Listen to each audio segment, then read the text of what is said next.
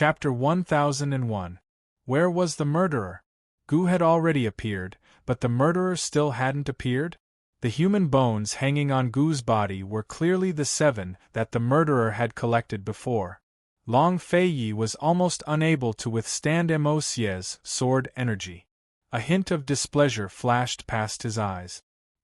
He suddenly put away his longsword and leaned to the side at the same time. In an instant, Mo Xie's sword energy flew over and whizzed past his back. He immediately raised his sword and slashed viciously at Gu. Han Yunxi, Su Donglin, and the others were about to go over to help, but they stopped abruptly when they saw this scene. What was Long Feiyi doing? Fuck! Long Feiyi, what's the meaning of this? Gu roared. They hadn't seen each other for a few days, but his temper was still the same. However, before Long Feiyi's sword energy could hit Gu, a powerful sword energy slashed from the right and deflected Long Feiyi's sword energy. The murderer had finally appeared. Long Feiyi was shocked.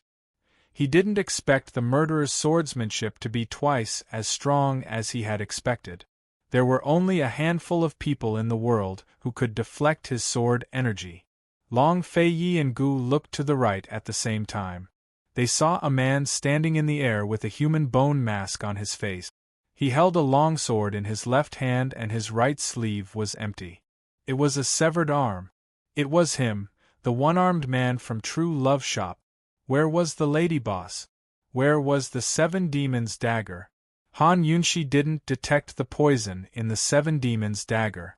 She was on guard and whispered, Su Donglin, the lady boss hasn't arrived yet. It seems that both of them came to kill Suiyun that day. The shadow guard only saw the lady boss and didn't see the one-armed man. That day, both the lady boss and the one-armed man had come. The one-armed man had killed the lady boss and bought time for the lady boss to retrieve the bone. Otherwise, the speed would not have been so fast. Han Yunxi didn't have the time to think about why these 2 people didn't throw the 6 female corpses into the lake, and why did they set fire to the memorial hall? Why did they directly throw Suiyun into the lake after killing her? She would leave the culprit to Gu and Long Feiyi. She and Su Donglin had to guard against the lady boss. After all, the Qi Sha dagger was in the lady boss's hands. She couldn't detoxify the poison on the weapon. At this moment, Mo Xie's sword qi filled the entire Yinyang Lake and did not sink to the bottom of the lake. After Long Feiyi saw the murderer, he was not in a hurry to catch him. He waved his sword again and slashed at Gu. Unexpectedly, the murderer also attacked Gu. With a wave of his sword, he actually shot out a blue flame. Sword fire! Long Feiyi was shocked.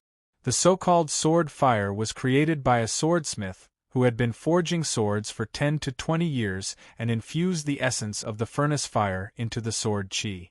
Once it was burned by the sword fire, even water could not extinguish it.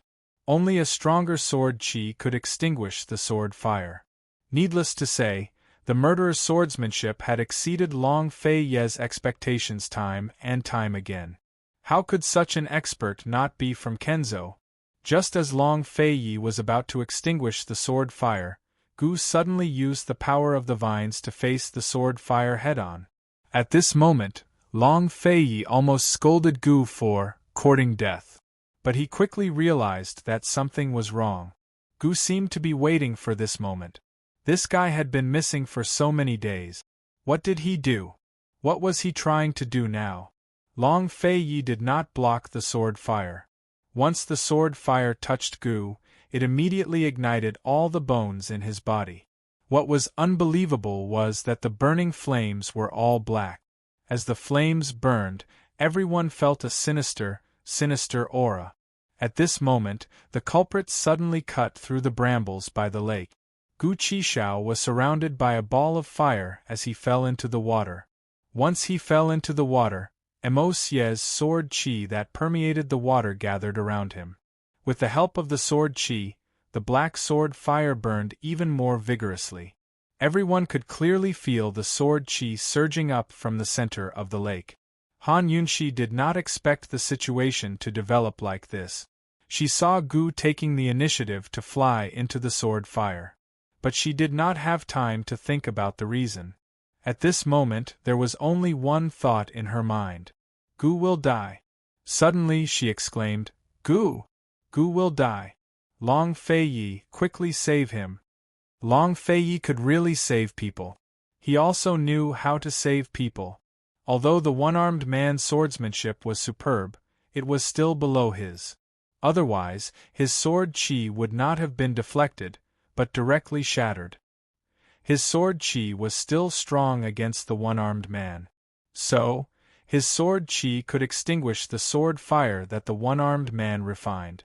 But, if he extinguished the sword fire now, Emosie's sword spirit would probably sink to the bottom of the lake forever. He did not know why Gu did this, but one thing was for sure. Gu was definitely aiming for Emosie's sword spirit. Long Feiyi was hesitating whether to save. Han Yunshi suddenly stopped shouting. She looked to the left and shouted, Long Feiyi, be careful of poison. Long Feiyi immediately leaped into the air. A dagger flew past his feet. This dagger was none other than the Seven Demons' dagger. After Long Feiyi dodged, he immediately tried to snatch the Seven Demons' dagger. However, the one-armed man was very close to the Seven Demons' dagger. He did not try to snatch it. Instead, he swung his sword and swept the Seven Demons' dagger towards Gu. Everything happened very suddenly. No one had time to think, let alone defend. Just like that, everyone watched as the Seven Demons' dagger sank into the fireball. At this moment, the raging fire had completely engulfed Gu. Blood dripped from the fireball. At first, it was very little. It was so little that no one noticed it. But, gradually it became more. Han Yunshi saw it clearly. She regained her senses and shouted, Save him! She flew over, but it was too late. The fireball sank into the water. After the entire fireball was swallowed up by the lake, the entire surface of the lake suddenly began to burn up. It was like a huge furnace that was ignited by a raging fire. Han Yunshi finally understood. 7 female corpses, the 7 demons' dagger, and the sword fire. The murderer put these 3 things together with Gu and used the Yin-Yang Lake as a furnace to forge a sword. As long as the sword was forged, Emosie's sword spirit hidden at the bottom of the Yin-Yang Lake would attach itself to the new sword. Damn it! What did they take Gu for? At this moment, the lady boss flew out of the forest and landed beside the one-armed man. She looked at the raging fire and smiled. It's beautiful. As long as you like it, the one-armed man said lightly. Han Yunshi angrily rushed to the sky and shouted, Tell me how to stop this, or I'll kill you. She didn't know if it was too late to stop the calcining process, but this was the only solution she could think of. The lady boss was very disdainful of Han Yunshi, and the man ignored her. Long Feiyi chased after them. He had never been so hesitant before. He knew very well that Gu would not die, and it was very likely that he would be able to control the newly forged sword. But how should he explain this to Han Yunshi? Damn it, I don't want to explain this at all. Gu Qishao should be the one to do the explaining himself. Gu should bear the consequences of deceiving Han Yunshi and bear Han Yunshi's anger. Long Feiyi simply ignored it and waited for Gu to walk out of the sea of fire unscathed. Protecting Han Yunshi was his job. He did not mind pretending that he did not know anything later. He was not afraid of Han Yunshi crying, but he was afraid of Han Yunshi getting angry. You crazy woman, what do you know about true love? Han Yunshi roared at the lady boss. The lady boss laughed. Are you asking me? Even if I tell you, you won't understand. I will tell you what true love is. Han Yunshi's killing intent soared, not noticing Long Feiyi's hesitant expression. She suddenly snatched Long Feiyi's profound frost sword and attacked the man with the broken arm. The man with the broken arm pulled the lady boss and dodged together, causing the lady boss to laugh even louder. Han Yunshi continued to attack, but Long Feiyi only followed behind her and did not make a move. He knew that Han Yunshi was not going to use the sword. Indeed, when the man dodged again and again, Han Yunxi's other hand suddenly shot out dozens of golden needles. The golden needles that Han Yunxi shot out were no longer as weak as before. There was no layout and no angle. Now, the power of each golden needle was hard to ignore. Moreover, the overall layout and angle were very tricky. If one dodged one, they would not be able to dodge the other. It was like a formation that could not be escaped. The man with the broken arm was finally shocked, realizing that Han Yunxi was not easy to deal with. But unfortunately, it was too late. He was hit by 2 golden needles in succession, and in order to protect the lady boss, he was hit by 3 more. He brought the lady boss and landed on the ground. The bones all over his body were unbearably painful, but he still protected the lady boss behind him. Han Yunxi and Long Fei Yi also landed. Han Yunxi angrily said to the lady boss, "Do you love him? Do you know what true love is? If you do, then tell me how to extinguish the sword fire, otherwise, I guarantee that in half a cup of tea's time, all the bones in his body will be crushed in half a cup of tea's time." The lady boss's bone-gathering technique was very fast, but it was far from Han Yunxi's poison speed. Who knew that before the lady boss spoke, the one who spoke was the man with the broken arm? He said, "The sword spirit has already been hooked out, this fire can't be extinguished. It's useless even if you kill me. If you die, she will definitely be very, very miserable, I guarantee it." When Han Yunxi became ruthless, she was really not to be trifled with. She said darkly and coldly, "Unless you kill her with your own hands before you die." Her words immediately stunned the man with the broken arm. Long Fei Yi was also stunned. At first, he thought that Han Yunxi had bet on the wrong person, thinking that Han Yunxi should have poisoned the lady boss, and that between the man with the broken arm and the lady boss, the man with the broken arm would be more affectionate. Who knew that Han Yunxi would actually use this method to threaten the man with the broken arm? Yes, if he died, what would happen to the lady boss? "You don't have much time. Gu is going to die, I want all of you to die with him," Han Yunxi warned gloomily. The man with the broken arm's eyes were filled with fear.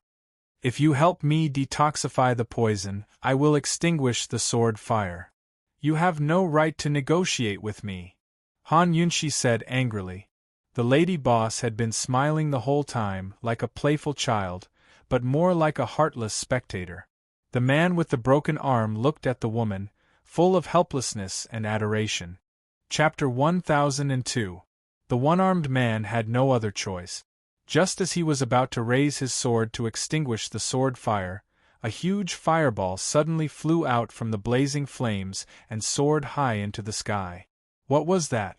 Everyone was very surprised and their attention followed. But unexpectedly, after the fireball soared into the sky, the huge lake surface suddenly flashed with sword light and in an instant, the entire forest was illuminated. Long Fei Yi hurriedly turned sideways and used his body to block the sword light for Han Yunxi and retreated far away. The one-armed man followed closely behind and protected the lady boss. Su Donglin and Bailey Mingxiang were a step slower and were all injured by the sword qi. Wounds appeared on their bodies caused by the sword light.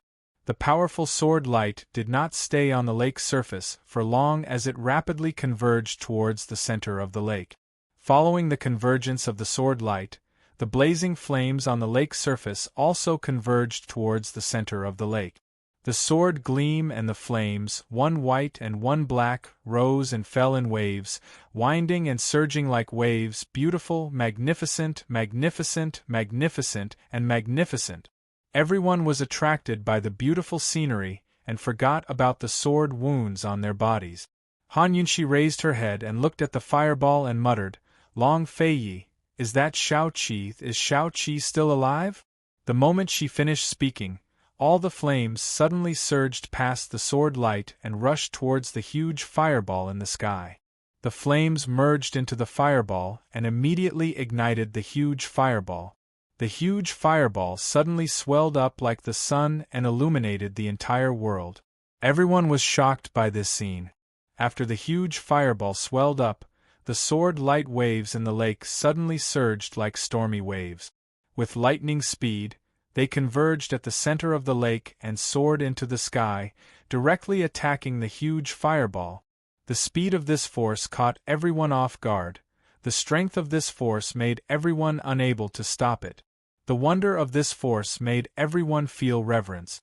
When the sword light collided with the huge fireball, an unexpected scene happened again. The blazing flames of the huge fireball suddenly extinguished. The fire was extinguished, but no one could see Gu. They could only see a big ball of vines. The vines were very dense, covering everything inside the ball tightly. It was impossible to see whether the person inside was alive or dead. What was most inconceivable was that the vines were actually lush and green, and there were no signs of them being burned. The Chi-Sha dagger stabbed into the thorny vines, but he didn't know if the dagger had stabbed the person inside. How could this be? How? The one-armed man was shocked. He had clearly cut off the vines. Shouldn't the vines protecting Gu have withered? Moreover, even if it didn't wither, shouldn't it have been destroyed by the sword fire? How could he still protect him? What was going on? In order to destroy the murderous aura of Mosie's sword spirit and forge a sword to subdue Mosie's sword spirit, one must use the most een bones, the most murderous flesh, the most een metal, and the most murderous sword fire to forge the sword. He had gathered everything, and when Long Fei Yi lured Mosie's sword chi out of the lake, he acted in a timely manner. Why did he still fail? The sword fire had already been ignited, and it had already burned the entire lake. Once it started burning, it would definitely burn for 49 days. Only after 49 days of burning could the Chi-Sha dagger be melted, and only then could the murderous aura of the sword spirit be extinguished. At that time, he would add iron to forge a sharp sword, and then he would be able to subdue Mosie's sword spirit. Although he couldn't subdue Mosie for the time being, he could trap Mosie's sword spirit in the sword, and control it in his own hands. Everything was planned perfectly.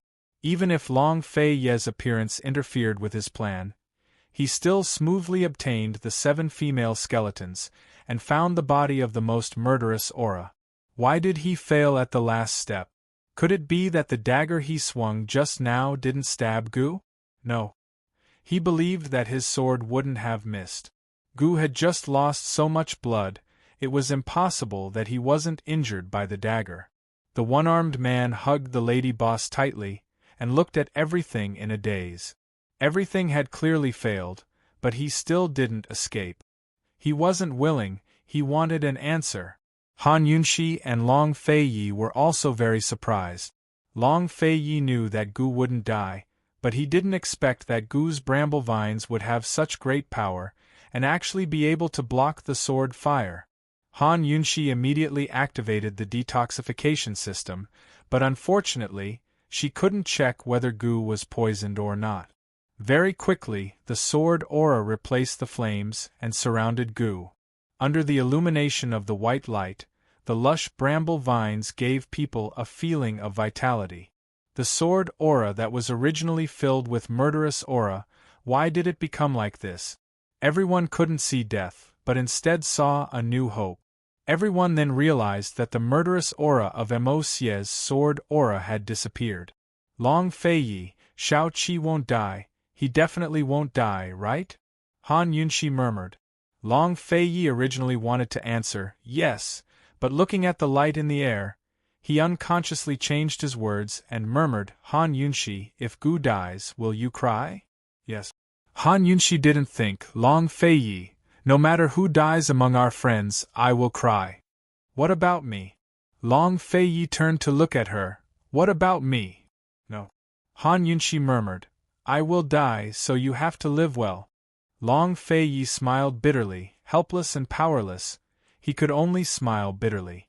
And at this moment, under the nourishment of the sword aura, the thorny vines and leaves bloomed with demonic red thorny flowers. Looking from afar, it was like fire, like blood, so beautiful. Everyone was stunned.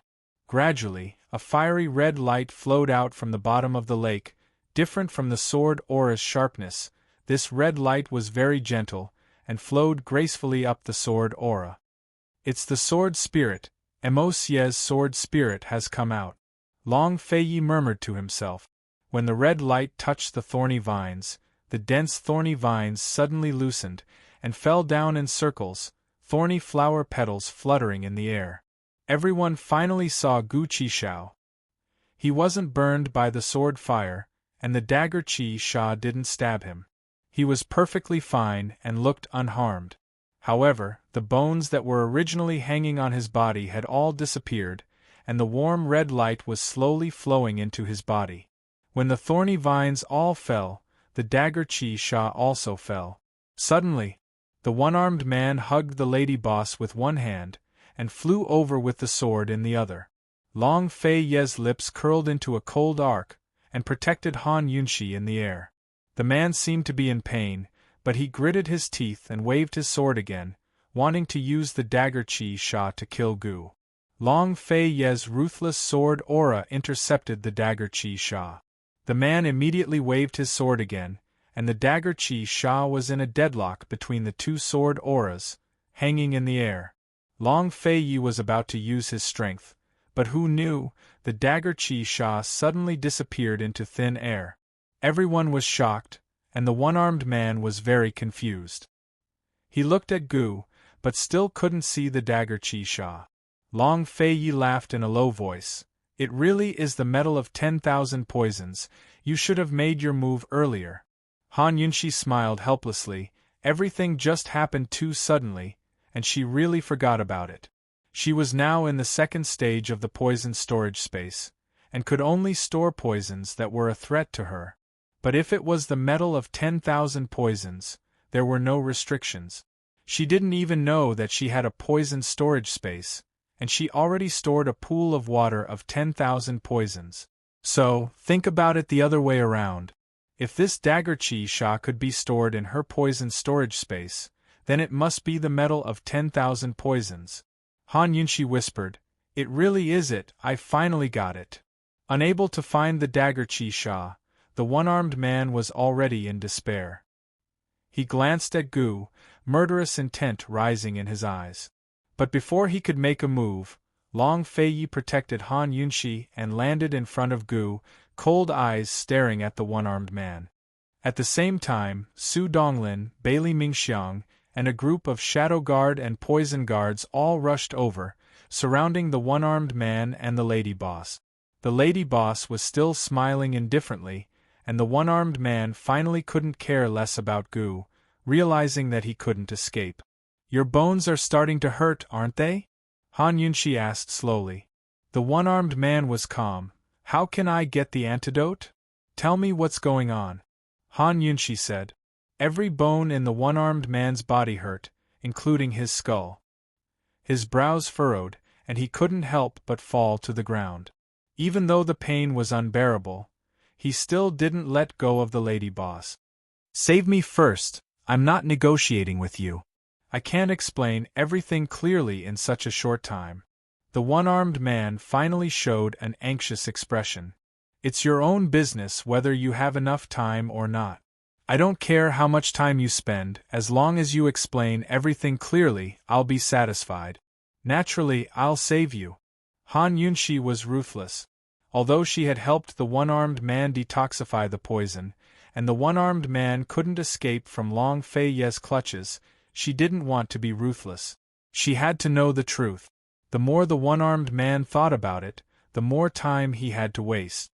He wasn't afraid of death, but he was afraid that the person in his arms would have no one to rely on. The dagger Qi-sha is a metal of extreme yin and extreme evil. Those who die from the dagger Qi-sha are corpses of extreme yin, and their bones are of extreme yin. The red-clothed man's fate is evil, so he must have been born on the 7th day of the 7th month. His attribute is fire, and his body is of extreme evil. Using sword fire to burn the metal of extreme yin and extreme evil, and with the help of extreme yin bones, he has an extreme evil body. This method can burn away Emosiez's evil aura, and can forge a sword that can bear Emosie's sword spirit. Now, the red-clothed man is not dead, the dagger Chi-Sha is not fused, the extreme Een bones have been shattered, the sword fire has been extinguished, and Emosie's evil aura has dissipated. I also don't know where Emosie's sword spirit will land. The one-armed man explained. Han Yunshi was very shocked. She didn't expect that the one-armed man could see Gu's fate. She was not satisfied with the one-armed man's answer at all. Tell me, what's Gu's situation now? Moxie's sword spirit was currently pouring endlessly into Gu Qishao's body. Gu Qishao was a human, not a sword. Could he take it? The man was about to answer Han Yunshi, but his legs went soft and he fell heavily to the ground. The bones in his legs were in so much pain that he couldn't stand steadily. Soon, the bones in his legs would start to shatter. The lady boss was laughing, but the one-armed man had already given up on struggling. He begged bitterly, "Miss, I beg you, save me, I can't die. I promise I'll tell you everything, please believe me." Han Yunshi knew that the poison was about to take effect. She was about to save him, but Long Feiyi. Chapter 1003. Long Feiyi stopped Han Yunshi and asked the one-armed man coldly, "What's your relationship with Tianshan Kenzo?" Long Feiyi's question had nothing to do with Emosie's sword spirit, but it was very important. Someone with such brilliant swordsmanship, if he wasn't from the Celestial Mountain Sword Sect, where did he come from? The one-armed man was surprised by Long Feiyi's question. He hesitated, but the pain in his bones and the lady boss's laughter reminded him that he must answer Long Feiyi's question. "My master is from the Evil Sword School. He has been living in seclusion for many years and has never asked about Kenzo. I am his only disciple." The one-armed man answered honestly.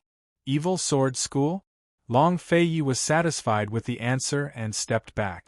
There were some things about the Evil Sword School that he did not know, and he had never seen some of the secret techniques of the Evil Sword School.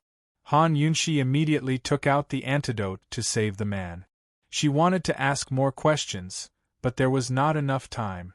If she did not save the man now, they would not be able to get any answers. The man took the antidote and fell to the ground. Han Yunshi could feel him sighing. Han Yunshi knew there was something going on between the man and the lady boss, but she was not interested. She only knew that the two of them had killed 7 innocent women and 2 shadow guard. Their crimes were unforgivable. After the antidote, Han Yunshi asked, "Why was Emosie's sword spirit absorbed by Gu's body? What is going on? Is his life in danger?" The man lowered his head and said dejectedly, "I don't know." The proprietress stared at Gu Qishao. Her smile had been perfectly fine, but she suddenly burst into tears. "It's gone, the sword he wanted is gone." The man's head drooped down silently. No matter how Han Yunshi questioned him, he didn't say a word. Han Yunshi wanted to kick him away. "You untrustworthy thing. Miss, I really don't know. I really don't know." He could see Gu's life providence, but he couldn't see through his body or his thorny vines. He felt that Gu's body was immortal and indestructible, and the vines were also immortal and indestructible. A complicated look flashed through Long Feiyi's eyes, but he didn't say anything for a long time. At this moment, Bailey Mingxiang and Su Donglin suddenly shouted, "Liuguang is gone! Flowing light is gone!" Han Yunshi and Long Feiyi looked back and saw that the red light had really disappeared, and the sword light that lingered around Gu had also weakened at the tip of the sword. Gradually, the sword light also disappeared. Gu seemed to have fallen asleep in midair. "Shao-Chi," Han Yunshi subconsciously said. She didn't even realize that she had called out Shao-Chi. "Su Donglin, go and take a look," Long Feiyi said. He had to look after the one-armed man and the lady boss, or he would have gone over long ago. When Su Donglin went over, Han Yunshi wanted to follow, but Long Feiyi stopped her. He was a little angry. If Emosie's sword soul loses control, it will be extremely lethal. You better behave yourself. Long Fei Yi knew that Han Yunshi was worried about Gu purely out of friendship, but he also minded. He had a heart that could contain the entire world, but when facing this woman alone, he couldn't accept a single grain of sand. But Han Yunshi was worried. He didn't burn to death, so there shouldn't be a big problem. Long Fei Yi said. Sure enough, before Su Donglin even got close, Gu suddenly opened his eyes. Su Donglin was frightened and didn't dare to move forward. Gu, are you okay? Su Donglin asked timidly. Gu stared at him for a while, then suddenly rolled his eyes and flew towards Han Yunshi and Long Fei Yi at an extremely fast speed. Seeing this, Han Yunshi's heart that was hanging in midair finally relaxed. Gu could still be so lively, so there shouldn't be a big problem. This guy, could it be that he really kept Emosie's sword soul in his body? Why was it like this? Han Yunshi was just about to ask Gu, who knew that Gu would rush in front of Long Fei Yi and ask, Long Fei Yi, did you want to kill me just now? Long Fei Yi was high and mighty, looking down at him disdainfully, too lazy to answer. He swung his sword at Gu just now, just to cut the ropes on his body. This guy ran over to question him about this, which meant that this guy was very clear-headed during the whole process. Long Fei Yi originally didn't want to pay attention to Gu, but suddenly thought of something, and actually opened his mouth. He sneered. Just now I saw you like a moth flying into a flame, and thought that you had become stupid after being tied up for so many days. Hee, looks like you haven't become stupid? Like a moth flying into a flame? Gu didn't understand, but Han Yunshi immediately understood Long Fei Yi's meaning. Just now when the man with the broken arm attracted the sword fire, Gu did take the initiative to throw himself at him, she saw it, but just now she was anxious, worried that Gu would be burned to death, so she didn't have time to think about it carefully. Now that she heard Long Fei Yi say this, she realized that something was wrong. Since Gu was conscious, then it was not a coincidence that he took the initiative to throw himself at the sword fire, it was not an accident, it was done with a purpose. Could it be that Gu knew something? Han Yunshi frowned and looked at Gu. She found that there was a deep wound on his shoulder. Other than that, there were some wounds caused by the sword qi. He really wasn't stabbed by the dagger. So much blood just now should be from the deep wound on his shoulder. The more she looked at him, the more she felt that something was wrong. The more she thought about it, this guy actually had the mind to question Long Fei Yi. Could it be that he didn't care about everything that happened to him? Wasn't he curious? This was not normal. How much did this guy know about Emosie's sword spirit? The man with the broken arm wouldn't be stupid enough to tell Gu about the sword spirit. Gu most likely already knew everything. Gu! Han Yunshi suddenly shouted. Gu was shocked, he looked at Han Yunshi, and actually unconsciously retreated. In this world, it was not only Long Fei Yi who was afraid of Han Yunshi getting angry, Gu was also afraid. Why didn't you burn to death? Han Yunshi suddenly asked. Gu's face turned pale, he panicked. What did Han Yunshi mean by asking this? Did she suspect him of something? He was wrapped in the thorny vines, he wasn't injured by the sword fire. Han Yunshi should have seen it earlier. Why did she still ask this now? Gu immediately looked at Long Fei Yi. His heart filled with shock. Could it be that Long Fei Yi had told Poison Lass something? Facing Gu's questioning gaze, Long Fei Yi looked back at him with disdain, and then looked away. Long Fei Yi's attitude made Gu even more uncertain. Could it be that when he was bathed in the sword fire and sword qi, Long Fei Yi had told Poison Lass the truth about him not dying to comfort her? Gu's heart was beating wildly. He looked at Han Yunshi, suddenly not knowing how to answer. Who knew? Han Yunshi asked again. Gu, did you already know about the secret of Emosie's sword spirit? What happened to the thorny vines? How did they resist the sword fire? Han Yunshi would never have thought that Gu had an immortal body. She was angry because she thought that he suspected that Gu wasn't really kidnapped these few days, but was pretending to be kidnapped by the one-armed man. He knew about Emosie's sword spirit. He had been waiting for an opportunity. which was why he took the initiative to jump into the sword fire. Gu, did you go to the memorial hall that night?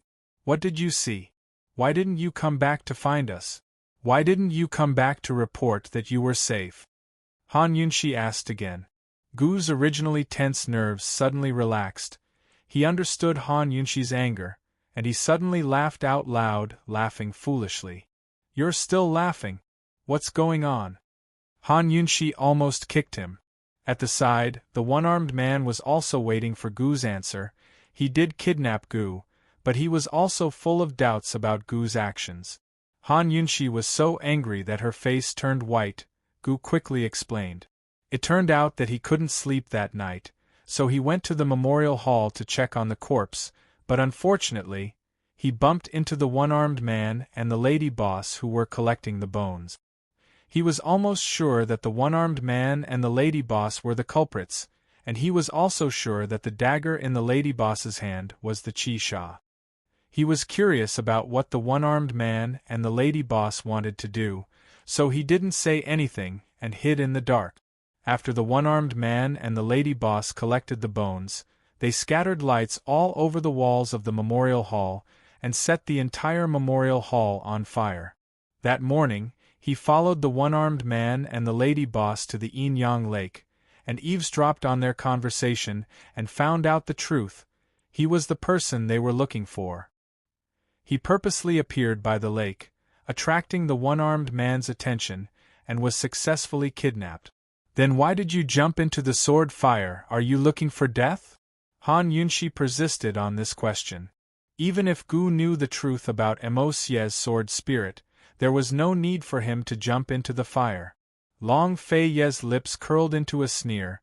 He wanted to see how Gu would explain. Who knew, Gu actually dug out a small root from the deep wound on his shoulder and threw it in front of the one-armed man. Everyone recognized at a glance that this root was the root of the bramble vine. Gu explained, even if the bramble vine by the lake is cut off, I can still grow another bramble vine. The bramble vine that is grown from blood is not afraid of fire, water, and not even the sword fire. With it protecting my life, no matter what, I have to lure out Mo Xie's sword spirit to take a look, so as not to waste these two's efforts. The one-armed man was very surprised, and he laughed bitterly, hee, so that's how it is. He had calculated everything extremely well, but meeting someone like Gu, it was really impossible to guard against.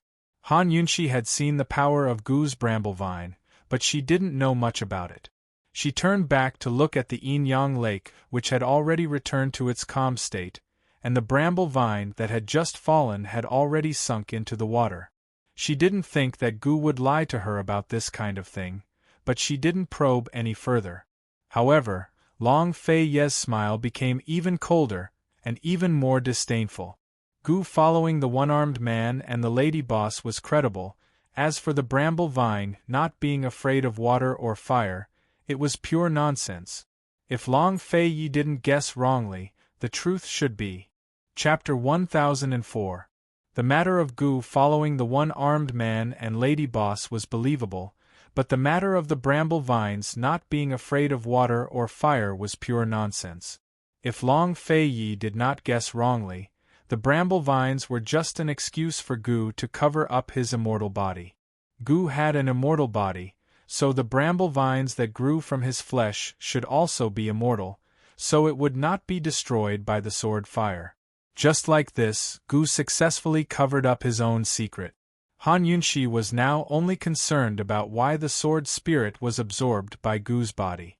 Then how did Mo Xie's sword spirit run into your body? Are you alright? Han Yunshi asked again. Long Fei Ye's lips curled into a sneer, waiting for Gu's reply. Long Fei Yi had been pondering over this matter. He thought that Gu's body was able to withstand the sword spirit. It must be because of his special physique. His undying, indestructible, and immortal body was much stronger than those ancient treasured swords. Naturally, he could withstand the Moi sword spirit. Long Fei Yi suspected that there was no power in this world that Gu could not withstand? What if it was the lust bite power? Could Gu Qishao take it? What about Bai Yanqing? Long Feiyi waited for Gu to continue talking nonsense. Who knew? Gu pretended to be confused, shrugging his shoulders. I also don't know why it's like this. Now it feels okay. As he spoke, he looked at the one-armed man, very serious and also very fierce. Hey, what's going on? If you don't say it, I will poison you to death. Gu was taking advantage of him, and still acting innocent. The one-armed man was unbearably tricked by Gu. He really did not understand how this guy could withstand Mo Xie's sword spirit. Logically speaking, the human body cannot withstand the sword spirit. I also know why it's like this. You? The one-armed man sized up Gu. The more he looked, the more confused he became. So he's not human? Long Feiyi suddenly said in a cold voice. Gu immediately turned around to look at him, his gaze especially sinister. He was about to walk towards Long Feiyi when the lady boss, who had been silent all this while, suddenly stood up and pounced on him. Return Mo Xie's sword spirit to me. Return it to me. Gu immediately retreated, but the lady boss still chased after him, cursing viciously. Shameless thing, return Mo Xie's sword spirit to me. It's mine. Mine. I'll kill you. Gu Qishao could tell that there was something wrong with the proprietress's head, but he didn't argue with her. Instead, he kept dodging and dodging, but the proprietress took out a dagger and stabbed at him again and again. Gu hid behind the one-armed man and said angrily, "Catch her, otherwise I won't be polite." The one-armed man didn't stop him, but struck the lady boss's neck with his palm, directly knocking her unconscious. The lady boss was paralyzed on the ground. The one-armed man looked at her. The heartache in his eyes was like tears, about to overflow at any time. What's going on? What right do you have to say that Mo Xie's sword spirit is hers? Han Yunxi asked. Even though they had found the murderer, even though Mo Xie's sword spirit was taken by Gu, they were still full of puzzlement about this matter. Since she's in your hands, you can do whatever you want with her. The one-armed man said indifferently. Then I can only hand you over to the magistrate. These few lives are innocent. Han Yunxi said cold. I killed them, let her go. The one-armed man said in a low voice. I believe that you killed them, but wasn't she the one who collected the bones? Didn't she have a part in setting the memorial hall on fire? Han Yunxi questioned. The one-armed man suddenly looked at Han Yunxi, his eyes full of murderous intent. Unfortunately, he couldn't do anything to Han Yunxi. Why didn't you collect the bones directly after killing them, but leave behind evidence? Han Yunxi asked seriously. This was the part she couldn't understand the most. If she didn't get to the bottom of it, she wouldn't be at ease. Han Yunxi was worried that there were secrets in this matter that they didn't know, so she asked in this way. But after asking, she realized that there wasn't any big secret in this matter. The heartless lady boss was actually a sincere person. The one-armed man wasn't the lady boss's husband, but the lady boss and her husband had been good friends for many years. The lady boss's husband accidentally entered the Yinyang Lake and was sucked into the whirlpool at the bottom of the lake. When the one-armed man jumped into the water to save him, it was already too late. Although he grabbed his good friend's hand, the suction force under the whirlpool was very strong and pulled his good friend's body into pieces. The one-armed man only managed to save the lady boss's husband's hand. From then on, the lady boss's temperament changed greatly. She carved her husband's hand into a necklace and a bracelet to wear. She stubbornly believed that her husband's soul hadn't left and had been waiting at the bottom of the lake for her to reunite. The one-armed man had forgotten how many times he stopped the lady boss from jumping into the lake to commit suicide. Every time he failed to persuade the lady boss, he could only knock her out like just now. When the one-armed man jumped into the lake to save the lady boss, he discovered that Mo Xie's sword spirit was hidden at the bottom of the Yinyang Lake. Helpless, he could only lie to the lady boss, saying that her husband's soul had already merged with the sword spirit. As long as she could obtain Mo Xie's sword spirit, she could reunite with her husband. Thus, the lady boss stopped trying to commit suicide. She began to search for a way to subdue Mosie's sword spirit with the one-armed man. They learned that in order to subdue Mosie, they had to destroy the sword spirit's evil spirit and forge a treasured sword. In order to forge a treasured sword that could subdue Mosie's sword spirit, it had to be made of extremely evil gold. Thus, they spent a total of 5 years to find the 7 evil daggers. With the one-armed man's swordsmanship and the lady boss's bone-collecting technique, they could have easily destroyed the corpses. However, the sword fire needed to burn for 49 days. In order to ensure that these 49 days would go smoothly and not be disturbed, the lady boss decided to commit suicide. They wanted to borrow the power of the magistrate office to seal off the Inyang Lake. The Inyang Lake was originally a place that the people of Chinchuan City feared. In addition, the women who came to the lake were assassinated one after another. Moreover, they bled from their 7 orifices and died horribly. Naturally, no one dared to come to the lake again. Moreover, if the magistrate office could not solve the case, they would forbid the people from coming near the lake. They went to the memorial hall to collect the bones of the 6 women and set the memorial hall on fire. Firstly, they destroyed the corpses to hide the fact that they had collected the bones. Secondly, they used the memorial hall's fire to create rumors. They had already planned that after burning down the memorial hall, they would rob and kill the magistrate's women. Then, they would find a few witches to spread rumors that the heavenly fire would come to the Inyang Lake. If there were any disrespectful people, they would be punished. In this way, the magistrate office would not dare to continue investigating the case. They would only send more people to guard the Inyang Lake. At that time, when the sword fire burned, no one would dare to go near it or interfere. They planned to find the 7 women's skeletons before they started looking for the person with the fiendish life. However, they did not expect Gu to suddenly appear by the lake. The one-armed man could tell at a glance that Gu was born on the 7th day of the 7th month. His fate was fire and he was a person with the fiendish life.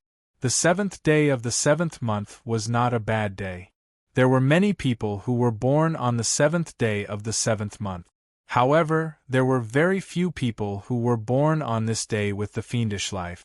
The one-armed man immediately kidnapped Gu and put him under house arrest. In the past 2 weeks, because of the female corpses case, very few women came to the lake alone. That day, they found a woman by the lake alone. The one-armed man could tell at a glance that Sui Yun was not an ordinary woman. He also noticed that there were 2 guards hiding beside Sui Yun. He was not sure about Sui Yun's background. He was worried that Sui Yun was after Mosie's sword spirit at the bottom of the lake. Therefore, he went all out and killed Sui Yun and the 2 guards. He also asked the lady boss to take Sui Yun's bones. He planned to start forging the sword that night. However, when they killed Sui Yun, the 2 guards sent out a signal for help. Only then did they know that Sui Yun had accomplices. Helpless, the one-armed man and the lady boss could only run away and wait for the changes. Then, Long Feiyi and Han Yunxi went to their shop. The lady boss did not find anything unusual.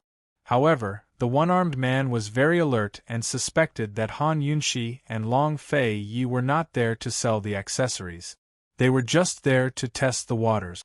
When Long Feiyi and Han Yunxi left the shop, the one-armed man immediately left with the lady boss and everyone else. The 2 of them did not go anywhere. They just hid by the Inyang Lake and waited. When Long Feiyi drew out Mosie's sword chi, the lady boss could not hold back anymore. The one-armed man had no choice but to throw Gu out and fight. But who knew that Gu already knew about Mosie's sword spirit? After hearing the one-armed man's explanation, Han Yunxi's face was complicated. When she looked at the lady boss again, she did not hate her as much as before. She frowned and did not speak for a long time. Still, Long Fei and Gu Qishao remained unmoved. Long Fei's expression was as cold as ever, while Gu Qishao looked as if he had nothing to do with this old man even if the sky collapsed. "Why are you so good to her? You're here for Mosie's sword spirit, right?" Gu asked disdainfully. The one-armed man explained calmly, "She's a girl that everyone dotes on. I can't bear for her to be alone and without anyone to rely on. This has nothing to do with Mocie's sword spirit. You can coax her or lie to her. There are plenty of reasons and excuses. Why did you choose Mocie's sword spirit? You should know that even if you take Mocie's sword spirit, she doesn't have the ability to control it." Han Yunshi finally opened her mouth. "Why is your arm broken?" Long Feiyi asked. The one-armed man smiled bitterly. He didn't expect that he still couldn't deceive these people. He asked, "Who are you people?" He looked at Long Feiyi. "Are you a disciple of Sky Mountain?" Actually, if it was someone from the Jianghu who had seen Long Feiyi's swordsmanship, they could probably guess Long Feiyi's identity.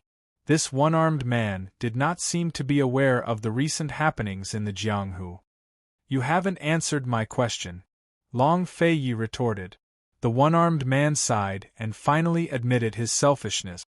"I'm training in the evil sword sect's inner chi.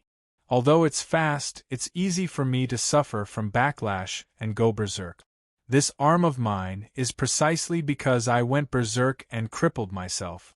If I can't find a treasure sword that can withstand my inner chi, 3 months later, my internal injuries will relapse. My other arm, I'm afraid I won't be able to keep it. I'm a blacksmith and my master forced me to learn martial arts. I've never stepped into the Jianghu and have no intention of doing so. I just want to keep this arm." The one-armed man looked at the lady boss and lowered his voice. "I just want to protect her for the rest of her life." Long Feiyi was surprised. This guy had suffered internal injuries and he did not see it. He pulled the man's hand to check his pulse. Chapter 1005. After Long Feiyi checked the man's pulse, he finally believed the one-armed man's words. Other than being surprised, he was also shocked. When he was learning swordsmanship, his master rarely talked about the evil sword school's swordsmanship and mental cultivation methods. He only said that it was not the right path and that seeking speed would lead to self-destruction. He only knew that the evil sword school's swordsmanship mental cultivation method was known as the evil Kenshin technique. Once it reached a certain level, there would be a backlash. As for the rest, he did not know much and was not interested. But from the looks of it, the evil sword school's swordsmanship did not lose to Tianshan Kenzo's nirvana force. If it was not for the backlash, the one-armed man's swordsmanship would be even better. He might even be able to compete with his current swordsmanship and inner strength. In other words, the flaws of the evil sword school's mental cultivation method were not unavoidable. As long as one could find a suitable treasure sword, he could avoid all the flaws and not go astray. He might even surpass Tianshan Kenzo's nirvana heart technique. The one-armed man's swordsmanship was superb. That was why he needed the help of Mocie's treasure sword spirit. If it was any other disciple of the evil sword sect, they would not need the power of Mocie's treasure sword spirit. They only needed a treasure sword that could withstand a certain amount of power. There were not many treasured swords in the world, but there were many blacksmiths. As long as there were enough materials, the blacksmiths could create a good sword. Long Feiyi's lustbite power was much stronger than the two Kenzo's mental cultivation method. But if one person could not support the martial arts world, then one person could not be called Jianghu. Long Feiyi had never put the evil sword school in his eyes. Now that he thought about it, if the evil sword school could break the evil Kenshin technique, they would become Tianshan Kenzo's greatest enemy. "Who is your master?"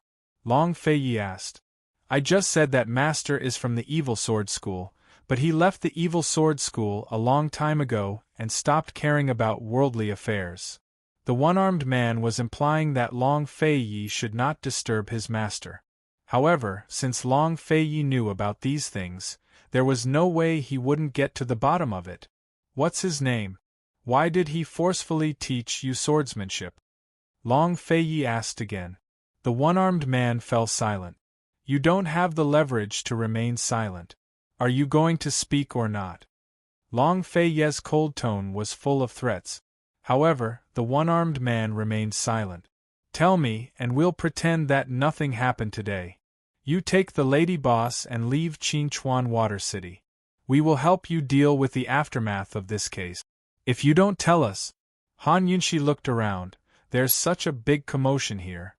I'm sure the people from the magistrate court are already on their way. Long Fei Yi was a threat, while Han Yunxi was a carrot and stick. However, the one-armed man said, I can't betray my master. He has already left the Evil Sword School and has nothing to do with the Evil Sword School. Let him go. I won't make things difficult for people who aren't from the Evil Sword School. Long Fei Yi said. How many good people were there in the Evil Sword School? This one-armed man was a master swordsman and was forced to be taught martial arts. Long Fei Yi felt that this matter was not simple. This man might have been used. At this time, Su Donglin said in a low voice, Master, the Shadow Guard came to report that the people from the magistrate court will be here soon. Should we block them or? No need to block them. Ask them to come over. Long Fei Yi said. The one-armed man panicked. I'll talk. Long Fei Yi waved his hand, indicating for Su Donglin to bring people to block the officers. You don't have much time.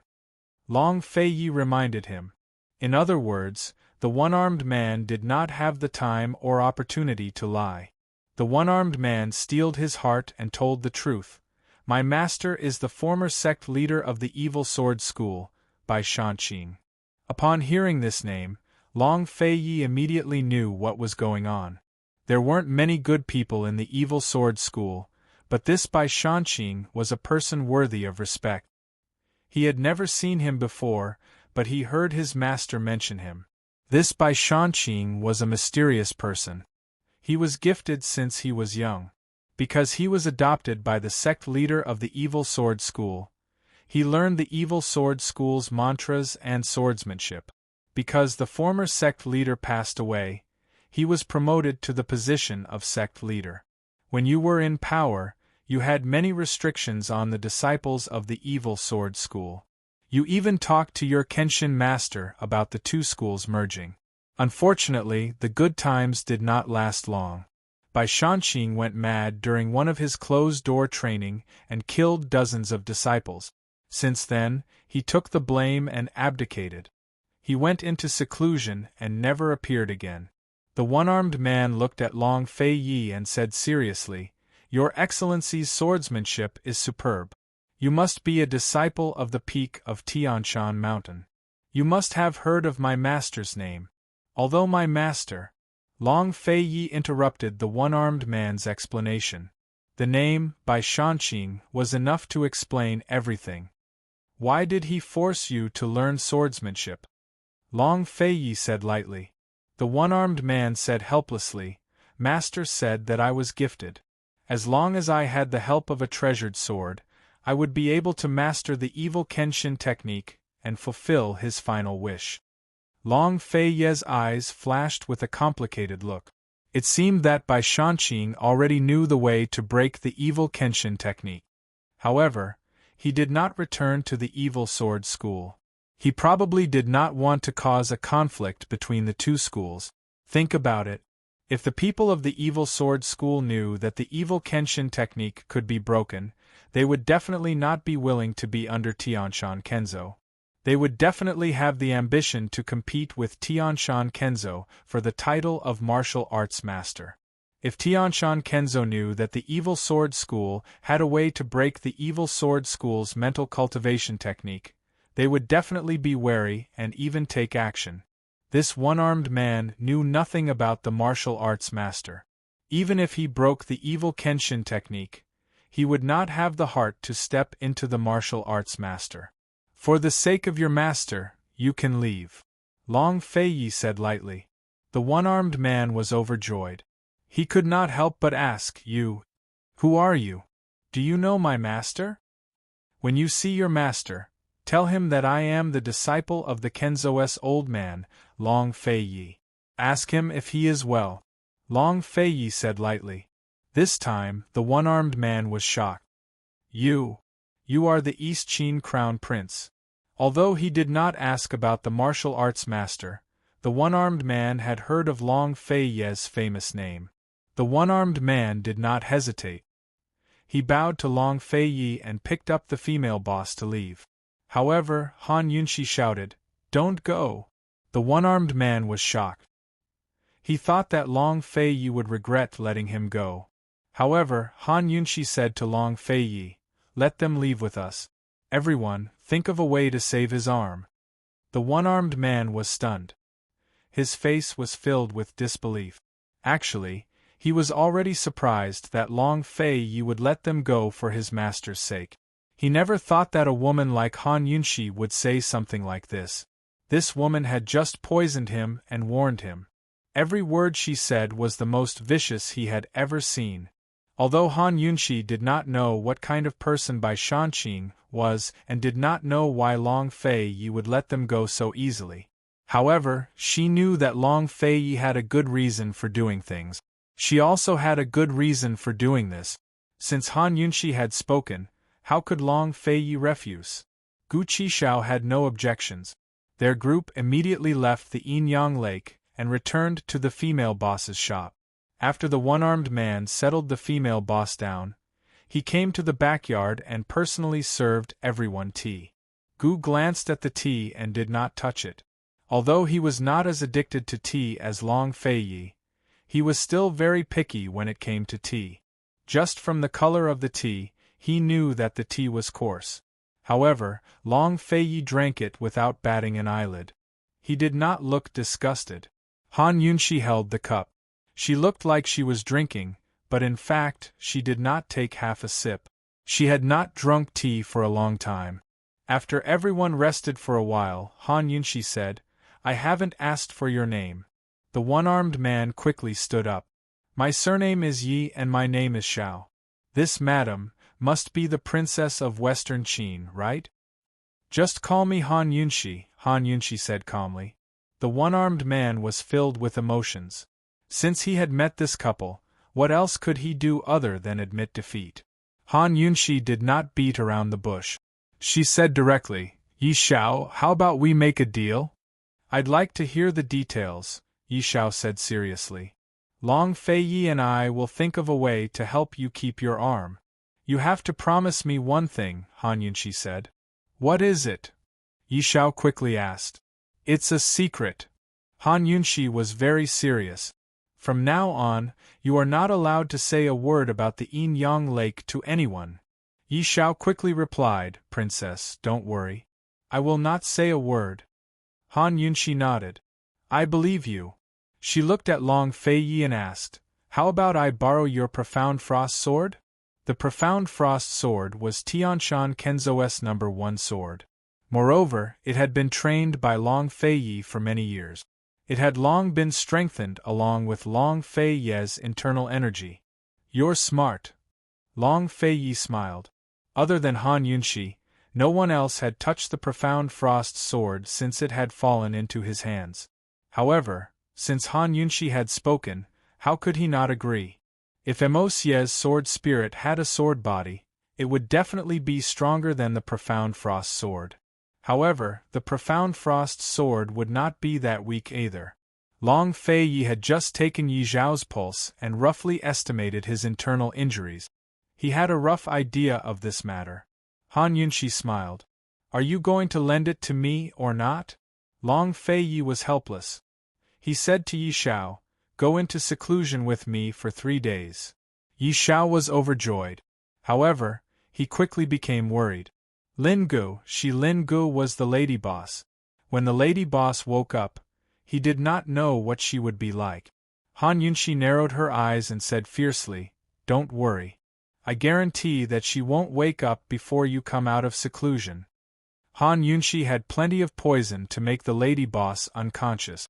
Yi Xiao wanted to say something, but Han Yunshi interrupted, "If you say any more nonsense, I'll pull you over." Yi Xiao had no choice but to agree. Just like this, Yi Xiao and Long Fei Yi began their seclusion for 3 days. During these 3 days, Han Yunshi and Gu did something. They helped Yi Xiao and the lady boss clean up the aftermath. They found 2 shadow guards to go to the magistrate's office to plead guilty. At the same time, they handed in a poisoned dagger. The poison was naturally something that Han Yunshi had rubbed on. Half of the poison masters would not be able to detect it, but Bai Yanqing would definitely recognize it. Han Yunshi's move was to guard against Bai Yanqing. If Bai Yanqing heard about the murder case in Qingchuan Water City and suspected the 7 Demons' dagger, he would definitely come to investigate. Since Bai Yanqing was searching for the perplexing butterfly illusion, he would definitely know about the perplexing butterfly illusion and several catalysts that could break his immortal body. Therefore, when they searched for the fire of 10,000 poisons, they would still have to be cautious against Bai Yanqing. As for the shadow guards who went to plead guilty, they could only suffer a bit of jail time. When the limelight died down, someone would naturally come to rescue them. Han Yunshi and Gu also arranged a large sum of money for the victims' families as compensation. If the magistrate's office caught the real culprit, the families might not be able to receive compensation. There were many things that could not be done perfectly. It was impossible to distinguish between right and wrong, gains and losses. Han Yunshi told herself that it was fine as long as she did her best. 3 days later, Long Feiyi and Yi Xiao came out of seclusion. Chapter 1006. After Long Feiyi and Yi Xiao came out of closed-door cultivation, Long Feiyi wanted to open the door but Yi Xiao stopped him. He took a step back and gave a deep bow. "Your Highness Crown Prince, I, Yi Xiao, will remember this kindness. If you need anything in the future, Yi Xiao will be at your beck and call. It's only a transaction, keep your secret well." Long Feiyi said. "Your Highness Crown Prince, I understand the princess' kindness. This bow, please accept it on behalf of the princess," Yi Xiao said and bowed again. Actually, if Han Yunshi wanted him to keep it a secret, there were many ways. She didn't need to spend so much effort to make a deal with him and help him keep his arm. In these 3 days, not only did Long Feiyi help him heal his internal injuries, he also made use of the profound frost sword to help him pass through a huge calamity. He had already cultivated to the 8th level of the evil Kenshin technique. Although without the aid of the sword, he was unable to continue cultivating. But the 8th level of the evil Kenshin technique was enough for him to protect himself. He had already far surpassed those expert swordsmen in the pugilistic world. Without the help of an expert like Long Feiyi, even if he obtained Mo Xie's sword, he could only keep his arm. Without 1 or 2 years, he would not be able to break through to the 8th level. This kindness, how could it be repaid with just a sentence of, "Keep it a secret"? Han Yunshi purposely used the transaction as an excuse to help him, or perhaps, she didn't want him to be too embarrassed. Actually, Han Yunshi wasn't afraid that Yi Xiao would be too embarrassed. She just didn't like to see others being deeply grateful. On this point, Long Feiyi understood her very well. Long Feiyi generously accepted Yi Xiao's thanks before opening the door and walking out. Han Yunshi and Gu were already waiting at the door. On seeing Long Feiyi come out, Han Yunshi hurriedly went up to wipe away Long Feiyi's sweat. "Are you tired?" In these 3 days, Long Feiyi assisted Yi Xiao in closed-door cultivation and also took time out to complete dual cultivation with Han Yunshi. It would be strange if he wasn't tired. Not tired, it went very smoothly, Long Feiyi said indifferently. He lowered his head slightly so that Han Yunshi could wipe his sweat. Gu was watching by the side and suddenly turned to look at them. But not long later, he turned back to look at Han Yunshi and Long Feiyi, and looked at them and became distracted. God knows what he was thinking. Yi Xiao did not delay and hurried to look for the lady boss. Seeing that she was still unconscious, he panicked. "Princess, where's the antidote? Why are you being so nice to her?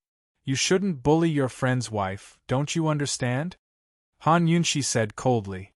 Gu, who had just reached the door and was about to enter, stopped abruptly when he heard this. Yi Xiao lowered his head and squeezed out a sentence after a while. "She needs someone to take care of her right now." In other words, the lady boss's husband was no longer around, so he wasn't bullying his friend's wife. She must be crazy to accept your care. She'll only wake up half a day after taking the antidote. Han Yunshi threw down the antidote and turned to leave. Gu hurriedly escaped and jumped onto the roof. He almost didn't succeed in hiding. He sat on the roof and stared blankly at Han Yunshi's thin but carefree figure for a long time. He didn't want to think too much about what Han Yunshi had just said, but he couldn't help but think about it and link it to himself. Inside the room, Yi Xiao didn't agree with Han Yunshi's words. He muttered to himself, "It's fine as long as she needs it." Yes, it is one thing to accept, it is another to need. It wasn't until Long Fei Yi and Han Yunshi were about to bid farewell to Yi Xiao that Gu came down from the roof and silently stood behind Han Yunshi. "Your Highness Crown Prince, my master is living in seclusion in Mount Li. In a few days I will bring Lin Gu to Mount Li. I will definitely keep the matter of Yinyang Lake a secret," Yi Xiao said seriously. Long Fei Yi only nodded and said nothing. Yi Xiao hesitated for a moment, but he still looked at Han Yunshi. "Princess, there's one thing that this one doesn't understand. I hope you can enlighten me." "What is it?" Han Yunshi asked. "How did Princess know that Sui Yun's corpse was hidden in the lake?" Yi Xiao asked curiously. If it weren't for the discovery of Sui Yun's corpse, these two probably wouldn't have thought of the matter of the gathering bones. "It's a secret." Han Yunshi definitely wouldn't reveal the true secret of the Seven Fiends' dagger. Unexpectedly, Yi Xiao said, "Since Princess won't say, then you can be at ease. This one won't reveal any secrets." After Yi Xiao finished speaking, he bowed to Han Yunshi with his hands clasped. He retreated into the room and slowly closed the door. Han Yunshi was stunned at first, but then she smiled. Yi Xiao wasn't stupid. He could tell that she wanted to help them. If that was the case, then wouldn't this trip count as making a friend? Han Yunshi felt that it was better to forget each other in the Jianghu. She didn't know that her kindness today would bring her great help in the future. Looking at the tightly shut door of true love, Han Yunshi sighed softly. She could only pretend that this matter was over. She said to Long Fei Yi, "Let's go. We still have business to attend to." After they returned to the inn, Han Yunshi immediately took out the Seven Fiends' dagger and the perplexing butterfly illusion at the same time. Just like with the previous poisons, when she dripped a drop of perplexing butterfly illusion onto the Seven Fiends' dagger, the sturdy dagger was gradually corroded by the perplexing butterfly illusion. It sizzled and emitted a white smoke. When the white smoke dissipated, the originally long dagger had actually been corroded into a small red teardrop the size of a teardrop. If it was before, Han Yunshi would have tried mixing the poisonous teardrops in her possession to see what would happen. But now, she directly collected the poisonous teardrops from the perplexing butterfly illusion and the gold of 10,000 poisons and stored them in a special bottle. Now that she knew the true secret of the perplexing butterfly illusion, she didn't have to waste so much effort in conducting so many experiments. Now, she had the water, earth, wood, and gold of 10,000 poisons in her possession. She had also obtained the corpse blood and beauty's blood. Now, she had 6 blood teardrops in her possession. Only the fire of 10,000 poisons, poison goo blood, and poison beast blood were left. The poison goo blood and poison beast blood were with Bai Yanqing. Therefore, their next biggest mission was to find the fire of 10,000 poisons. It had to be said that this trip to Qingchuan Water City had gone much smoother than Han Yunshi and the others had imagined. They had originally thought that it would be delayed until after the new year. Who would have thought that they would be able to settle the matter in less than 10 days after arriving at Qingchuan Water City? Seeing Han Yunshi put the gold of 10,000 poisons into her poison storage space, Long Fei Yi and Gu finally relaxed. This matter could finally be considered completely settled. Long Fei Yi raised his eyebrows and looked at Gu. He said coldly, "Why don't you show me a few moves?" Gu played dumb. "What?" Long Fei Yi's gaze immediately turned cold. Gu had no choice but to do as he was told. Gu asked Long Feiyi to have something on him. Long Feiyi must have guessed the truth about the thorny vines. Long Feiyi must also know the reason why he was able to subdue Mo Xie's sword spirit. Han Yunxi, however, knew nothing about it. She was curious as to what effect Mo Xie's sword spirit would have on Gu's swordsmanship. Gu went to the courtyard and pulled out his sword. Just as he swung his sword, Long Feiyi and Han Yunxi immediately saw a faint white shadow on his sword. "What's that?" Han Yunxi asked, puzzled. Long Feiyi didn't say anything. He struck out with his palm and immediately broke Gu's sword. Gu's sword fell to the ground and Han Yunxi immediately saw the white shadow clearly. That white shadow was a sword that had a shape but no substance. "That's the sword spirit?" Han Yunxi asked. Long Feiyi replied indifferently. Gu simply threw away the broken sword's hilt. He held a white sword shadow and waved it around. Although this sword shadow had a shape but no substance, the sword aura didn't lose to Gu's sword at all. Moreover, it could cut through iron like it was mud. In just 2 or 3 moves, it chopped down a tree in the courtyard. Han Yunxi watched in disbelief. She couldn't imagine how strong Mo Xie's sword would be if it could be forged into a treasured sword that could withstand this sword spirit. As soon as Gu Qishao withdrew his sword, it vanished without a trace. He walked towards Han Yunxi and smiled. "Poison lass, wait for me to forge a sword, then I'll give Mo Xie to you." Before Han Yunxi could speak, Long Feiyi said coldly, "Mo Xie will be sent to you first." Gu pretended to be a hostage. In fact, he wanted to obtain Mo Xie's sword spirit and give it to Han Yunxi as a gift. How could Long Feiyi not see through him? No, this thing is too evil. I don't like it." Han Yunxi rejected. She said, "Gu, next time something like this happens, please don't act alone, okay?" "Okay." Gu readily agreed. He knew that Han Yunxi was worried about him, so he didn't explain. Gu thought to himself, once the sword is forged, I'll find a reason to give it to Han Yunxi. Maybe she'll want it then. He didn't know that Long Feiyi had already set his sights on the Ganjiang treasured sword on Heaven Mountain. Ganjiang and Mo Xie were a pair, after all. Han Yunxi really didn't have much interest in swords. She asked, "Rest for a day, then we'll return to Three-Way Black Market tomorrow?" Including the time they spent heading south, they'd been gone for almost a month. If they returned, they'd have to spend another half a month. Yesterday, Long Feiyi had just received Gu Beiyue's secret letter. Myriad Merchant Hall and East Origin Hall were doing well. Tiger's Prison was also very peaceful. Bai Yuqiao was doing his best to take care of Ning Jing and the others. As for the battlefield, Northern Li's civil war had completely erupted.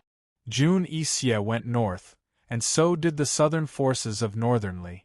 Furthermore, Jun Yixie had already arranged for the 3rd batch of warhorses from the retreating Winter Crow country, as well as his cavalry. Gu Beiyue estimated that in half a month's time, the 3rd batch of warhorses would be sent to the battlefield.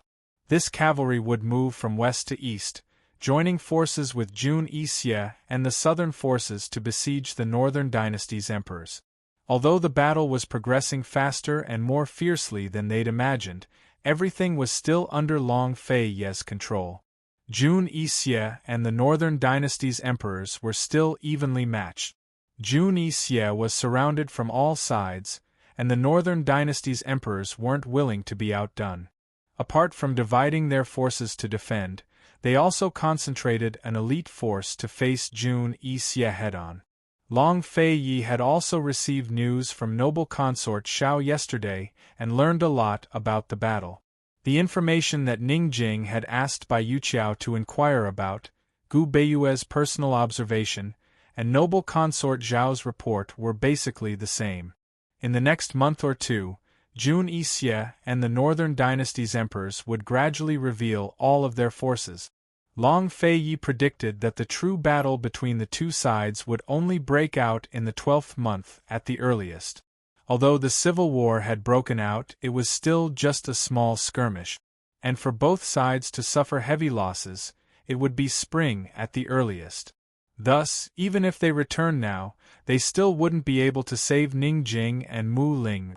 Once they made a move, Jun Yixie, that paranoid fellow, would definitely suspect something.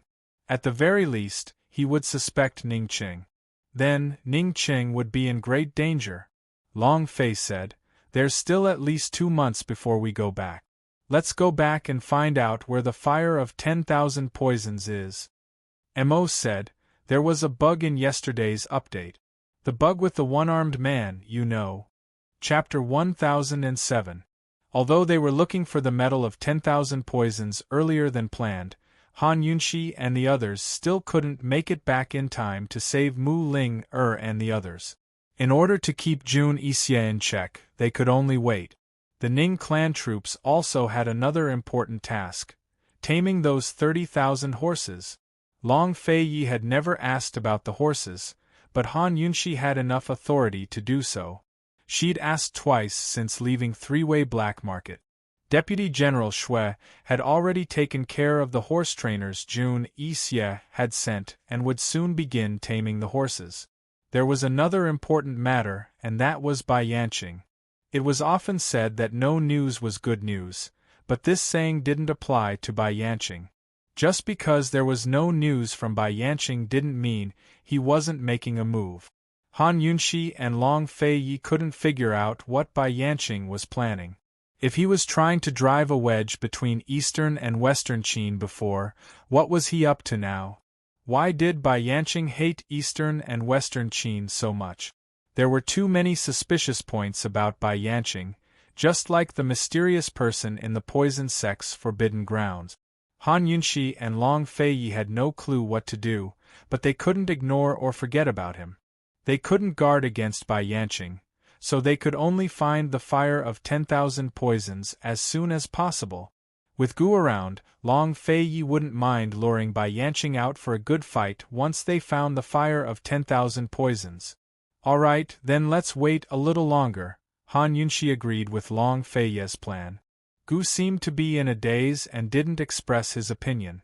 It wasn't until Long Fei Yi glanced at him that he came to his senses. "All right, no problem." Actually, he really didn't hear what Long Fei Yi said just now, so he just casually agreed. "Do you have any news about the fire of 10,000 poisons?" Long Fei Yi asked again. "There's no news at all. Gu didn't start looking for it recently. He had been looking for it since a year ago. Unfortunately, there was no news at all. In fact, if he hadn't heard of the Seven Evils dagger, they probably wouldn't have found the gold of 10,000 poisons this time." Long Fei Yi had also sent the Shadow Guard to investigate, but the results were the same as Gu's. Is the fire of 10,000 poisons a flame? Or is it some other form of heat? Han Yunxi asked in confusion. She couldn't figure out how the fire of 10,000 poisons could exist in such a form. For example, the fire in the 5 elements was not just a flame, but a general term for heat energy. Gu shook his head. He had some ideas about the previous 4 poisons, but he had no clue about the fire of 10,000 poisons. Was the fire of 10,000 poisons an earthly fire, a heavenly fire, or a furnace fire? Was it a flame that had always been burning, or a flame that had yet to be ignited? If it was a flame that had always been burning, then it would be easy to find it. If it wasn't a flame that had yet to be ignited, or if it wasn't an open flame, then it would be really difficult to find it. Let's rest for a few days and think about it carefully. It was rare for Gu to be so serious. Okay. Han Yunxi was also serious. In this way, Han Yunxi and the others settled down in Qinchuan Water City. They inquired about the fire of 10,000 poisons, paid attention to the situation in Northern Li, and also inquired about Bai Yanqing's whereabouts. On this day, Han Yunxi suddenly received a letter from the medicine hut. After reading the letter, she immediately ran to Long Fei Yi in the courtyard excitedly. "Long Fei Yi, good news! I have good news!" Han Yunshi looked so excited that it was as if she had found the whereabouts of the fire of 10,000 poisons. Before Long Fei could ask, Gu Qishao jumped down from the roof with a grin. Poison lass, what's the good news to make you so happy? Our Dr. Gu can be saved. Han Yunshi was really happy, even happier than when she had found the fire of 10,000 poisons. Really? Where did this news come from? Long Fei was also excited. He had asked many people to find the dragon pill, so he really couldn't guess who had delivered the good news. Who found the medicine? You're even faster than me. You're quite capable. Gu was also smiling. However, Han Yunshi's next words made him instantly freeze. Han Yunshi said, Old man of alchemy. He didn't find the dragon pill, but he obtained the prescription to refine the dragon pill. He has also found a few ingredients, and he's only missing one thing. He needs our help to deliver it. Gu's smile instantly froze on his face. Long Fei quickly asked, What is it? Wine. To refine the dragon pill, we need snow wine that has been aged for 100 years. Han Yunshi smiled. This thing. Ning Qing should have it. The so-called snow wine was wine brewed using snow water as water. Snow that had been accumulated for more than 10 years was melted into water. After it had settled, the top layer of water was used to brew wine. This was ordinary snow wine. As for 100-year-old snow wine, not only did it require the melted snow of more than 100 years to brew, it also had to be sealed for more than 100 years. Many 100-year-old wines on the market were actually fake. It was really difficult to find a bottle of genuine 100-year-old wine. Needless to say, snow wine. To drink good tea, look for Long Fei. To take good medicine, look for Gu. To drink good wine, look for Ning Qing. Su Donglin, write a letter to Myriad Merchant Hall and ask. Long Fei immediately ordered. Other than Han Yunshi's matter, he had rarely been so agitated. Su Donglin, while you're at it, tell this news to Gu Beiyue. Han Yunshi quickly added. She was already looking forward to seeing Gu Beiyue's shadow art again. The white-clothed gentleman of the past was about to return. If the little thing knew this good news, it would definitely be very happy. Yes, this subordinate will do it right away. Su Donglin was also excited. Once Gu Beiyue recovered, His Highness and the princess would have another helping hand. After Su Donglin left, Han Yunshi turned around and realized that Gu had disappeared. Where is he? Han Yunshi asked suspiciously. Long Fei didn't notice Gu slip away just now. He glanced at the roof, but didn't see Gu's figure. Han Yunshi then remembered something. She muttered, could it be Long Fei immediately understood what Han Yunshi was talking about? He only said 2 words, let him be. Han Yunshi remembered nothing else but the matter of the old man of alchemy asking her to find a disciple. The old man of alchemy said that if Han Yunshi could help him find a disciple, he would give the entire alchemy furnace to Han Yunshi. Back then, there was an agreement in black and white. Han Yunshi had kept the contract with her all this time. At that time, Han Yunshi suspected that the little madman that the old man of alchemy was looking for was Gu. She tried to sound him out twice, but Gu avoided her both times. She didn't try again. She wouldn't force Gu to do anything for the sake of an alchemy furnace. 3 days later, Han Yunshi received a reply from Myriad Merchant Hall's first elder.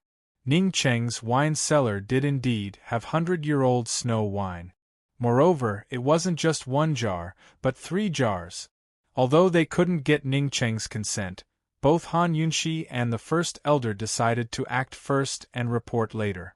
When Han Yunshi told the old man of alchemy about the 100-year-old snow wine and was about to arrange for someone to deliver it, the old man of alchemy sent a letter with an unexpected request.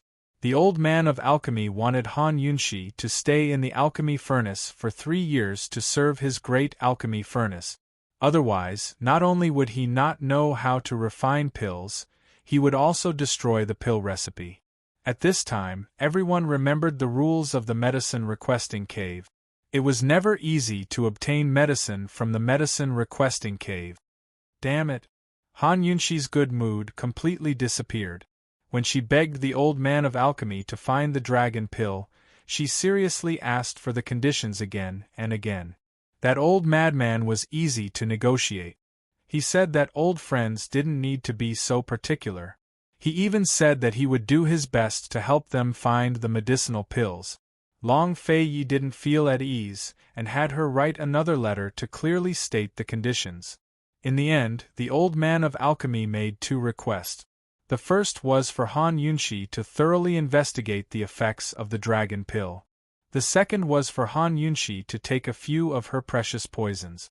Although there was no contract between them, Han Yunxi still kept all the letters they'd exchanged in the past. She knew that the alchemy hut old man had a strange temperament and was temperamental. However, temper wasn't an excuse to go back on his word. Who would have thought that the old madman would make such an unreasonable request and want her to serve the great alchemy furnace? Could it be that the old madman still held a grudge against her for threatening to destroy the great alchemy furnace in the medicine requesting cave? Don't even think about it, Long Fei Yi said. When they went to ask for medicine back then, they were still afraid of the power of Medicine Hut and Medicine City. But now, in the eyes of Long Fei Yi and Han Yunxi, Medicine City and Medicine Hut were no longer unshakable. Medical City had long been under the control of Gu Beiyue. In the past 2 years, Long Fei Yi and Han Yunxi had joined forces with the Medicine Ghost Valley to cultivate some real power in Medicine City.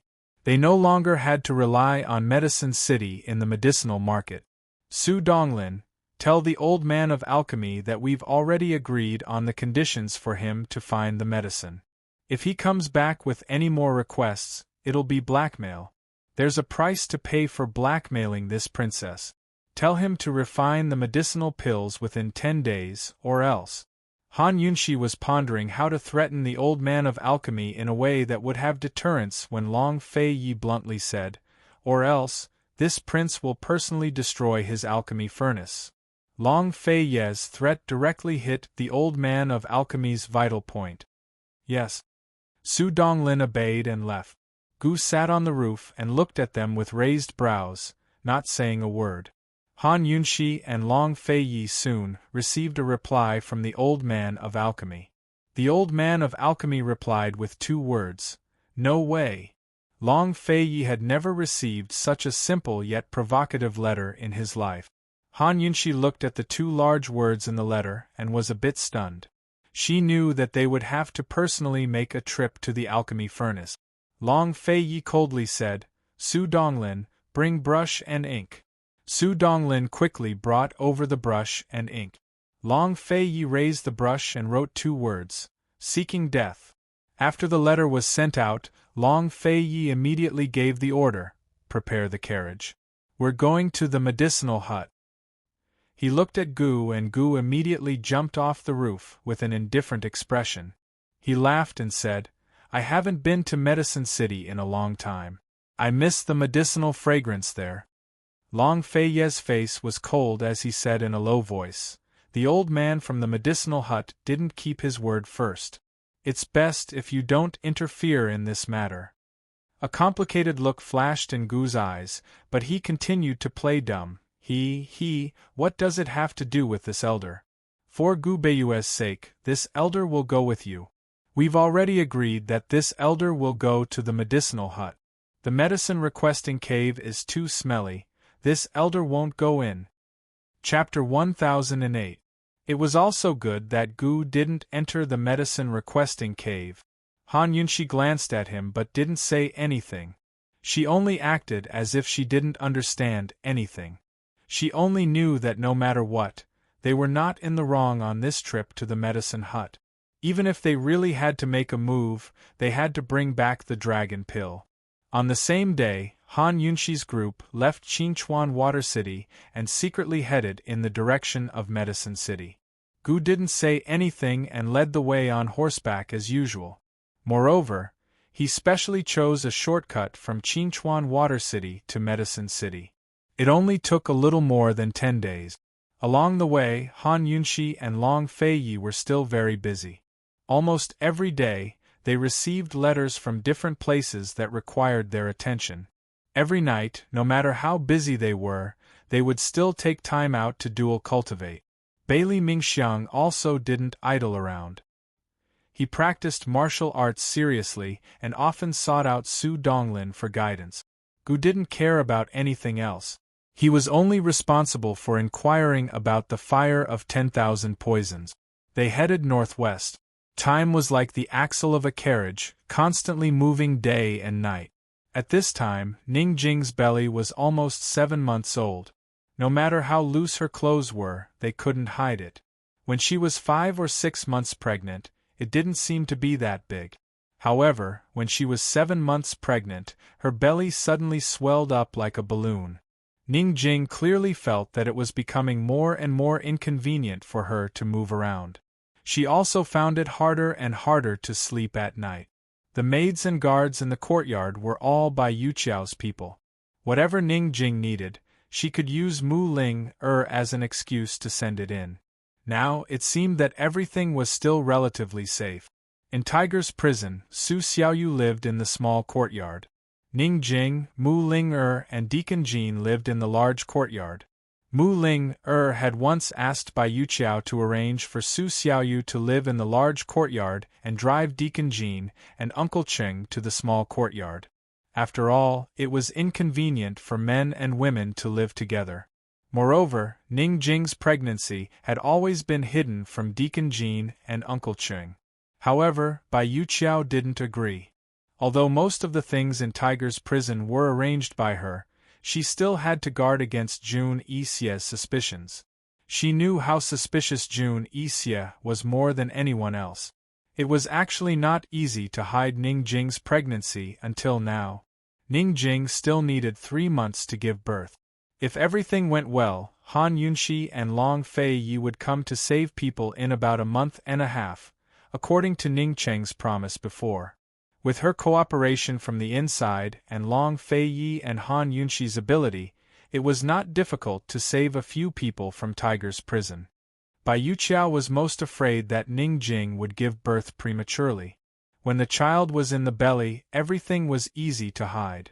However, once the child was born, Jun Yixie would definitely send people to take the child away. At that time, it would be troublesome. In addition to taking care of Ning Jing and the others, Bai Yuqiao went to the small courtyard to see Su Xiaoyu every day. Her attitude towards Su Xiaoyu was still the same as before. She threatened and panicked from time to time, but she never really did anything to her. No one knew how much she was afraid that Su Xiaoyu would know the truth. Su Xiaoyu didn't understand anything. She only thought that Ning Cheng was protecting her. Bai Yuqiao took care of everyone in Tiger's prison, but she also paid attention to the situation of Northern Li's civil war and her senior brother's safety. Every night, she sat alone on Su Xiaoyu's roof and read the letters sent from the battlefield. She was conflicted in her heart. She couldn't make a choice and had mixed feelings. She had no choice but to taste all kinds of pain herself. She had grown up and followed her master for so many years. Even if she had suffered great grievances, she had never thought of a question: who were her parents and whether they were still alive. However, these few nights, she couldn't help but think about them. She couldn't help but yearn for a warm embrace. Did little Yu ever think of her parents and home? Bai Yuqiao wasn't the only one who couldn't sleep in the quiet night. Ning Jing tossed and turned on the bed. With her big belly, she felt uncomfortable no matter how she laid down. She was always afraid that she would squash the child in her belly. Her longing for Tang Li didn't fade with time. Instead, it grew stronger, especially in the middle of the night. She always wanted to know what Tang Li was doing. She always missed the bowl of red bean porridge that Tang Li personally cooked. Mu Ling was also awake. She slept on the warm bed on the right side of Ning Jing's bed and personally kept watch for Ning Jing. When she heard Ning Jing tossing and turning, she said, "Sister Jing, you can't sleep again? Why aren't you asleep yet?" Ning Jing was very surprised. Mu Ling didn't move just now, so she thought that the girl was asleep. "I miss Qi, brother." Mu Ling was always so simple and pure. She said whatever was on her mind, and her happiness, anger, sorrow, and joy were all written on her face. He doesn't miss you. Why do you miss him? Ning Jing asked seriously. She had never had a good impression of Gu. Mu Ling unconsciously stroked her flat belly and muttered, Sister Jing, I've been pretending for too long. I've almost been fooled by myself. I've dreamed so many times that I'm really pregnant with Chi brother's child. She had been wearing a fake belly for so long. If she hadn't taken it off when she slept, she would have really thought that she was pregnant. After acting for so long, it was easy to get into character. Ning Jing was stunned at first, but then she burst out laughing. Mu Ling you're still so young and you're already having wet dreams? Mu Ling panicked and sat up immediately. I didn't. Then how did you really get pregnant with Gu's child? Ning Jing asked. It's. Mu Ling blushed. I dreamed that Chi brother touched my belly and smiled at me. He looked really good when he smiled. If Gu knew about Mu Ling-er's dream, would he still be able to smile? Ning Jing did laugh. She didn't know what to say about Mu Ling. This girl was both funny and pitiful. Why did Gu not care about her? Mu Ling looked at Ning Jing's smile and didn't say anything.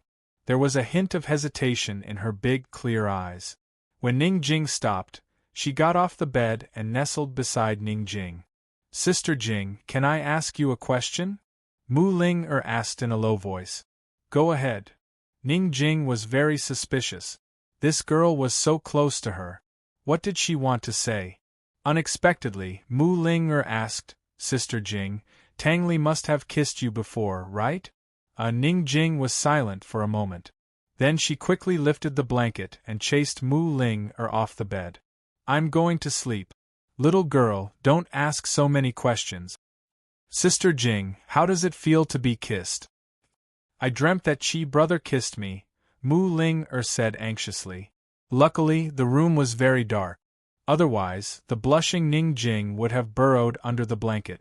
Although she had tormented Tang Li before and had also been tormented by Tang Li in various ways, she still felt very uncomfortable when discussing the topic of kissing with outsiders. Go down. I'm going to sleep. Don't disturb me, Ning Jing said unhappily. I'll just ask secretly. I promise I won't tell anyone, okay?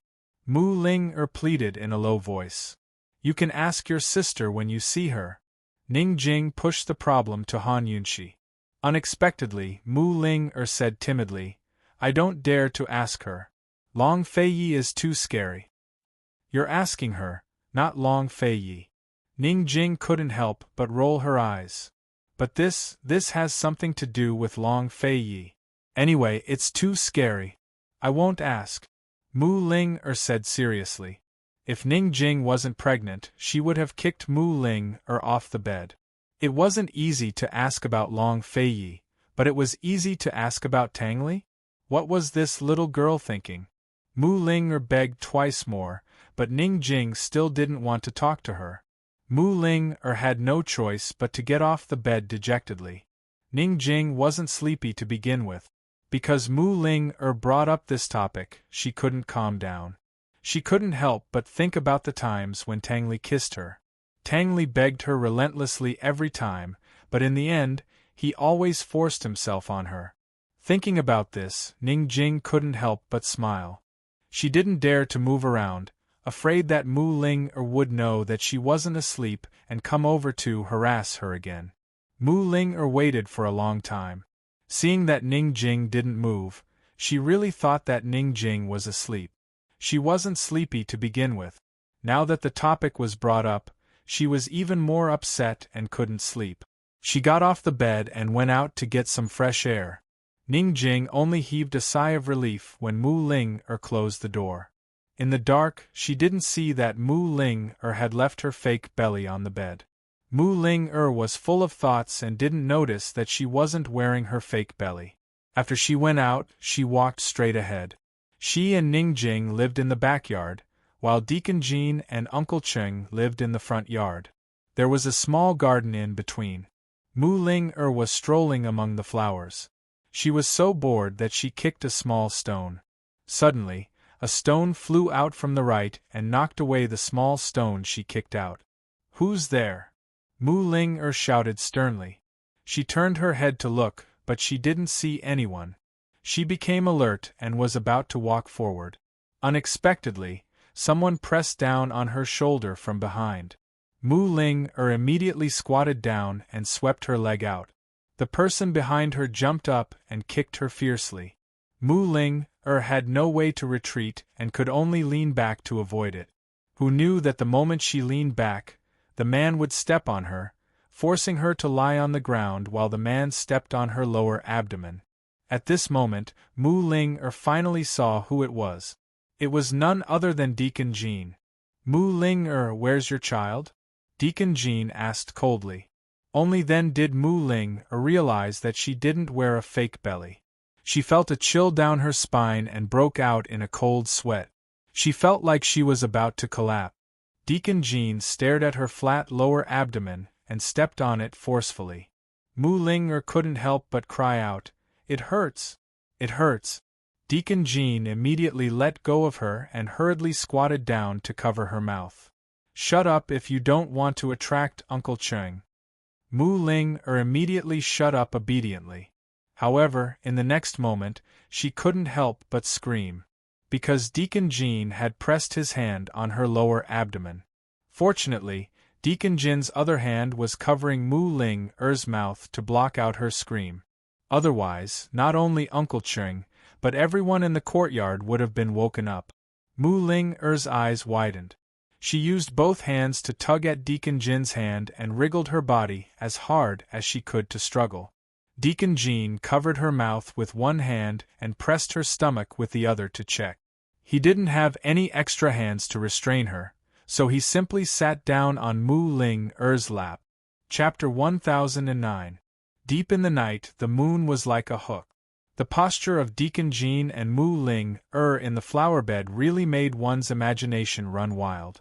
However, neither of them realized that there was anything wrong with each other's posture. Deacon Jean pressed Mu Ling's flat stomach and finally confirmed that this woman wasn't pregnant at all. And Mu Ling was so frightened that she couldn't think straight. God, she had been discovered. What should she do? "Your pregnancy is fake." Deacon Jean stared at Mu Ling with a particularly serious gaze. Mu Ling had already given up struggling. She turned her head away and wanted to cry. She just got herself into trouble again, big trouble. Ning Jing had said that Uncle Cheng had always been dissatisfied with the D clan's loyalty to the Western Qin royal family, and Deacon Jean wanted to regain his freedom. These two people couldn't be completely trusted. Since the pregnancy had been kept a secret, it had to be kept a secret until the end. Seeing that Mu Ling didn't answer, Deacon Jean growled, "Tell me." This growl was a little angry and anxious. Mu Ling didn't hear Deacon Jin's anxiety. She only knew that he was very angry. She thought that there wasn't a day when she didn't lie to Deacon Jean all the way from Three-Way Black Market to Northern Lee's Sky River City. Although this guy's attitude wasn't good, he basically fulfilled all her requests. Whatever she wanted to eat, drink, or use, as long as she asked, he could do it no matter how difficult it was. Now that he knew that her pregnancy was fake, he must know that all her requests along the way were fake. Even Mu Ling felt that she wasn't lying, but playing with him. Deacon Jean leaned over, his fine bangs hanging down.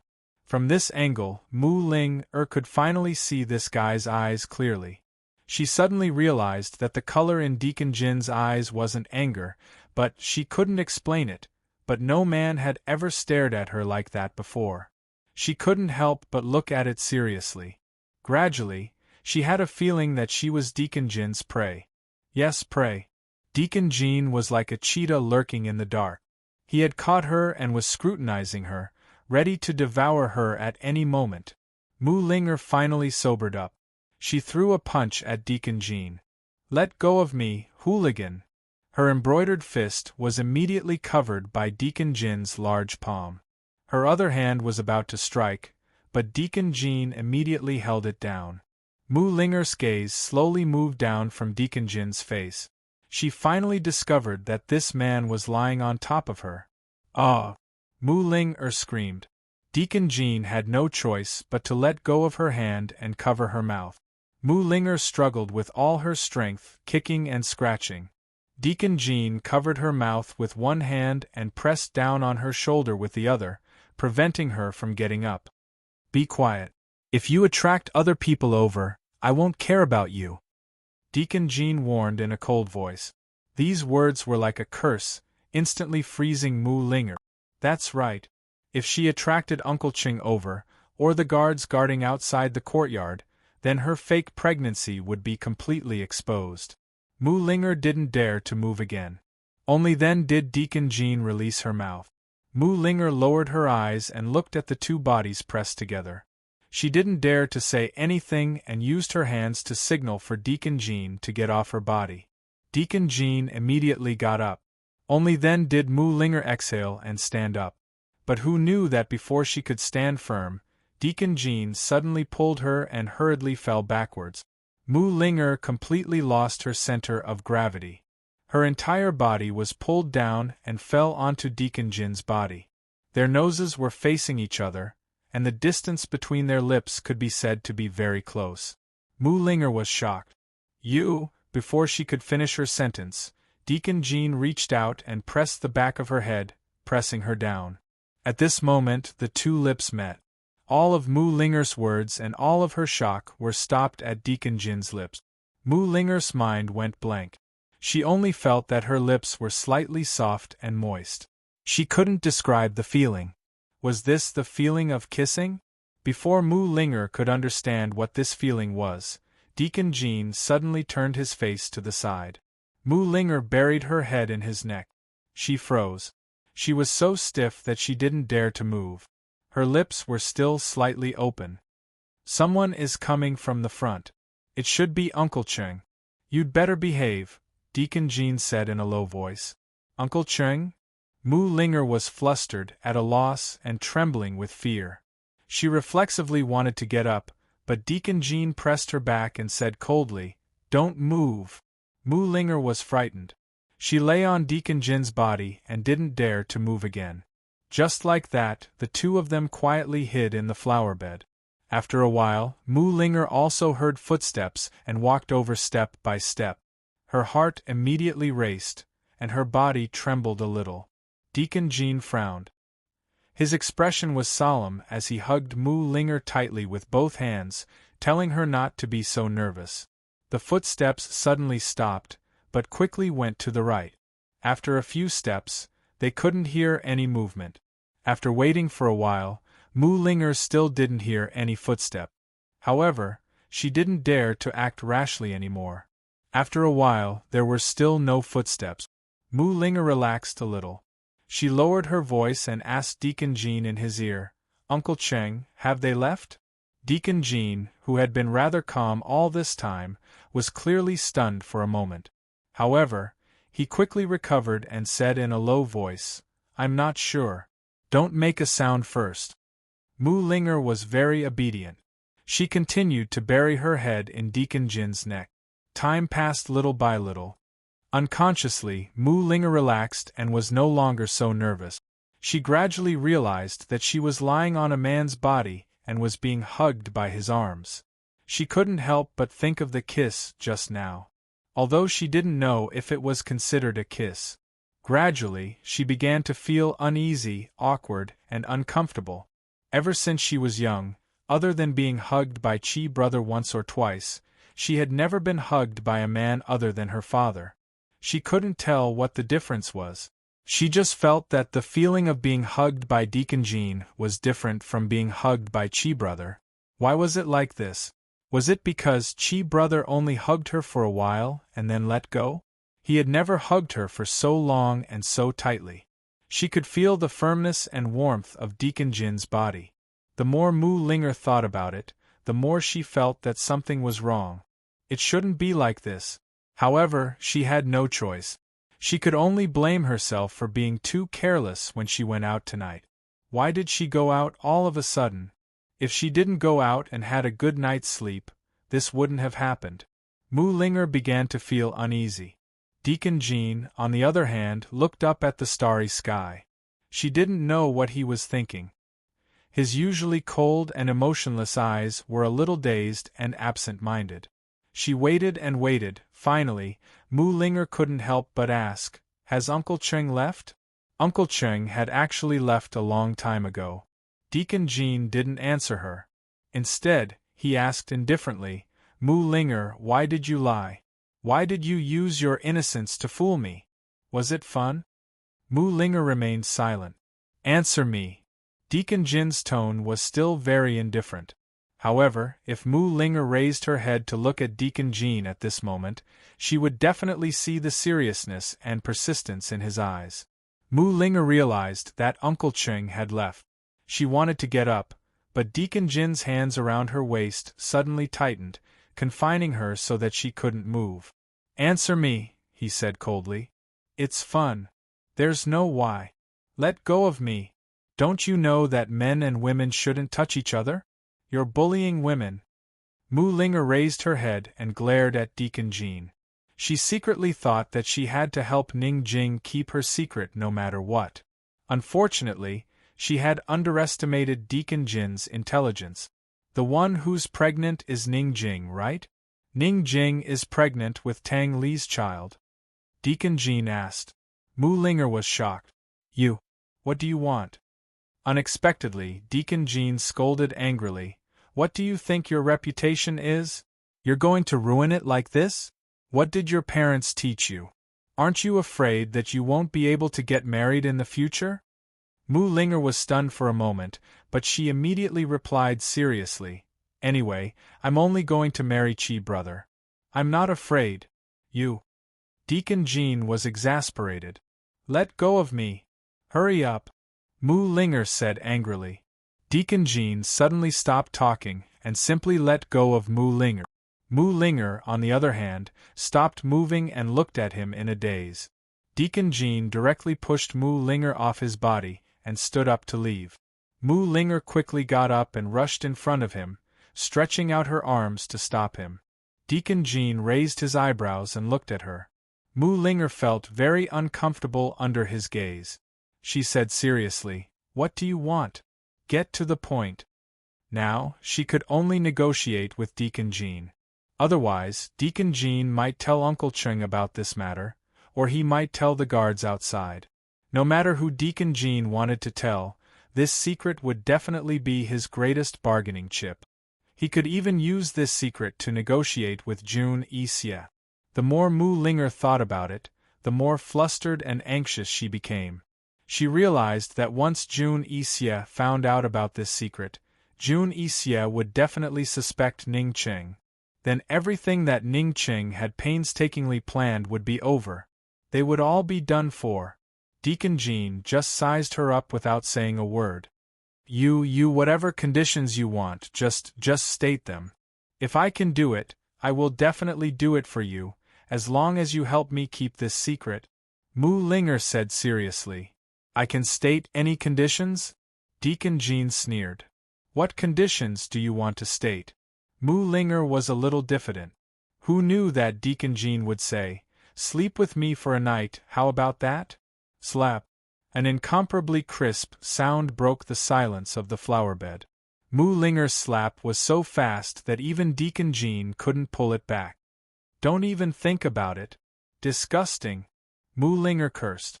Today, she had seen through Deacon Jean completely. Deacon Jin's face was in extreme pain. The corners of his mouth twitched, but he didn't say anything. He walked around Mu Linger and continued walking forward. After a long time, seeing that Mu Linger didn't chase after him, he actually covered his slightly swollen face and laughed soundlessly. But who knew that Mu Linger would quickly catch up and say to him very decisively, "Deacon Jean, I promise you.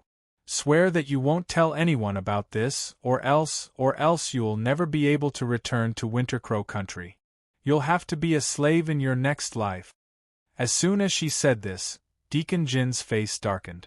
He suddenly turned around and walked towards Mu Linger step by step. Mu Linger was frightened by his sinister expression. She retreated step by step until her back was against the wall. There was no way out. However, Manager Jean continued to press closer, his seductive lips hovering by her lips, neither close nor far. Mu Linger steeled her heart. She turned her head away and closed her eyes. If you want to sleep, then go to your room. Deacon Jin's gaze turned cold. He suddenly raised his hand to slap her, but he didn't hit her in the end. Instead, he hit empty air. He said. Chapter 10:10. Deacon Jin said, Mu Linger, do you really want to be cheap? Fine, come with me. As he spoke, he grabbed Mu Ling-er without any pity and dragged her all the way to his room. Mu Ling-er's heart was beating so fast that it was about to jump out of her chest. She was in a daze and couldn't tell if this was reality or if she was dreaming. She stared blankly as Deacon Jean locked the door and walked towards her with a violent expression. She started to back away in fear. She started to realize the terrible consequences of agreeing to Deacon Jin's request.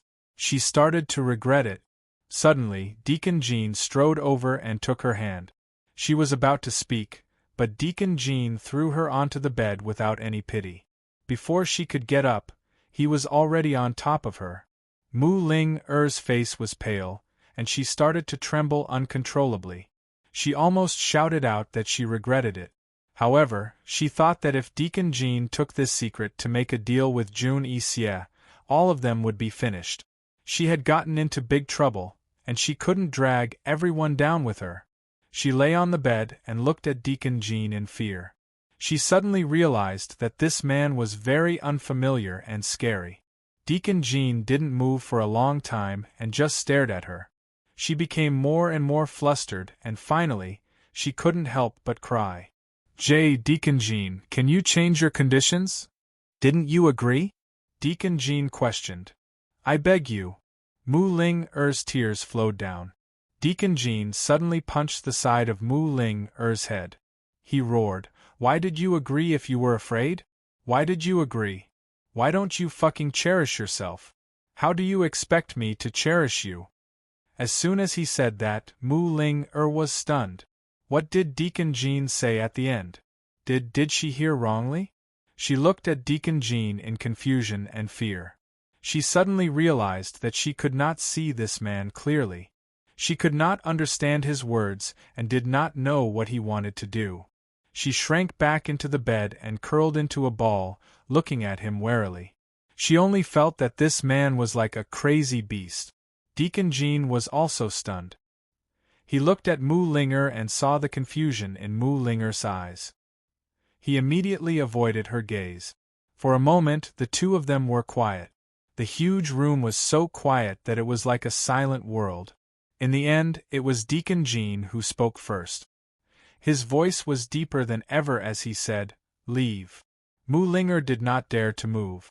Deacon Jean stood up and retreated to the side. Only then did Mu Ling-er carefully get off the bed. Once she was far enough away from Deacon Jin's reach, she broke into a run. However, when she reached the door, she stopped.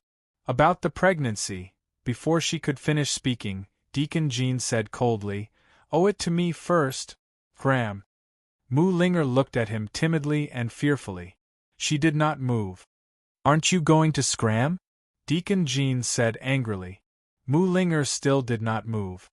Deacon Jean finally turned to look at her and said coldly, I know how to write the word trust. You should scram as soon as possible. Mu Ling-er did not know how she escaped back to the courtyard. She did not dare to enter the room for fear that she would disturb Ningjing and Ningjing would discover that something was wrong. She sat alone in the corner of the room, thinking about how things had turned out this way. As she thought about it, she could not help but cry. She missed Chi brother.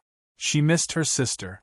She missed them so much. After Mu Ling-er left, Deacon Jean sat on the bed in a daze until dawn. He only woke up when he heard Tiger Roar's voice from outside. The tiger in Tiger's den roared 3 times a day in the morning, afternoon, and night, as if warning them not to have any thoughts of escaping. Deacon Jean washed his face with cold water, went out and leaped onto the roof. He listened carefully to the Tiger Roar's voice. Every time the Tiger Roar roared, he would listen carefully. He did not know why, but he found the tiger roar's voice somewhat familiar. He remembered that he had never seen a tiger before, let alone heard the tiger roar's voice. It was the first time he had seen the king of the jungle, the tiger. He did not feel the threat in Tiger Roar's voice. Instead, he felt a sense of intimacy and relaxation.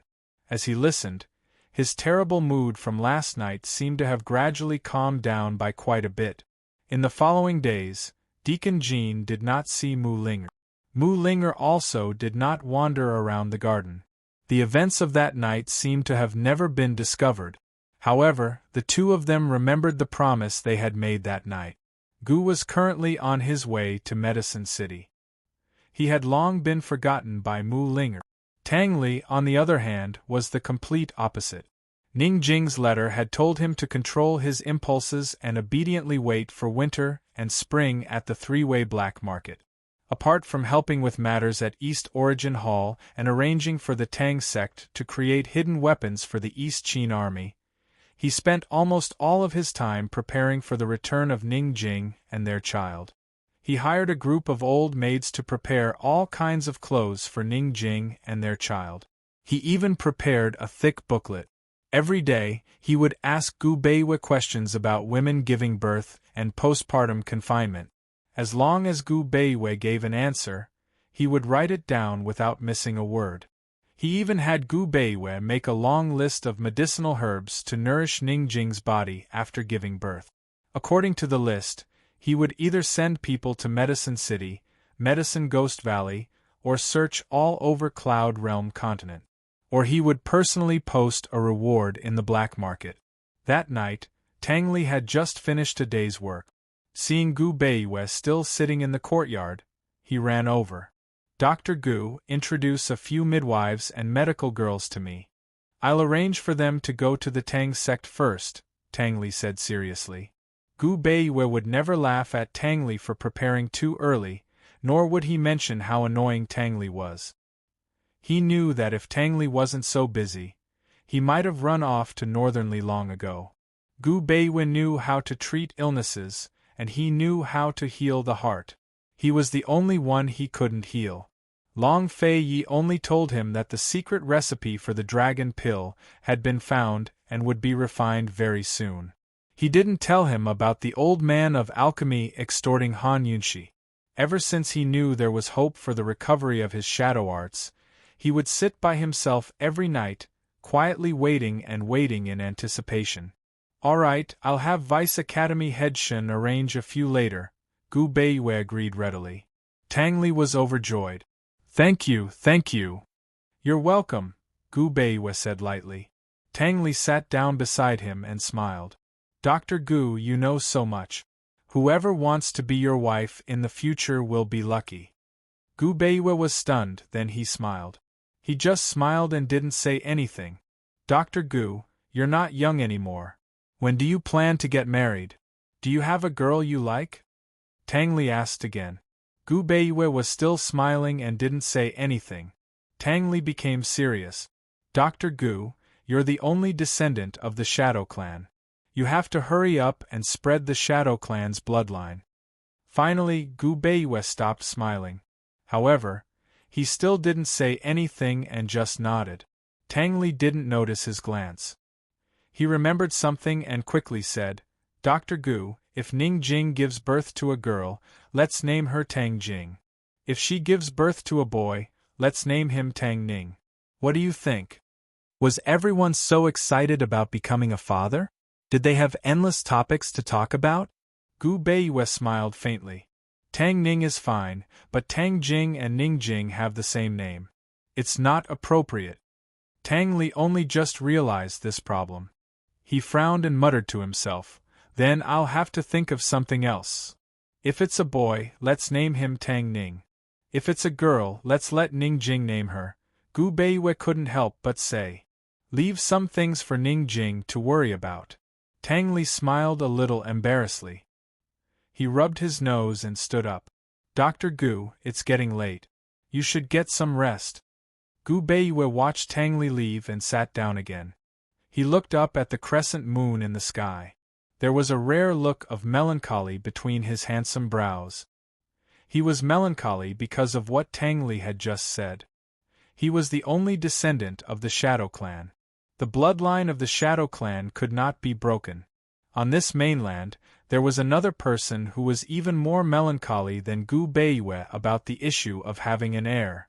This person was none other than the ruler of Tianan, Long Tianma. Not long after the civil war in Northern Li broke out, Western Zhou's Emperor Kongqing married Princess Duanmujin to Tian, and Tian already had an empress, and Duanmujin was not a legitimate princess of Western Zhou. According to the rules and regulations, it was already an exception for Duanmujin to be conferred the title of noble consort. However, Long Fei Yi did not confer her the title of noble consort. Instead, he conferred her the title of imperial noble concubine, second only to the empress and assisting the empress in managing the 6 palaces. If Tian'an's harem was like before, with only 3 women, Mu Luiyue, the Empress Dowager, and the Empress Dowager, there would be nothing to worry about.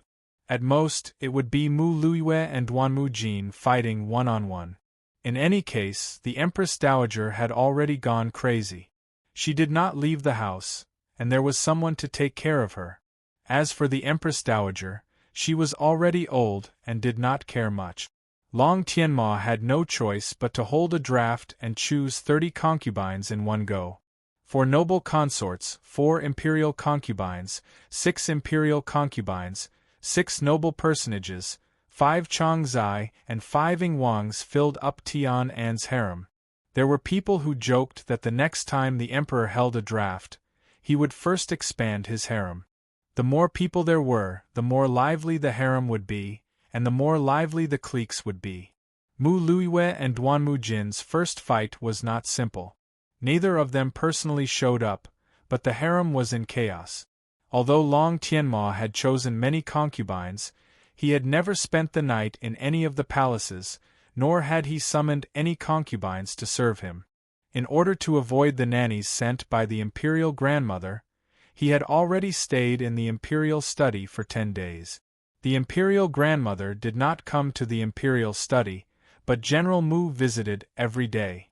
That night, after General Mu and Long Tianma finished discussing the civil war in Northern Li and the war between Eastern and Western Qin, they had no intention of leaving.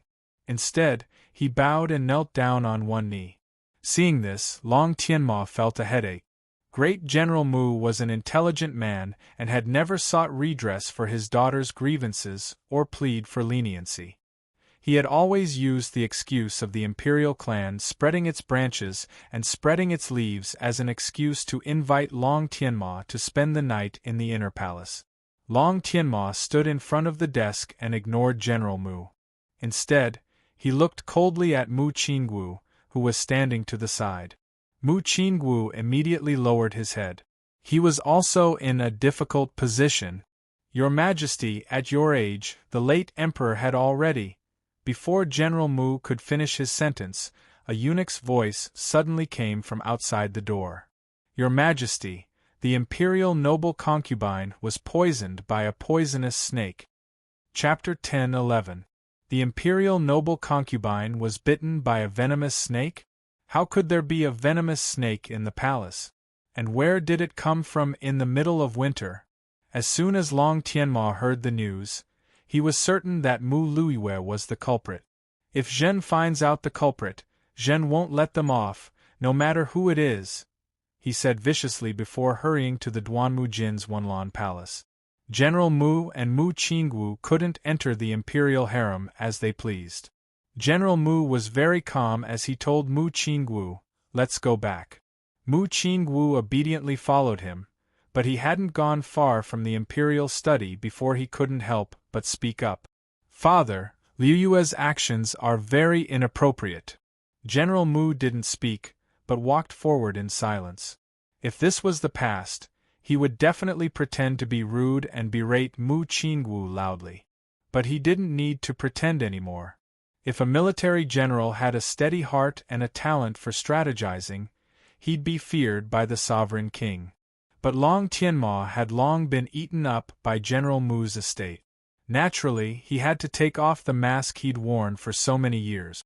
Perhaps if Tianning didn't have internal strife and Cloud Realm continent continued to be peaceful, he could pretend for the rest of his life. But Tianning had fallen to its current state, and his precious daughter had married Long Tianma. She'd suffered so many grievances that he couldn't bear it any longer. Mu Qingwu had long sensed his father's change. He didn't know when it started, but whenever he looked at his father's back, he always felt a sense of unfamiliarity. Mu Qingwu chased after him and said, "Father, Liyue's actions will harm others and herself.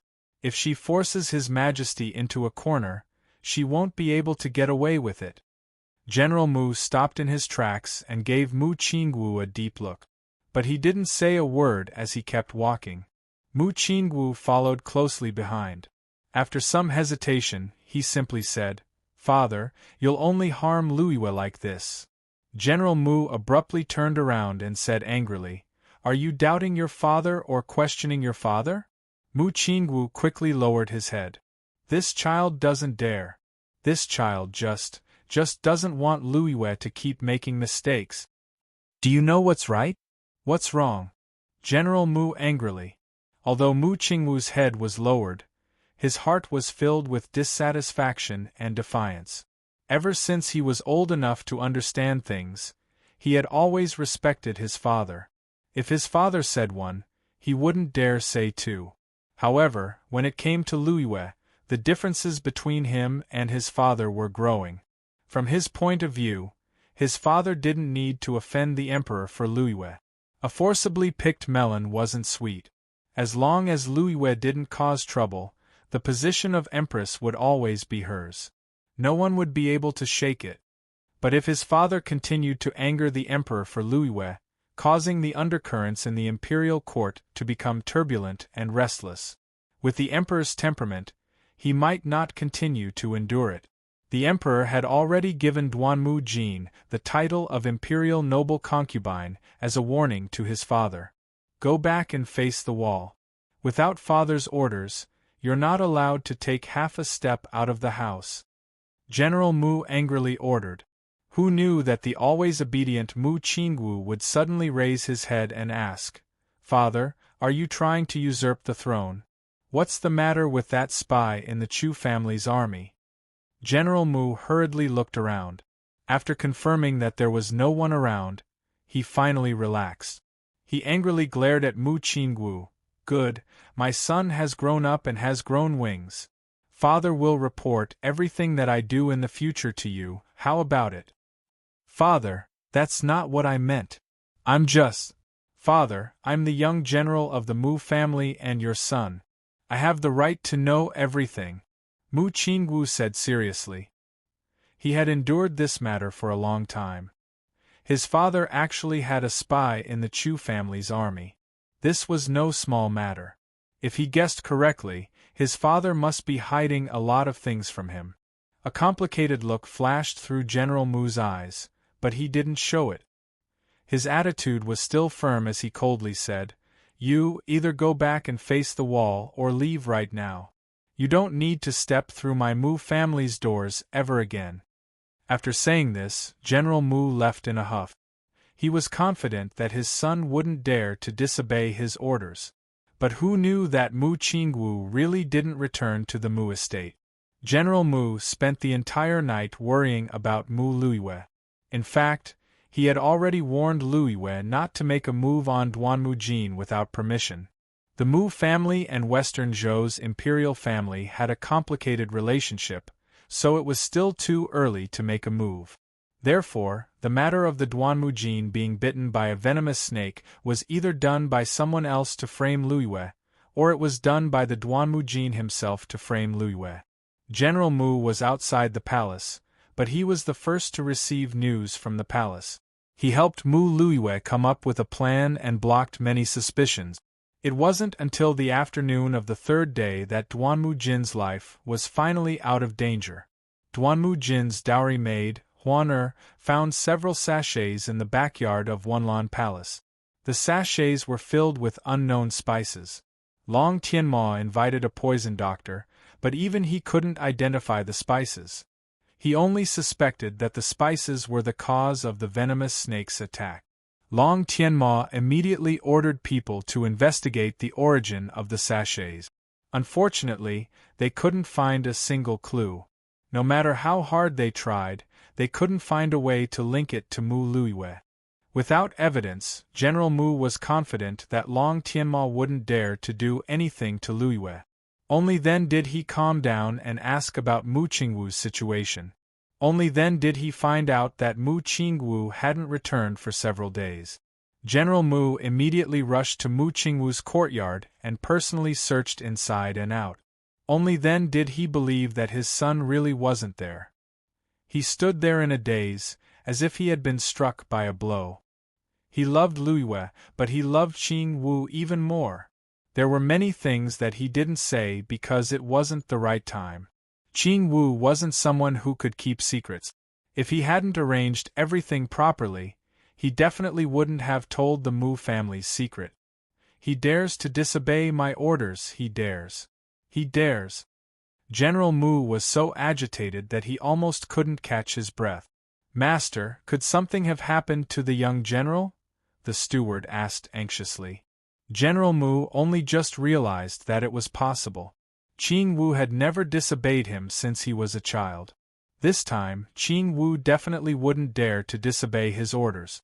Something must have happened to him, definitely. Find him. Quickly, find him for me. General Mu was very anxious. While he sent people to search for him, he also sent people to the palace to report to Long Tianma. When Long Tianma heard this news, he was so anxious that he didn't even care about Duan Mujin's life. He immediately sent people to search for him.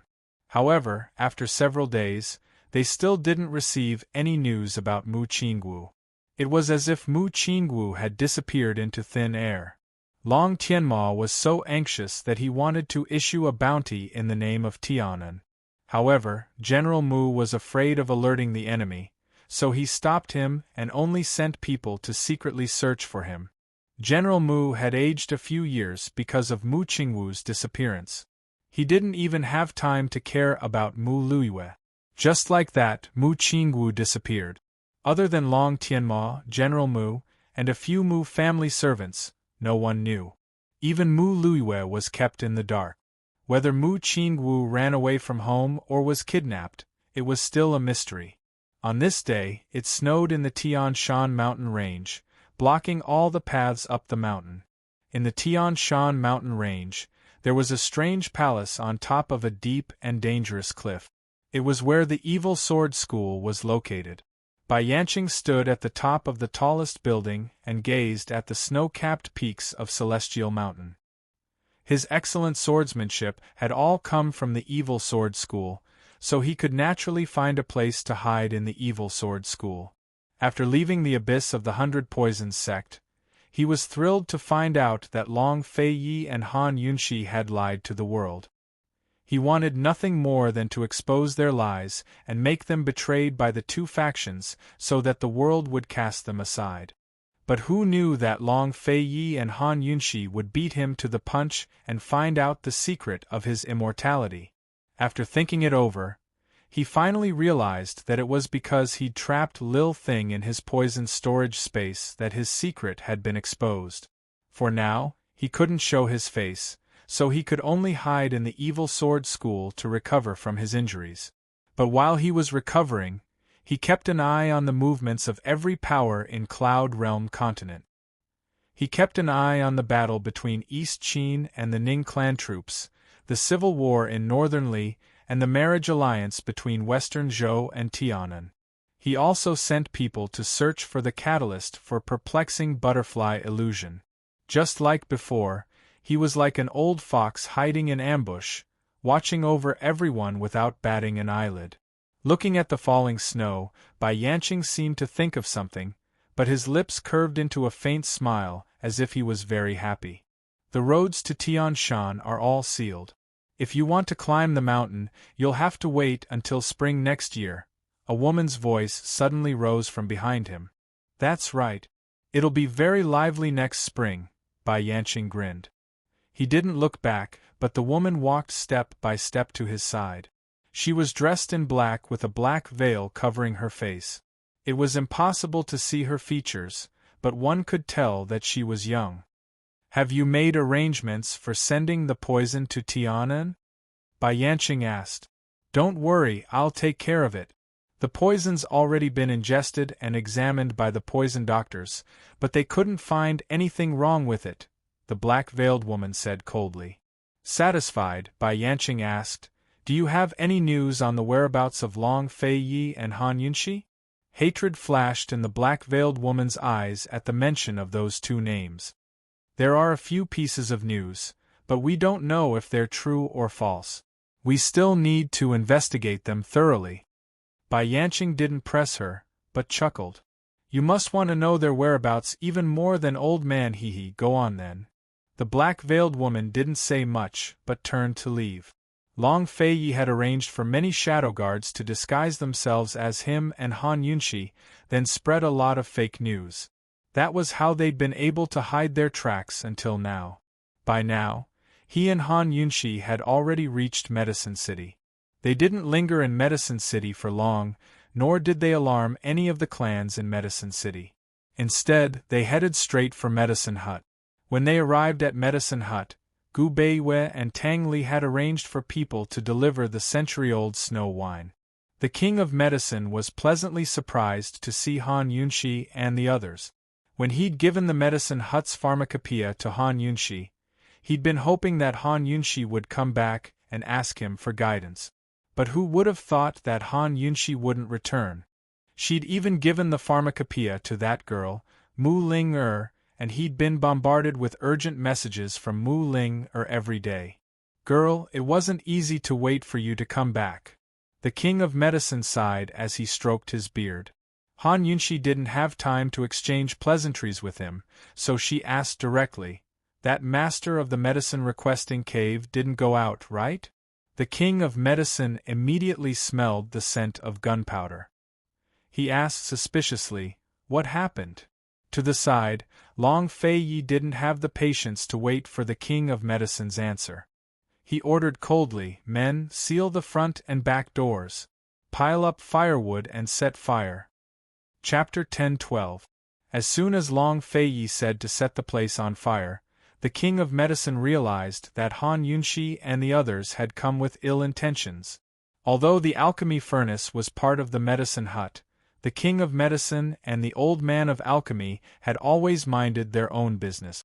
As long as Han Yunxi and the others didn't come for him, the King of Medicine was happy to watch a good show. Back then, he had also suffered in the alchemy furnace. As soon as Long Fei Yi gave the order, the shadow guards immediately took action. They had come prepared this time. It wasn't easy to enter the medicine-requesting cave and see the Medicine Hut old man. Even though they had already passed 3 checkpoints in the medicine-requesting cave last time, they would still encounter 3 more checkpoints this time. The obstacles would definitely be different from before. Therefore, there were only 2 ways to meet the Medicine Hut old man in the quickest and easiest way. One was to reveal their identity and let the Medicine Hut old man let them pass. The other was to force the Medicine Hut old man out. The first way was for them to go in and see the Old Man of Alchemy. The second way was for the Old Man of Alchemy to come out and see them. This time, they weren't here to ask for medicine. They were here to collect a debt. Naturally, the Old Man of Alchemy would come out, not them. No matter how many checkpoints there were in the medicine-requesting cave, as long as they set fire to the front and back of the cave, the people inside would have no choice but to escape. The shadow guards quickly piled up firewood at the entrance of the medicine-requesting cave. Long Fei Yi personally lit the fire. Not long after, the fire was burning. The flames soared into the sky and black smoke billowed. Su Donglin personally checked the fire and adjusted the firewood according to the wind. After the fire burned for a while, the billowing black smoke rushed into the medicine-requesting cave. "Go and guard the back of the cave?" Long Fei Yi ordered. After Su Donglin left, Long Fei Yi and Han Yunxi personally guarded this place. The King of Medicine watched from the side. He stroked his beard and smiled treacherously. He didn't know how the old man of alchemy had offended Han Yunshi and Long Fei Yi. He was only glad that he didn't force them. Otherwise, with Han Yunshi and Long Fei Yi's current ability, he wouldn't have a good time. He was Han Yunshi's master in name. Now, it seemed that he had profited. Han Yunshi and Long Fei Yi stood side by side beside the bonfire. Han Yunshi had her arms crossed while Long Fei Yi had his hands behind his back. Although Han Yunshi wasn't tall, her spine was always straight. The aura she exuded from her slender back was enough to intimidate even men. Long Fei Yi didn't need to say much. He just stood there casually, but his domineering aura was enough to look down on all heroes and look down on the world. They looked at the billowing smoke with expressionless faces. They didn't smile. Gu sat on a tree nearby and also stared at the billows of smoke. However, his gaze was a little sluggish, as if he was in a daze. The firewood burned more vigorously and faster. Thick smoke flowed into the cave continuously. The shadow guards kept adding firewood. Time passed unknowingly. The shadow guards at the back of the cave came to report twice that everything was going smoothly. Han Yunshi and Long Fei Yi had been to the medicine requesting cave before. They knew how dangerous it was, so they weren't in a hurry. But who would have thought that after 2 whole hours of smoke, not a single person had escaped from the medicine requesting cave? What was going on? Is there something fishy in the cave? Han Yunshi whispered. As soon as she finished speaking, something strange happened. The black smoke that was slowly flowing in suddenly surged in, as if some kind of energy was being sucked in by the cave. It's very fishy. Long Fei Yi was surprised, but he wasn't in a hurry. Gu was a little restless. He couldn't sit comfortably even after changing several sitting positions. He decided to just squat on a tree branch. His long and narrow eyes blinked, and no one knew what he was thinking. After a while, Su Donglin personally rushed over. When he saw the situation at the cave entrance, he immediately reported, "Your Highness, it's the same at the back of the cave. What should we do?" Understood. Long Fei Yi was very calm. The smoke attack was just a way for them to probe. Han Yunshi took out a bottle of poison and handed it to Su Donglin. Add it to the fire and burn it. The poison would enter the medicine requesting cave with the smoke, and then spread in the air. Although there were many stone doors in the medicine requesting cave, smoke was different from other things. It could pass through any small gap and fill the entire medicine requesting cave. Unless the medicine requesting cave had a poison storage space that could absorb the poison in the air, no matter what was fishy about the medicine requesting cave, everyone in the cave would be poisoned. Han Yunshi's poison would definitely cause everyone inside to run out to seek the antidote. Su Donglin took the poison and was about to leave when the silent Gu suddenly jumped down from the tree. Wait. Su Donglin naturally stopped. Han Yunshi and Long Fei Yi exchanged glances. Just as they were about to speak, Long Fei Yi beat them to it. He said, "I already said that this has nothing to do with you. No matter who it is, anyone who goes back on their word will have to pay the price." Gu's face was tense as he looked at Han Yunshi. Han Yunshi's expression was even more serious than his. "Whether this succeeds or fails, it has nothing to do with you." Han Yunshi's words were even more blunt than Long Fei Yi's.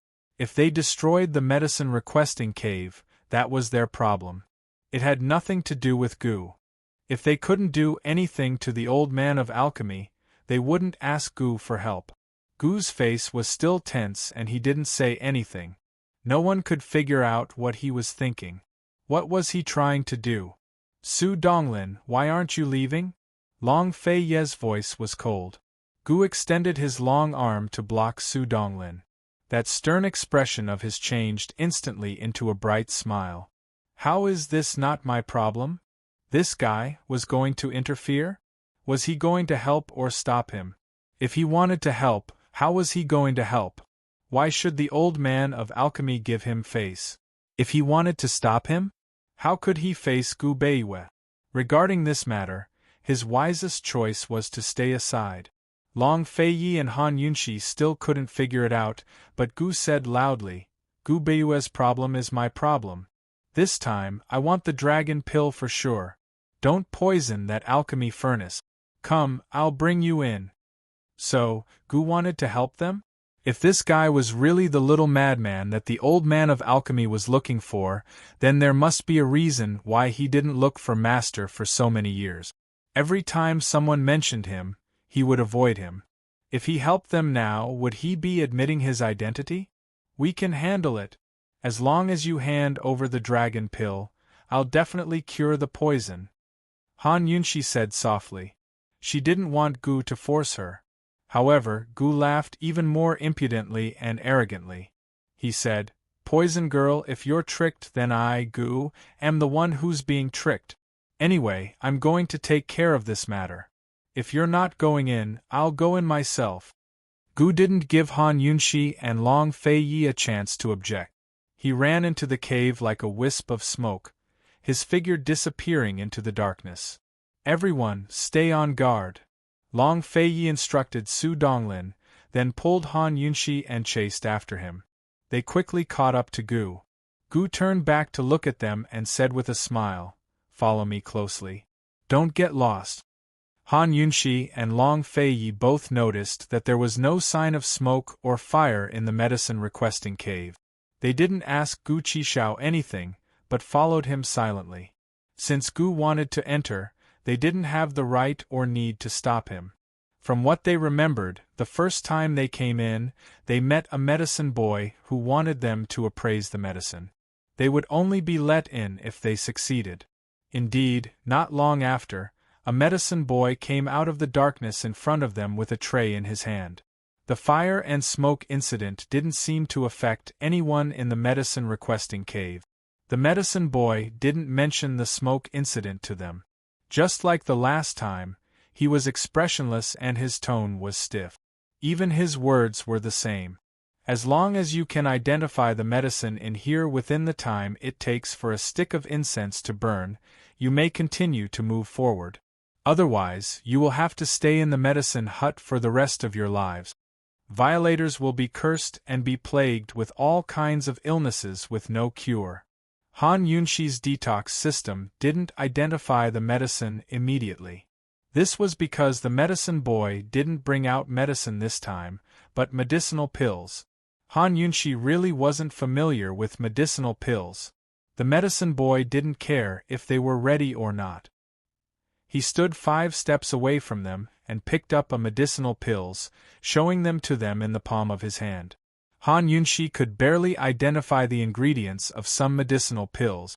It was really difficult for her to name them. Long Feiyi didn't have much to say. This wasn't his strong suit. Long Feiyi crossed his arms and looked like a bystander. Since Gu wanted to enter, the task naturally had to be handed over to Gu. Han Yunxi looked at Gu with a learning attitude, waiting for Gu to show his skills. Who knew that Gu would suddenly rush over, snatch all the medicinal pills from the medicine boy, and throw them to Han Yunxi. Poison girl, these are for you. Han Yunxi caught the medicinal pills. Before she could react, Long Feiyi had taken them all away. The medicine boy was frightened. He pointed at Gu and shouted, You will be cursed. You will be plagued with all kinds of diseases, and there will be no medicine to cure you. Gu's lips curled into a disdainful sneer. He picked up the medicine boy and replied in a very arrogant tone, Cursed? I'm scared to death. After he finished speaking, he casually threw the medicine boy to the side and kicked open the stone door in front of them. Han Yunxi realized for the first time that Gu had such a domineering side to him. Han Yunxi remembered that in the second stage last time, everyone had fallen sick and were beyond cure. In the end, it was Gu Beiyue who cured everyone. What would they encounter in the second stage this time? Would they also fall sick? Needless to say, Han Yunxi was a little worried. Curing diseases was not Gu's strong point. They walked forward in the cave and didn't find anything strange. At this time, the old man of alchemy was sitting on the alchemy furnace, listening to a servant report the situation of the first stage. "What's the name of the guy who snatched the medicinal pills?" the old man of alchemy asked. "His name is Gu. He is the illegitimate son of the former president of the medical city, Gu Yuntian. He is the owner of the medicine Ghost Valley." The servant only knew so much. The old man of alchemy's face was gloomy. "No matter who he is, he dares to snatch the medicinal pills from the old man. Kill him without mercy." Han Yunshi and the others passed the second stage last time. This time it would not be so easy. Moreover, the medical expert Gu Beiwe didn't come with them. He wanted to see how long Gu could be arrogant. The old man of alchemy thought so. However, what Gu did in the second stage made him fall directly from the high alchemy furnace. Chapter 10:13. Gu walked in front, while Han Yunshi and Long Fei Yi followed behind. Han Yunshi remembered that when they had reached the second stage, they had also walked forward like this. Later on, everyone had suddenly fallen ill, and the illness had immediately entered their bodies. What would be waiting for them this time? Abruptly, Gu Qishao stopped. He looked back with a smile, and suddenly darted towards the darkness on the right. Han Yunshi and Long Fei Yi were about to chase after him, but Gu actually pulled out a female doctor from the darkness. "Let go of me! Who are you? How did you find me? Let go! Who are you? Who are you?" As the female doctor questioned and struggled, Gu Qishao muffled her mouth with one hand and grabbed her by the collar with the other. His gaze was sinister and vicious. "Take out the medicine, or else this old man will rip your clothes off right now." Han Yunshi looked surprised, but Long Fei Yi had already turned his head away to avoid it. Based on his understanding of Gu, this guy was definitely someone who would tear a woman's clothes off. The female doctor struggled desperately. Sure enough, Gu did not have any tender feelings for the fairer sex. With a big tug, he directly tore off all the female doctor's clothes, leaving only her dudu. The female doctor was instantly stunned. She did not dare to move, and her entire body trembled. "Where's the medicine?" Gu was no longer fierce. He let go of the female doctor's mouth, and asked with extreme patience with a smile. It's. The female doctor's lips and teeth were trembling. It's in the secret room's stone door, inside the stone door's inner wall." Long Fei Yi immediately walked towards the darkness on the right. He found the secret room's door hidden in the wall, and found a few bottles of medicine in the mezzanine. Only then did Gu throw the female doctor aside and said with a smile, "Take the medicine, and don't worry. Walk forward." The female doctor was thrown aside into the darkness and shouted, "You're too much! You violated the medicine requesting cave's rules. You won't get the medicine. They were not here to ask for medicine in the first place." Naturally, he didn't have to be as well behaved as before. Long Fei Yi didn't know much about this cave. Otherwise, he would have let Su Donglin and his men kill their way in. Long Fei Yi and Han Yunshi both took the medicine and continued to walk forward with Gu. If they were only 90% sure before, they were now 100% sure that Gu was the disciple that the old man of alchemy was looking for, the little madman. Otherwise, how could Gu be so clear about the secret of the medicine-requesting cave? After Gu was expelled from Alchemy City, he came to the alchemy furnace and worshipped the old man of alchemy as his master. What happened between the master and disciple that made Gu leave without saying goodbye? Han Yunshi and Long Fei Yi were both curious, but they tacitly agreed not to ask. Han Yunshi and the other two continued to walk forward. When the old man of alchemy learned that Gu had found the female doctor in the secret room and taken away the medicine, he directly fell from the top of the alchemy furnace. Fortunately, he reacted quickly enough to flip over and land on his feet first. Otherwise, his old bones would have been crippled. How did he know? How did he know? The old man of alchemy asked in disbelief. The servants were also very curious. Gu had nothing to do with the alchemy furnace, so how did he know about the secret of the second trial? Suddenly, a servant stood out. "Master, is it that young master has returned?" The old man of alchemy was in the afternoon.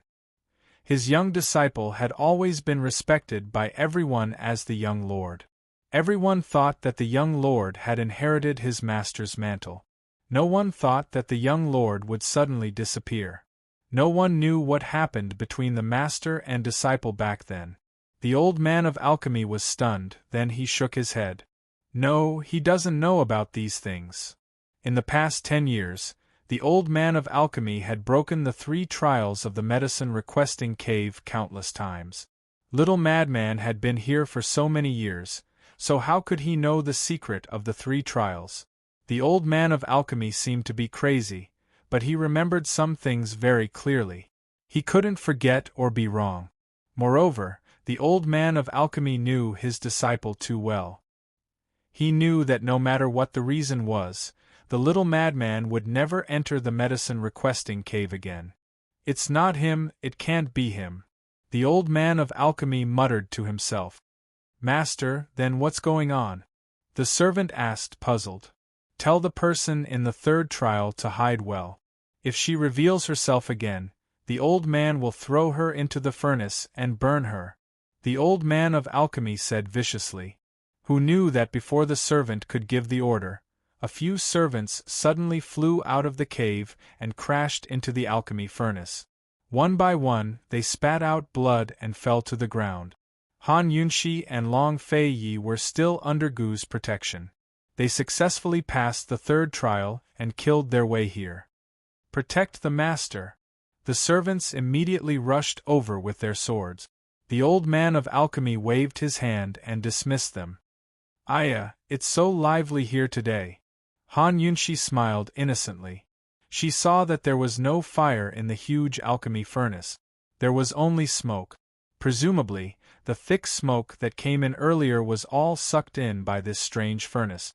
The old man of alchemy glanced at Han Yunxi and arrogantly asked, "Who is Gu? Come out and let the old man take a look." Only then did Gu Qishao saunter out from behind Long Fei. His eyes narrowed into slits as he grinned. His enchanting beauty and pure and harmless smile were perfectly combined on his face. His smile was devastatingly beautiful and charming. Seeing his smile, the old man of alchemy was immediately stunned. After a while, he muttered, You are Gu?" When little madman left, he was still very young.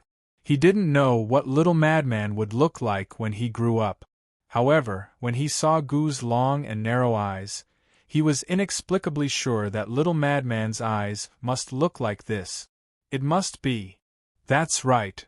Gu stood at the high entrance of the cave and looked disdainfully at the tiny old man of alchemy under the alchemy furnace. As usual, his smile was even more harmless than Han Yunxi's. "Old man, are you free? We've specially come to find you to refine the dragon pill. We've even brought you the snow wine." When Gu spoke and smiled, the old man of alchemy came back to his senses. He shook his head. Although this guy's eyes were very similar to little madman's, his temper was completely different. Little madman's temper was even more unpredictable than his. Moreover, little madman didn't like to smile or talk. A trace of self-mockery flashed across the old man of alchemy's eyes. What was wrong with him? It was impossible for little madman to come in, so why was he deceiving himself? "Kid, how did you know the secret of the 2nd and 3rd level?" the old man of alchemy asked. Every level in the medicine-requesting cave had a guardian. Actually, if one could deal with the guardian before challenging the level, they would be able to pass the level. Gu smiled and said, "Old man, that little trick is outdated. It's time to change it."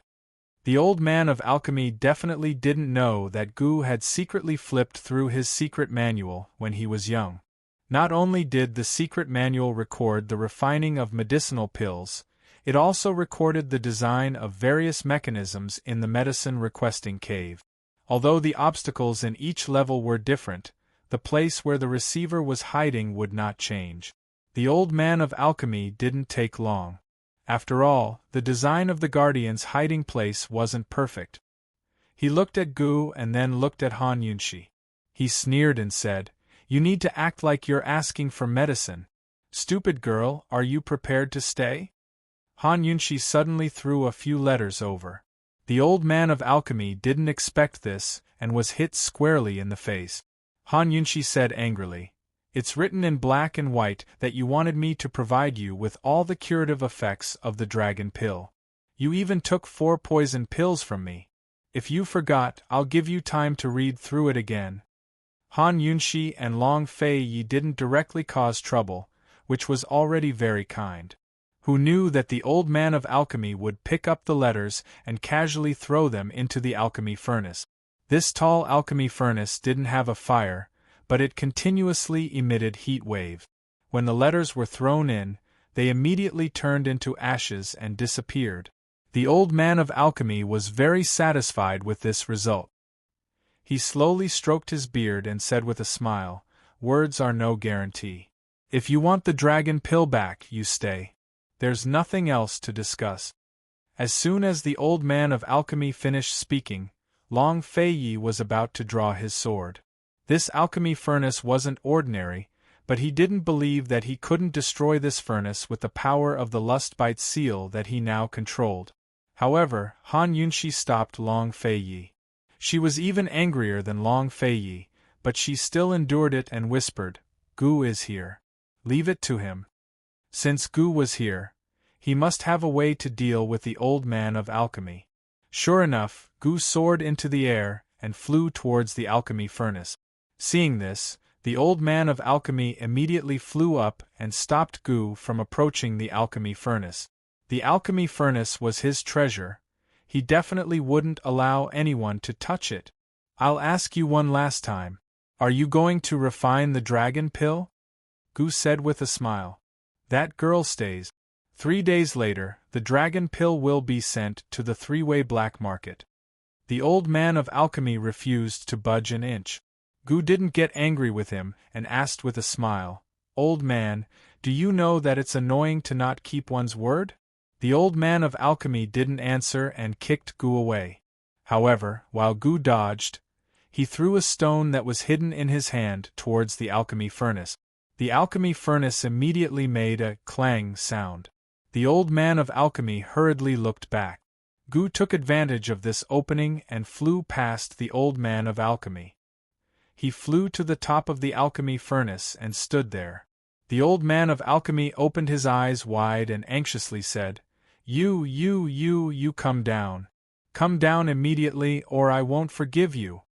Seeing that he was about to chase after him, Gu summoned Mosie's sword spirit and lightly slashed the alchemy furnace, leaving a thin sword mark. The old man of alchemy was instantly stunned. His expression and facial features looked as if they would collapse and shatter at any time. Gu smiled even more innocently.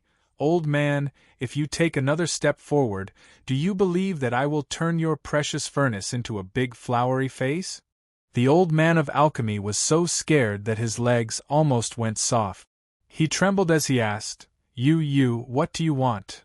Old man, you still don't know what I want?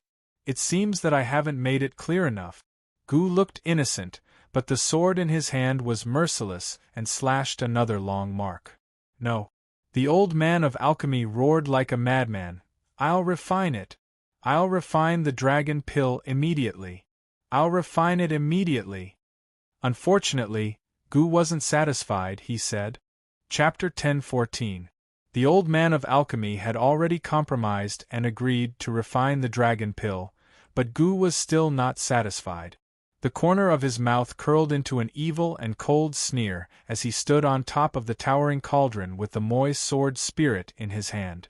He was like an arrogant god that looked down on the heavens and all living things. This kind of man was not like Long Fei Yi, who made people feel awe. Instead, he made people feel fear and shudder. Han Yunshi looked up at Gu. At this moment, she suddenly understood that Shao Qi no longer existed in this world. In Gu's heart, Shao Qi no longer existed. Shao Qi had already grown up. "Old man, let me have a look at the pill recipe first." Gu was not negotiating, but ordering. Old Man of Alchemy's eyes flashed with a touch of displeasure. He asked loudly, "What do you want the pill recipe for? You can't understand it." "Who told you that I can't understand it?" Gu retorted. "Old Man only promised to refine the pill for you. He didn't promise to give you the pill recipe." Old Man of Alchemy was furious. He turned around and looked at Han Yunshi. "Selling the pill but not the pill recipe. This has always been the rule." Han Yunshi was about to answer, but Long Feiyi, who had always been a man of few words, spoke first.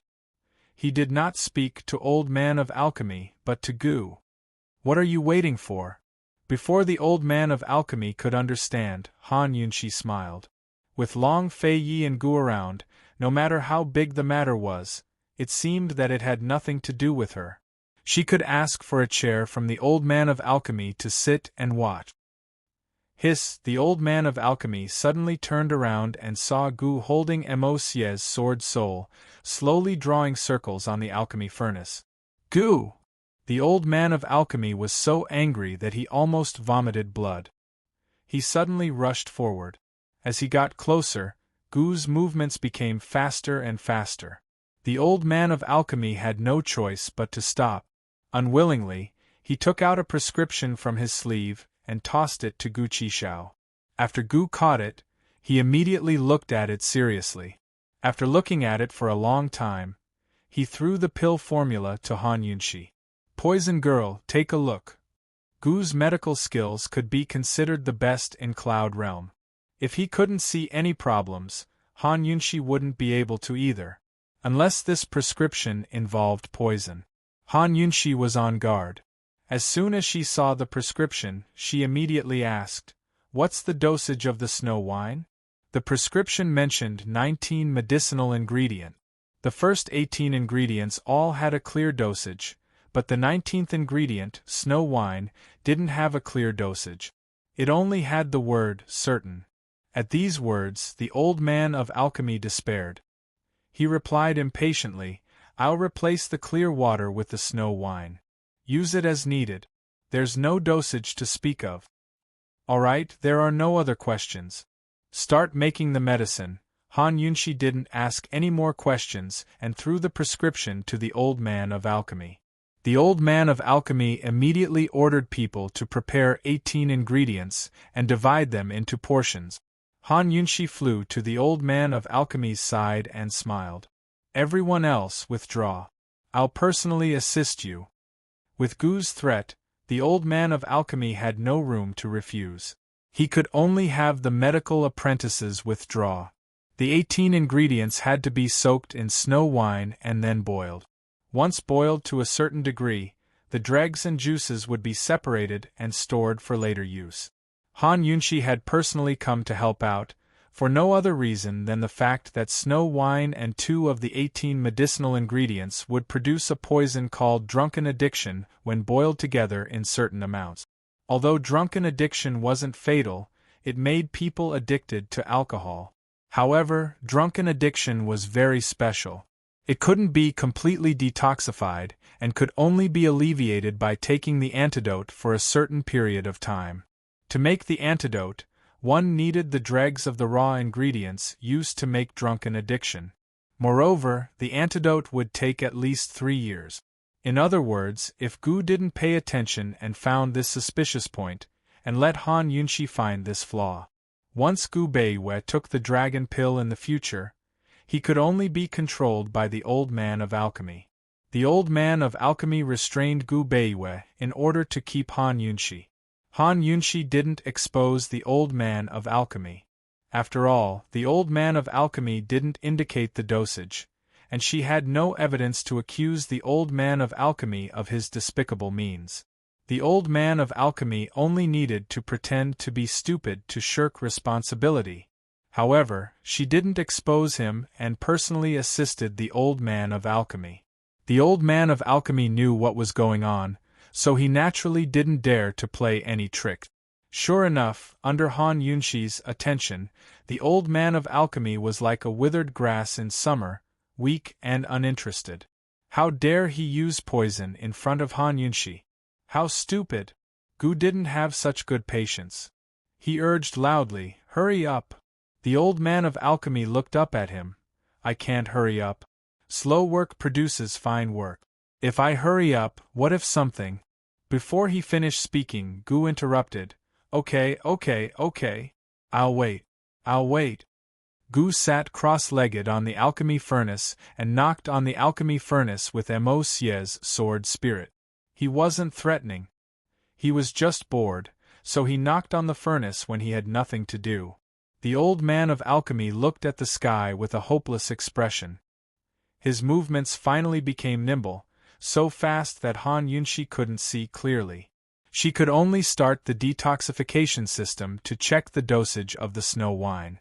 Boiling the medicine, filtering it, boiling it again, filtering it again, mashing the dregs, kneading it, looking at the color, smelling the fragrance, tasting the taste. These series of actions were repeated continuously, changing the order. For nearly an hour, the old man of alchemy's hands didn't stop. Although she disdained the old man of alchemy's conduct, Han Yunshi still admired the old man of alchemy's pharmaceutical and alchemy skills. An hour later, a portion of muddy medicinal dregs and a portion of thick, viscous liquid was placed in front of Han Yunshi. Of course, alchemy wasn't that simple. Otherwise, Han Yunshi and Gu could refine it themselves with the recipe. The dregs and medicinal liquid were only raw materials. The alchemy hadn't really started yet. The old man of alchemy was already scared of Gu. Without his urging, he immediately opened the doors of the second and third layers of the alchemy furnace and prepared to put the raw materials in. However, at this time, Gu stopped him again. Wait! At this point, what else did this annoying guy want to do? What else could he ask of him? What? The old man of alchemy shouted angrily. Gu asked with a smile, "Old man, with this amount of medicinal liquid and dregs, how many dragon pill do you plan to refine?" They were all smart people. When Gu asked this, the old man of alchemy knew what he meant. He angrily said, "You only want one pill.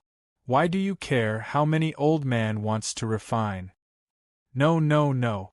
Gu shook his finger. "Old man, I'm asking you how many dragon pill can you refine after using so much snow wine? As for the other 18 herbs, they are all over my medicine Ghost Valley. If you like, I can send you a few carts. But this snow wine is very rare. I can't just give it away." In other words, they wanted all the dragon pill that was refined. You. The old man of alchemy was so angry that his lungs were about to explode. He had never been so aggrieved in his life. His face was gloomy and he couldn't wait to tell them to scram. However, he still controlled his temper. He endured. 5 pills. All for you. The old man of alchemy shouted, and threw the medicinal liquid and dregs into the furnace. But he closed the furnace door. 5 pills. Han Yunshi's heart was filled with emotions. If it wasn't for Gu's reminder, she really wouldn't have noticed this problem. If Gu wasn't the old man of alchemy's disciple, then it would be really strange. Gu simply understood this old man too well. 5 dragon pill. What kind of concept is this? This means that after giving one to Gu Beiwe, they still have 4 pills in reserve. They can still save 4 experts who have lost their inner strength. How could such a good thing be given to the old man of alchemy for free? If the old man of alchemy had kept his word, Han Yunshi would have considered sharing the remaining 4 medicinal pills with the old man of alchemy. After all, from finding the pill formula to finding the ingredients, everyone had contributed something. However, what the old man of alchemy had done before made Han Yunshi feel at ease. She wanted the remaining 4 medicinal pills. She thought that this was the price the old man of alchemy had to pay for tricking them. Looking at the closed furnace door, Han Yunshi whispered, "Let's take this opportunity to see how this big furnace refined pills." The last time they saw this big alchemy furnace, Han Yunshi and the others were very curious. This large cauldron was 3 stories high and had a total of 9 floors. Each floor had 6 cauldron doors. Although the cauldron doors were hollow, there was no fire inside. It was pitch black, so one couldn't see what was inside the cauldron. The alchemy furnace's uniqueness was that there was no fire in the furnace, but the whole furnace constantly emitted heat. If it wasn't winter, Gu probably wouldn't have been able to withstand the heat wave. Refining pills was different from making medicine. To make medicine, one only needed to have medicinal materials and prepare them well. Even if some of the medicinal materials were more complicated, it would take at most 2 or 3 days. However, refining pills took a long time. It could take as little as 2 or 3 months, or as long as 2 or 3 years. According to Han Yunshi's understanding, the old man of alchemy's greatest ability was not that he could refine miraculous pills, but that he had the ability to greatly shorten the time of refining pills. Many medicinal pills that took 2 or 3 years to refine could be refined by the old man of alchemy in 2 or 3 months. Therefore, many people who were in urgent need of medicine would ask for medicinal pills at all costs. In the letter that Han Yunshi received from the old man of alchemy, the old man of alchemy mentioned that if they could find the prescription, they would be able to refine the dragon pill in 2 months at the latest. Han Yunshi thought that the slowest was 2 months, which meant that, if they were fast, they should be able to get it done in 1.5 months. It was a good choice to stay here and watch the old man of alchemy refine pills while looking for the whereabouts of the fire of 10,000 poisons. At the same time, they could also pay attention to the situation in Northernly. At least, no one in the world would be able to guess that they would be here. Long Fei Yi and Han Yunshi were curious about how the alchemy furnace could refine pills without an open fire. This time, the old man of alchemy should reveal the secret of the alchemy furnace. The old man of alchemy glanced at Gu and said nothing. He suddenly grabbed something out of thin air, and a flame burned in his palm. Han Yunshi and the others had seen the old man of alchemy's ability to make fire out of thin air before. Long Fei Yi and Han Yunshi remained silent. Gu's eyes flashed with a complicated look. He seemed to want to jump down from the furnace, but in the end, he did not move. He had been here for a long time. Of course, he knew what the old man of alchemy wanted to do. Chapter 10:15. The old man of alchemy's eyes turned cold. Suddenly, he threw the flame at Gu. "Old man, you know how to play with fire." Gu pretended to be shocked and shouted before he jumped away. As soon as Gu jumped away, the old man of alchemy immediately flew up. Seeing Gu's shock at the flame, the old man of alchemy was even more sure that this young man was not his apprentice. A touch of bitterness flashed through his eyes. He knelt at the place where Gu stood and checked the scratches on the alchemy furnace with great distress. It made people feel that he was not touching the alchemy furnace, but his most beloved child. Gu looked at him coldly. The playful smile on his face gradually turned cold. However, he did not move his eyes away. He was still looking at him. After touching all the scratches one by one, the old man of alchemy raised his head.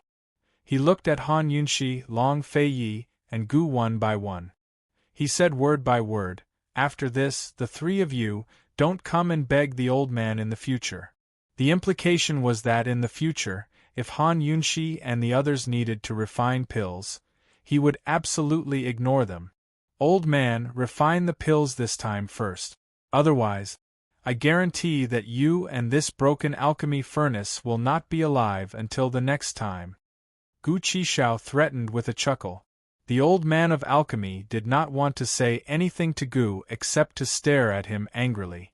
No, to be exact, the old man of alchemy did not even want to see Gu. He did not want to. He stood on the top of the alchemy furnace and raised his hands. The top of the alchemy furnace slowly rose into the air. He took a horse stance.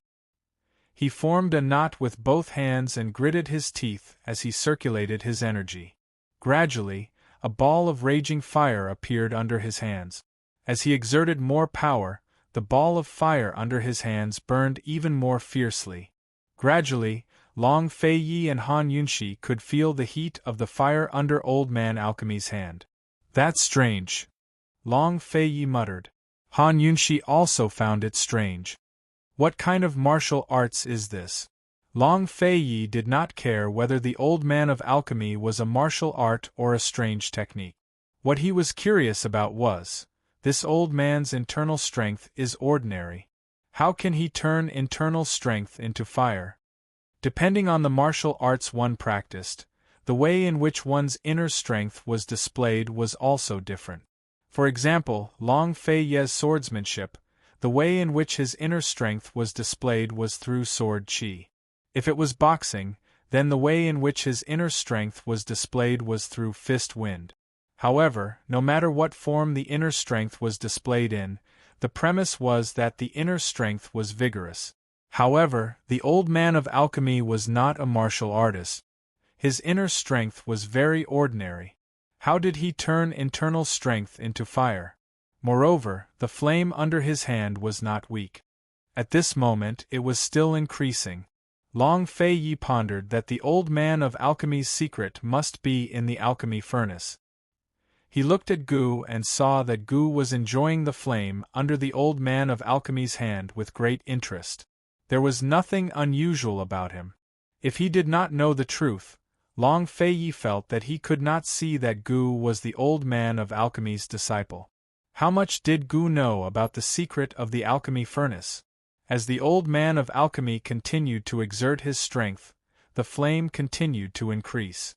Just as everyone was absorbed in watching, the old man of alchemy suddenly jumped into the air.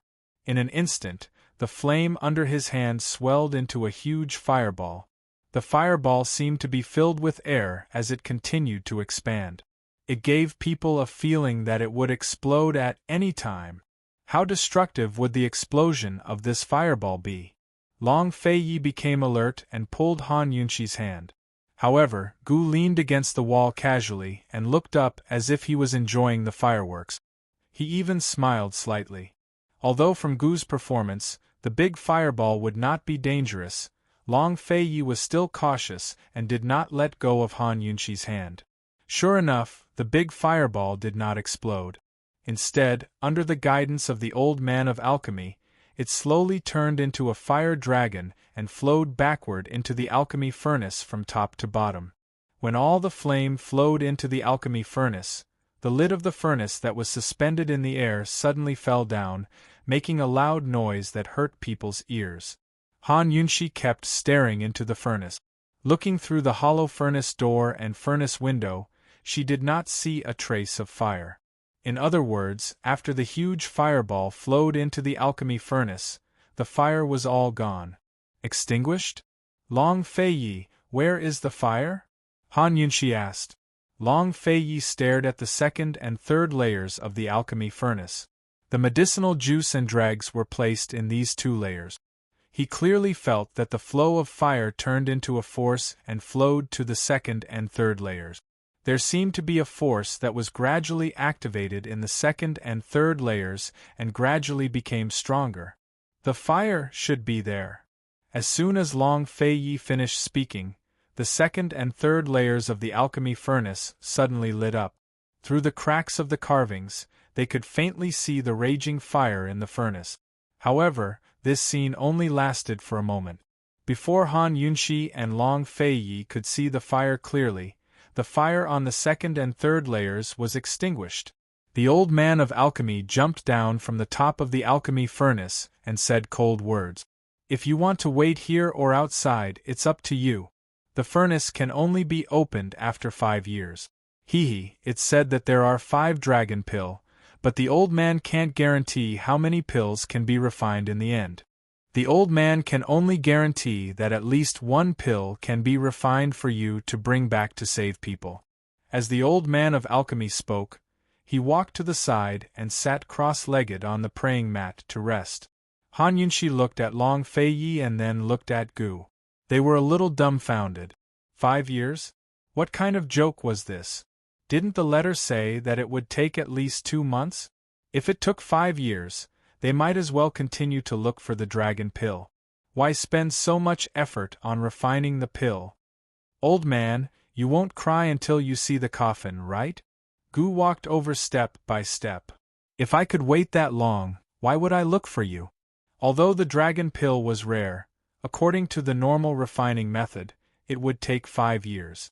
Even with such a large furnace, it would still take 5 years to refine. Did the old man of alchemy really think that they were amateurs? The old man of alchemy ignored him and looked at Han Yunshi. He said seriously, "Girl, according to the amount of snow wine you control, it will take 10 years to refine the dragon pill. With the power of the old man's furnace, it will take at least 5 years. Today, if you destroy the old man's furnace, the old man guarantees that no one in the world will be able to refine the dragon pill in 5 years." The old man of alchemy's attitude didn't seem like he was lying. Han Yunshi was shocked. She originally thought that the old man of alchemy wanted to use this opportunity to restrain Gu Beiyue and threaten them. She didn't expect that the amount of snow wine would affect the time of refining the pill. So, just now, she personally came to help the medicinal pill's old man. In fact, the medicinal pill's old man set a trap for her to jump in? "What if we use your measurement?" Han Yunshi asked. According to the old man's measurement, it will only take 1.5 months. However, the person who takes this pill will be addicted to alcohol. He must take the antidote regularly for 3 years to relieve his alcohol addiction. The old man of alchemy said seriously, "The dragon pill can help people recover their internal strength. It is a heaven-defying action, so naturally there will be restrictions. Even if you find the finished product, you will still be poisoned after taking it." The result of the poisoning was exactly the same as Han Yunshi's judgment. Han Yunshi immediately became angry. "Old man, why didn't you say so earlier?" Once Gu Beiyue's internal strength recovered, his vitality would also recover. As long as his vitality recovered, his foundation could be consolidated. It would be beneficial to Gu Beiyue's body. Although the poison of alcohol addiction would damage the body, no matter how much damage it would cause, it would not be as serious as the loss of vitality for 5 years. No matter what, it was worth it to recover his internal strength and get addicted to alcohol. "You didn't ask. You were the one who made the dosage of the snow wine. Who's to blame?" The old man of alchemy sneered. "You." Han Yunshi was angry. If she had asked just now, would the old man of alchemy tell her so much? Would he tell the truth? The old man of alchemy clearly knew that she could see the poison, so he did it deliberately. If the old man of alchemy sincerely wanted to tell them the truth, he should have told them the truth when she adjusted the dosage of the snow wine. He should have told them the truth and let them make a choice, right? Long Fei Ye's face had already darkened, and Gu also slowly narrowed his eyes. "I still have snow wine here.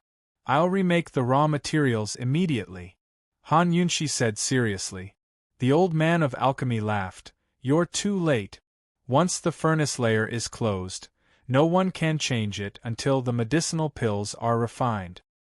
"Change to other furnace layers," Gu said angrily. The other furnace layers are all full. It will take 3 years to refine one layer. You can wait patiently." The old man of alchemy finally got his revenge. He laughed heartily. "Are you playing with us?" Long Fei said coldly. Gu immediately soared into the sky and released Mo Xie's sword spirit, fiercely slashing towards the alchemy furnace. Who knew that before the sword could even get close to the alchemy furnace, it was shaken off by a scorching force. The old man of alchemy laughed even more wildly and wantonly. "Once the celestial fire Qian furnace is full, not to mention your Mo Xie's sword spirit, even the Ganjiang treasure sword won't be able to hurt it. You just wait and see." Celestial fire Qian furnace? When Han Yunshi heard this name, her first reaction was that these furnaces were a pair. Qian was the meaning of heaven, and Kuan was the meaning of heaven. Qian and Kuan were the world. These two had always been together. If the fire of the furnace in front of them was the celestial fire, then would there be a furnace with earthly fire? If there was, then it must be called the earthly fire Kuan furnace. Gu didn't believe in heresy. He released Mo Xie's sword spirit and slashed with all his strength.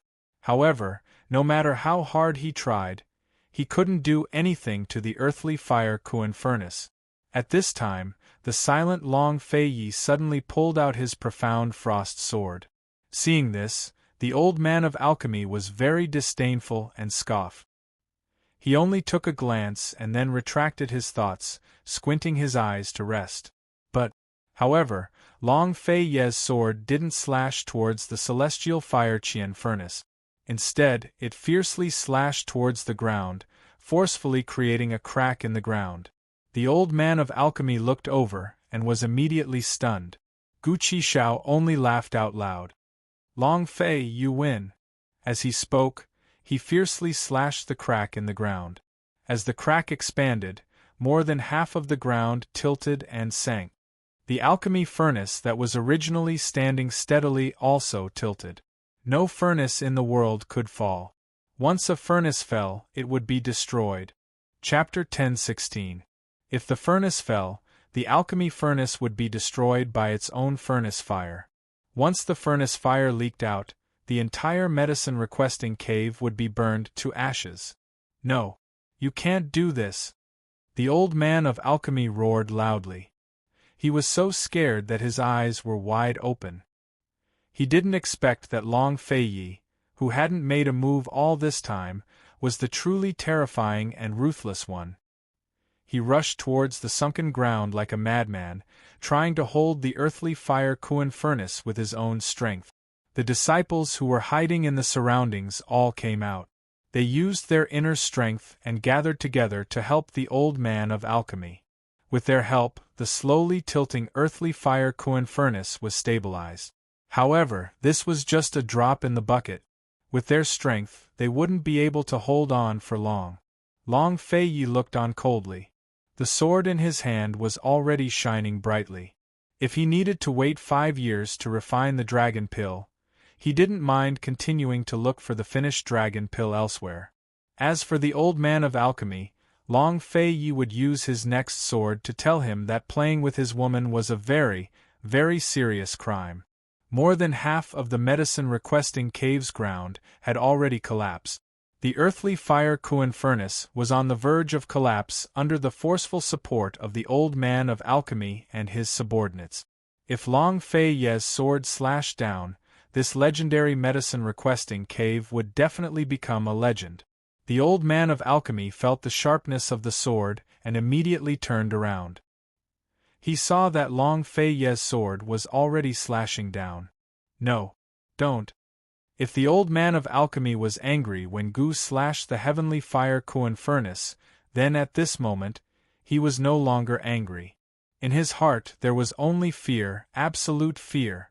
With one slash from Long Fei Yi, the alchemy furnace that he had guarded for his entire life would be completely gone. The medicine-requesting cave that he had guarded for his entire life would also be completely gone. No, you can't do this, you can't. The old man of alchemy forgot to stop the alchemy furnace from pouring down. He turned around and rushed towards Long Fei Yi. He immediately threw 2 flames at Long Fei Yi. Unfortunately, Long Fei Yi easily dodged them. Because the old man of alchemy let go of the furnace, the servants couldn't support it at all. The alchemy furnace suddenly tilted, and immediately there was a burst of metal collision sound. It was the sound of the containers in the alchemy furnace falling over and hitting the walls of the furnace. The old man of alchemy was very anxious. He immediately turned around and continued to hold the alchemy furnace, but this time, he couldn't hold it anymore. The alchemy furnace was so heavy that once it tilted, inertia would be generated. The inclination of the ground, coupled with the inertia of the tilt, made it impossible to support the furnace without sufficient strength. The old man of alchemy felt that the ground he was standing on was sinking little by little. Finally, he admitted defeat. Long Fei Yi, the old man has a way to refine the dragon pill in 1.5 months. Stop it! Stop! The old man of alchemy shouted. However, Long Fei Yi wasn't as easy to negotiate with as Gu and Han Yunxi. He didn't say a word, and the sword in his hand didn't stop moving. He didn't make a sound. Han Yunxi and Gu were also silent. They didn't dare to say anything. When this man was really angry, everyone would be afraid. The old man of alchemy didn't dare to talk nonsense. He said straightforwardly, "As long as you can work together and borrow the power of the celestial fire furnace, turn your internal strength into open fire, and lead the fire into the furnace, you can use human fire to nourish the pill. With the power of you and Gu, 1.5 months definitely won't be a problem." Hearing this, everyone was overjoyed. Gu Beiwei could still be saved. Long Feiyi was about to put away his sword, but Han Yunxi stopped him first. She took the opportunity to ask, "Old man, what's the origin of this celestial fire furnace? Why can't I see the fire inside?" Although the old man of alchemy really wanted to wait for this group of people to straighten the furnace first before answering their questions, he didn't dare to talk about conditions. He hurriedly explained, "This alchemy furnace is called the celestial fire furnace, which is also the heavenly furnace. There's always a fire in the furnace, burning since ancient times, and it's never extinguished. The celestial fire can't be seen, but with the help of the celestial fire, one can turn their internal strength into fire. When human strength turns into fire, it becomes human fire. Alchemy relies on human fire, not celestial fire. However, celestial fire can help human fire. As long as human strength is turned into fire, more human fire can be introduced, and more celestial fire can help." The old man of alchemy couldn't hold on any longer. He shouted, "Quickly come over and help. If this furnace really collapses, you really won't be able to get back the dragon pill." However, Han Yunxi still didn't allow Long Feiyi and Gu to move. She continued to ask, "Since there's a celestial fire furnace, is there an earth fire furnace?" Ever since they started looking for the fire of 10,000 poisons, Han Yunxi paid special attention to all kinds of fire sources. The alchemy furnace in the medicine requesting cave was very strange, but it was ruled out by her very early on. Firstly, she personally came to see it and didn't find any traces of poison. Secondly, if the fire in this furnace was the fire of 10,000 poisons, then wouldn't the medicinal pills that had been refined for hundreds of years all be poisonous? Thirdly, Gu had stayed here for so long. If this place was suspicious, Gu would have already hinted to them. Celestial fire wasn't poisonous? What about the earth fire? The old man of alchemy was forced to this point, so he would definitely tell them everything he knew. Yes. That furnace is called the earthly fire Koan furnace, and it's a pair with the celestial fire Qian furnace. Celestial fire helps human fire, while earthly fire helps ghost fire. Pills refined from human fire are medicinal pills that can save people. Pills refined from ghost fire are poisonous pills that can harm people. Han Yunxi immediately became excited when she heard this. She turned around and looked at Long Feiyi. Could it be the fire of 10,000 poisons? It's very likely. Long Feiyi was overjoyed. If they could find clues about the fire of 10,000 poisons by searching for medicinal pills, then they wouldn't lose out this time. Gu was also very excited. He immediately asked the old man of alchemy, "Old man, how does ghost fire refine poison pills? Is it refined with poison, or is there another way?" The old man of alchemy's feet sank into the pit. His face was bright red from the heat of the furnace, and he was about to cry. The old man doesn't know. The old man has never seen the earthly fire Koan furnace either. The old man only knows this much. The old man begs you, quickly come and help. Han Yunxi believed him. If the old man of alchemy knew where the earthly fire Koan furnace was, he would have gone to find it long ago. Remember this. When we return, ask Su Donglin to immediately send someone to inquire about it. When Han Yunxi put down her hand, Long Feiyi didn't withdraw his sword.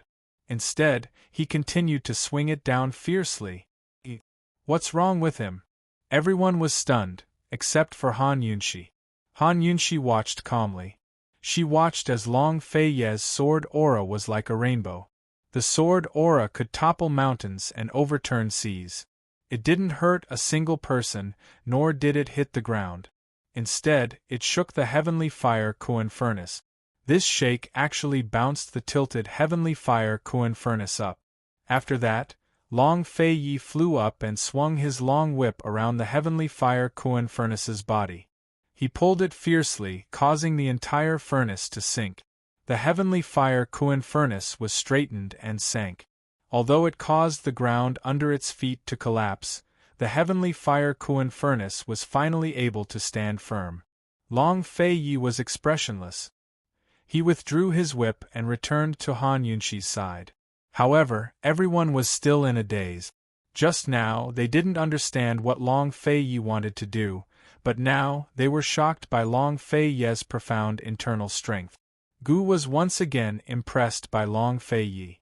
Could Long Fei Yi's current strength be able to contend with the three venerables from Tianshan Kenzo? If they succeeded in dual cultivation, how high would Long Fei Yi's internal strength reach? He couldn't help but secretly ponder. After Long Fei Yi combined the power of Lustbite and the power of Nirvana, would he die after being kicked by Long Fei Yi? Of course, Gu hid all these thoughts in his heart. He was impressed, but he wouldn't admit it even if he was beaten to death. After the heavenly fire Kuan furnace stabilized, Old Man of Alchemy and his subordinates all let out a sigh of relief. Han Yunxi and Long Fei Yi didn't give the Old Man of Alchemy a chance to catch his breath. Long Fei Yi immediately asked, "How do we turn internal strength into fire? With this prince and Gu's strength, how many days will it take from now on?" This prince wants a clear answer. If it took around a month and a half, then it would be spring by the time the dragon pill was refined. While refining the pill, they had to make plans to go to Tiger's prison to save people. Moreover, they had to work together with Ning Qing and the Ning family army. They had to officially join hands and send troops north. Before sending troops north, there was another very important matter, and that was how to guard against Bai Yanqing. With the current situation in Cloud Realm, as long as the Eastern, Western Qin sincerely cooperated, Long Fei Yi believed that Bai Yanqing wouldn't be able to stir up any big wave. They would only guard against Bai Yanqing when it came to their personal safety. This 1.5 months was very crucial. Long Fei Yi had to have a precise time plan. The Old Man of Alchemy was deeply threatened by Gu, but he was deeply impressed by Long Fei Yi. Although he and Han Yunxi had exchanged a few letters and he knew that their current strength and influence were completely different from when they came to ask for medicine, he never thought that Long Fei Yi's martial arts would improve so quickly. The Old Man of Alchemy replied very honestly, "With your internal strength, it's completely unnecessary to work together with Gu." Come up with the old man, Long Fei Yi immediately flew up to the top of the alchemy furnace with the Old Man of medicinal pills. Gu remained expressionless for a long time before his eyes slowly turned to look at the top of the alchemy furnace. Gu Qixiao's eye-rolling expression almost made Han Yunxi laugh out loud from the sidelines. Han Yunxi had always only used her martial arts when she was dual cultivating with Long Fei Yi. They hadn't stopped cultivating on the way from Qinchuan Water City to Medicine City. She didn't know what level her internal strength was at now. Still, she had a vague feeling that she could beat Gu Qixiao in a fight. Han Yunxi didn't know that even if she didn't know any martial arts, she could still beat Gu. Gu would never make a move against her in this lifetime. Han Yunxi and Long Fei Yi had been dual cultivating for more than 2 months now. She only hoped that in less than a month, everything would go smoothly. On top of the alchemy furnace, the Old Man of Alchemy explained while demonstrating how Long Fei Yi could borrow the power of the heavenly fire to turn his internal strength into fire. For a martial arts genius like Long Fei Yi, the Old Man of Alchemy only needed to demonstrate once before he understood. With a light press of his hands, the lid of the furnace flew up. The fireballs under Long Fei Yi's hands gradually grew bigger. The heat waves of the fireballs were far hotter than the ones used by the Old Man of Alchemy. This was the first time the Old Man of Alchemy had seen such a martial arts genius. For a moment, he forgot the previous unhappiness and laughed crazily. "Not bad, not bad. Keep it like this for 3 days and 3 nights. Don't stop.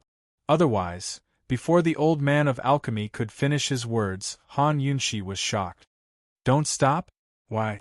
If they didn't stop, what about their dual cultivation? Chapter 10:17.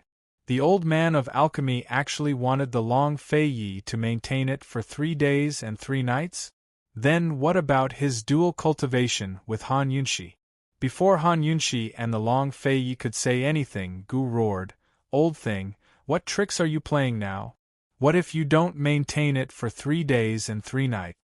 When the old man of alchemy had just transformed his internal energy into fire, didn't he only maintain it for a short while? Why should the Long Fei Yi maintain it for 3 days and 3 nights? Different cultivation methods, the old man is also helping you. The cultivation method he just learned has twice the effect with half the effort. If he maintains it for 3 days and 3 nights, there's a chance to transform into the 9 Lotus Raging Fire. Once the 9 Lotus Raging Fire is transformed, you can take back the dragon pill in about a month." The old man of alchemy said and coldly snorted, "After you take back the dragon pill, you should leave as soon as possible." The old man of alchemy now only had one thought, and that was to quickly refine the returning dragon cave and quickly send this group of plague gods away. "I'm asking you, otherwise what?" Han Yunshi suddenly snapped. She was concerned about the consequences if the Long Fei Yi didn't maintain it for 3 days and 3 nights. Otherwise, he'll be counterattacked by the power of the celestial fire Qian furnace. The old man of alchemy said very casually. He didn't even know what kind of big mistake he had made. He said lightly, "It's only 3 days. With his internal energy, it's as easy as turning over his hand. What's the consequence of being counterattacked?" The Long Fei Yi's tone was cold and calm. "The power of the celestial fire Qian furnace is the power of the heavenly fire. It's the power of the heavens. The consequence of being counterattacked. What do you think?" The old man of alchemy stroked his beard indifferently. "Don't worry, just treat it as losing some internal energy. 3 days will pass very quickly." The old man of alchemy smiled, but Long Fei Yi, Han Yunshi, and Gu were all silent. They all stared at the old man of alchemy without saying a word. Gradually, the old man of alchemy realized that something was wrong with them. He looked at them suspiciously and was about to ask. Gu suddenly burst out cursing, "You're fucking asking for a beating!" After he finished speaking, he leaped up to the top of alchemy cauldron. Although she was of alchemy, she was slower of alchemy furnace, she caught of alchemy furnace, she caught of alchemy alchemists, was of alchemy alchemchemy a lot. Her movements were faster and more ruthless than Gu's. She grabbed the old man of alchemy's collar and roared, "Who told you to act on your own initiative? You're courting death." The power of the heavenly fire was the power of the heavens. It was far greater than anyone else's power. No matter how strong Long Fei Yi's internal energy was, it couldn't be compared to the power of the heavens. In other words, if Long Fei Yi suffered a counterattack, it would be a counterattack that was stronger than the power of the lust bite. What would be the consequence? There was no consequence at all. It would just be a death word. No matter what, Long Fei Yi couldn't stop. But if Long Fei Yi couldn't stop, how could he dual cultivate with her? They had persisted for so long. For more than 2 months, they hadn't stopped for a single day. They couldn't stop. Once this dual cultivation stopped, she and Long Fei Yi would suffer from qi deviation. The consequences that Long Fei Yi had to bear would be more serious than her. The power of the lust bite was different from other martial arts. Once one suffered from qi deviation, their internal energy would be lost. In the worst case, their life would be in danger. When Long Fei Yi asked Old Kenzo about the dragon pill, Old Kenzo had specifically told him to be careful. If Long Fei Yi suffered a counterattack from the power of the lust bite, even 10 dragon pills wouldn't be able to save him. Now, what should he do? Is there any way to stop it? Long Fei Yi looked at the old man of alchemy. The old man of alchemy really didn't know how he had offended this great Buddha. He shook his head. Once this technique is activated, it must last for 3 days and 3 nights. As soon as he finished speaking, Long Feiye's calm face finally turned pale. Han Yunxi was stunned. She couldn't believe what she had just heard. The old man of alchemy wanted to say that he was doing this for their own good and that they should thank him. However, when he wanted to push Han Yunxi's hand away, who knew that Han Yunxi would suddenly let go and choke him? She didn't say a word. She just stared at the old man of alchemy with a cold gaze. If Long Feiye couldn't stop, what should they do about their dual cultivation? She could give up her internal energy, but Long Feiye couldn't. He had been learning martial arts since he was young. None of the frightening whip scars on his back had been treated with medicine. Those were pain and memories that could never be erased. How many times did the Tang sect go through the kamikaze training? How much perseverance did that young child need to endure it? How many trials of real swords and spears on Tianshan Mountain? Swords and sabers were merciless. How much effort did that frail youth need to put in to endure it? He had an extraordinary background and was born with a noble bloodline. However, everything he had wasn't something he was born with, especially with his martial arts. How could he give it up just like that? How could it be gone just like that? Even if it was her internal energy, it was still his. How could it be gone just like that? For the past 2 months, every night, no matter how tired they were, they never stopped dual cultivation. They cherished this hard-earned internal energy so much, especially her. Every time after dual cultivation, he would rub her bangs and smile at her. How happy and proud was he to see her internal energy improving day by day. Moreover, even if they were willing to part with their martial arts, they would still suffer from qi deviation. Their lives would be in danger. Regardless of whether they persevered or gave up, it was a dead end. There was no choice at all. What should they do? What to do?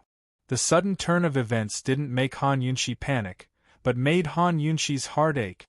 Who told you to act on your own? Who told you to act on your own? Who told you to act on your own?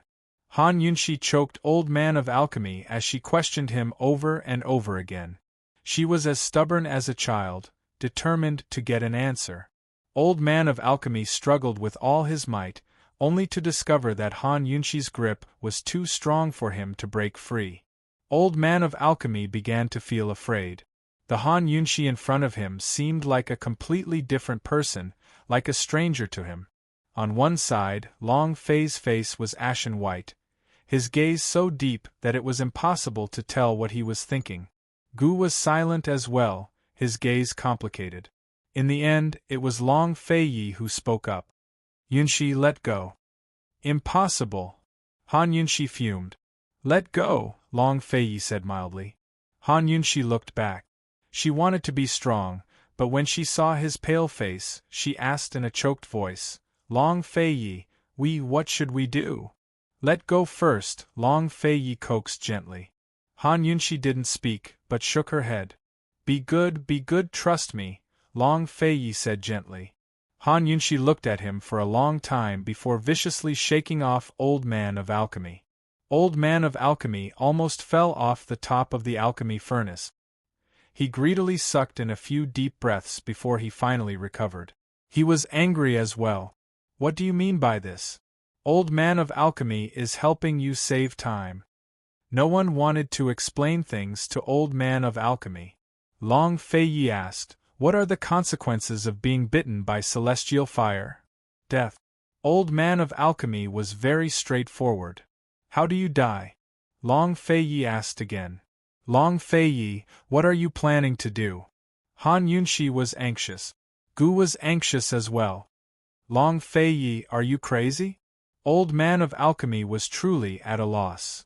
What are you planning to do? Isn't it just 3 days? Before he could finish, the calm Long Feiye suddenly shouted, Answer me.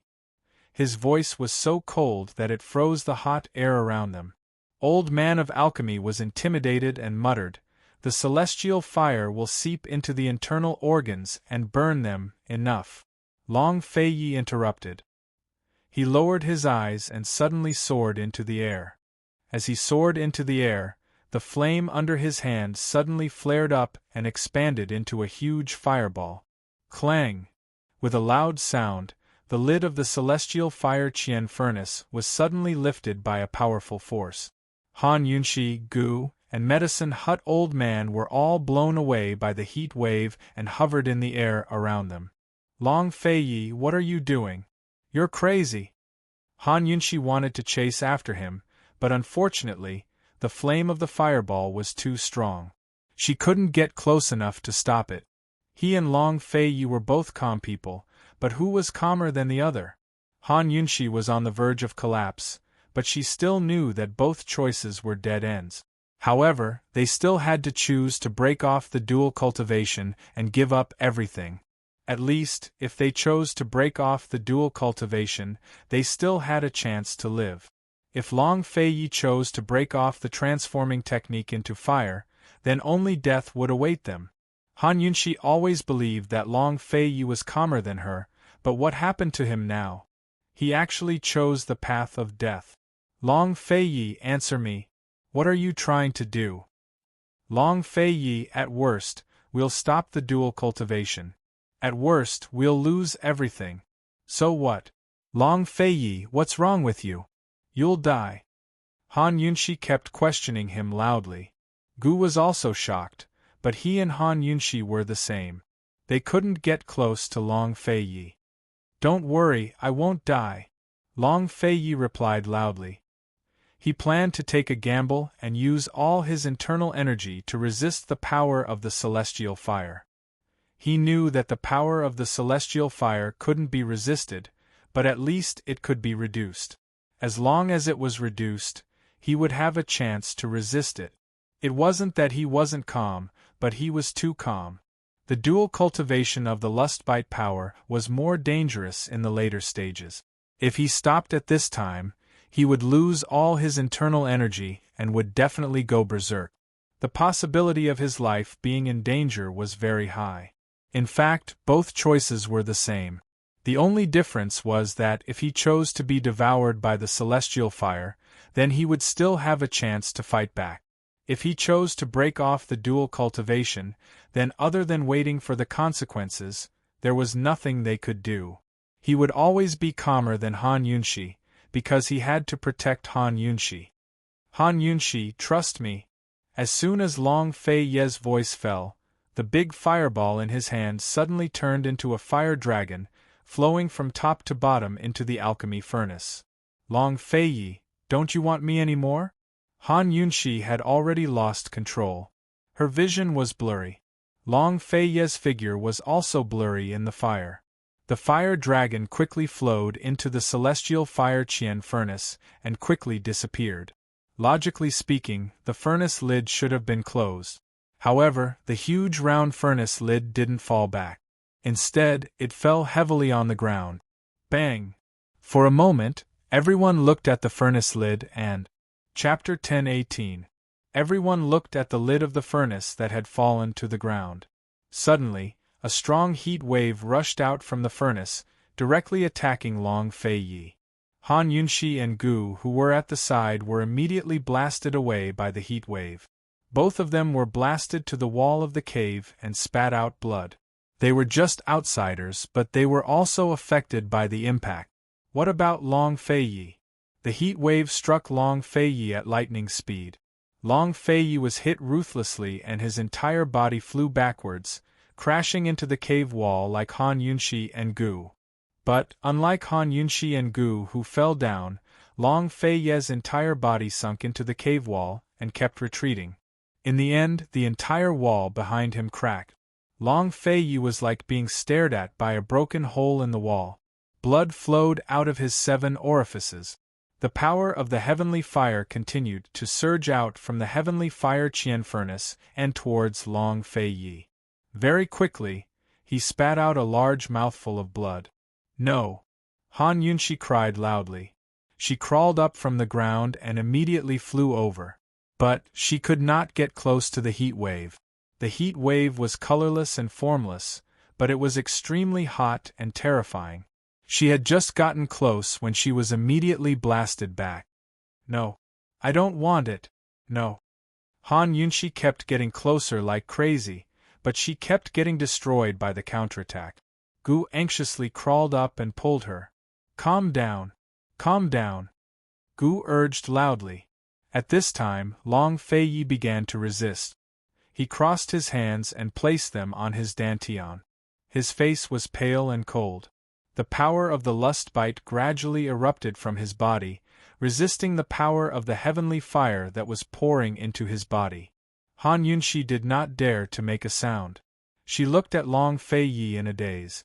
She could tell that he was using the power of the lust bite to resist the power of the heavenly fire. She could feel that the two of them were competing.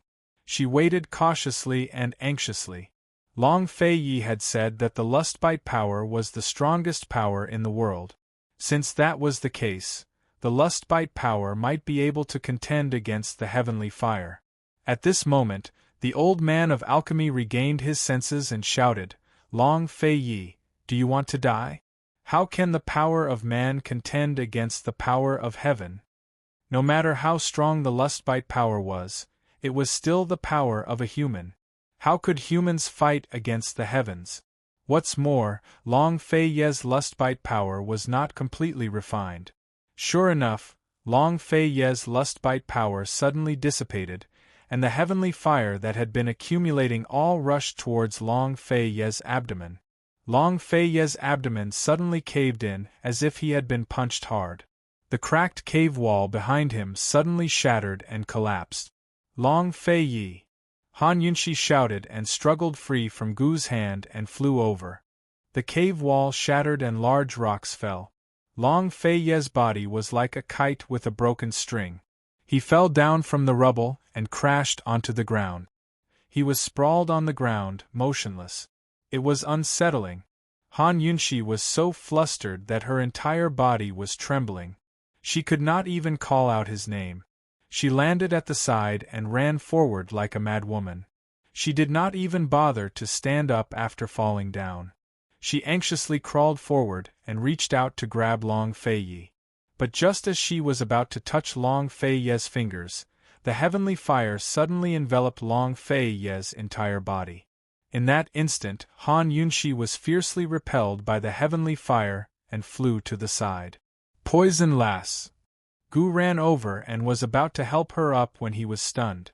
Han Yunshi's hand looked as if it had been burned by a raging fire. Her entire arm was bright red and had many large blisters. Some parts even had ulcers. Han Yunshi also stared blankly at her own arm. She was dumbfounded. But she quickly looked at Long Feiyi, who was sprawled on the ground some distance away. Her hand had only come a little closer, and it was already burned to such a state. What more, Long Feiyi, who was completely enveloped by the heavenly fire, Han Yunshi wanted to call out his name. She wanted to wake him up and ask him to raise his head to look at her. But no matter how she opened her mouth, no sound came out. Just like that, tears streamed down her face without a sound. Han Yunshi's sky had collapsed. Soon they saw the flames. The red flames started to burn from the corner of Long Feiyi's clothes and gradually spread to his body. Although the speed was not fast, it was enough to make one feel despair. When Han Yunshi's tears fell on Gu's hand, Gu regained his senses. He suddenly grabbed Old Man of Alchemy and flew onto the big furnace. He did not know if this method would work, but he was going all out. This was the only method he could think of. No matter what, he had to give it a try. Teach me that martial art, quick! Gu said sternly. What are you trying to do? What are you trying to do? Old Man of Alchemy was frightened by Long Feiyi's miserable state. He knew very well that if anything happened to Long Feiyi, Han Yunshi would definitely not let anyone from the alchemy furnace off. Hurry! Gu Qishao shouted. Pill Furnace Master quickly did the same as before, allowing Gu Qishao to learn as soon as he learned. Soon enough, he transformed his internal energy into fire. He suddenly soared into the air, and used all of his internal energy. He even used the power of Mosie's sword spirit. The flame under his hand suddenly grew larger, turning into a fire dragon, and poured into the cauldron at lightning speed. The fire disappeared and everything was calm. Gu's beautiful face was so serious that it was frightening. He stared at the mouth of the furnace and waited. He thought that if he stopped turning his internal energy into fire, he would also receive the backlash of the heavenly fire. Then, would he be able to share the power of the heavenly fire on Long Feiyi? The power of the heavenly fire in the furnace should be constant. As long as he shared the burden, Long Feiyi would have less. Gu Qishao had no idea whether his idea would work or not. He simply waited and waited anxiously. However, as time passed, he still couldn't feel the power of the heavenly fire. Could it be that he was wrong? He looked at Han Yunxi and saw that Han Yunxi tried to get closer to Long Feiyi again and again. However, she was blasted away again and again. The flames on Long Feiyi's body had already reached his legs. What should I do? What should I do? Gu was so anxious that his eyes turned red. Seeing his beloved poison lass in such a sorry state and her hands burned by the heat, his heart ached so much that he couldn't breathe. He wanted to slap himself. He should have come to the medicine-requesting cave to ask his master for medicinal pills. If he had come here himself, none of this would have happened. He shouted, "Long Feiyi, hang in there. If you die, I will bully. Poison lass." Before he could say those 3 words, a strong wave of heat rushed over from Long Feiyi's side. Gu didn't expect this and was sent flying. It was similar to Long Feiyi's situation. He was sent flying against the wall as if he was being stared at. Soon, he was bleeding from all 7 orifices. He touched the blood at the corner of his eyes and was stunned for a moment before he smiled. That terrifying face with blood stains blossomed into a brilliant smile. Blood and smile mixed together on his face. Terror and beauty merged into one. Because of his brilliant smile, there was an indescribable beauty. Gu's guess was right. He had succeeded. The heat wave surged like a formless but powerful force, unceasingly striking his body. His internal organs, along with the impact of this force, felt the burning sensation become stronger and stronger. Gradually, his internal organs seemed to be on fire. It was an extremely uncomfortable and painful burning sensation. But Gu Qishao's laughter only grew louder and happier. "Ha ha, poison lass, look. I did it. I did it. Poison lass, Long Feiyi can be saved. He can be saved." Gu shouted crazily. When he lowered his head to look, he saw Han Yunxi looking at him in shock. He suddenly became gentle. "Poison lass, be good. Don't cry, all right? Chi brother promises you that Long Feiyi will not die. He definitely won't." Once he said that, all of a sudden, the heavenly fire on Long Feiyi's side gathered around him. It was as if a storm was brewing in the cave. What was going on? Long Feiyi laid on the ground. He used all his strength to use the lustbite power to protect his internal organs and a few of his vital acupoints.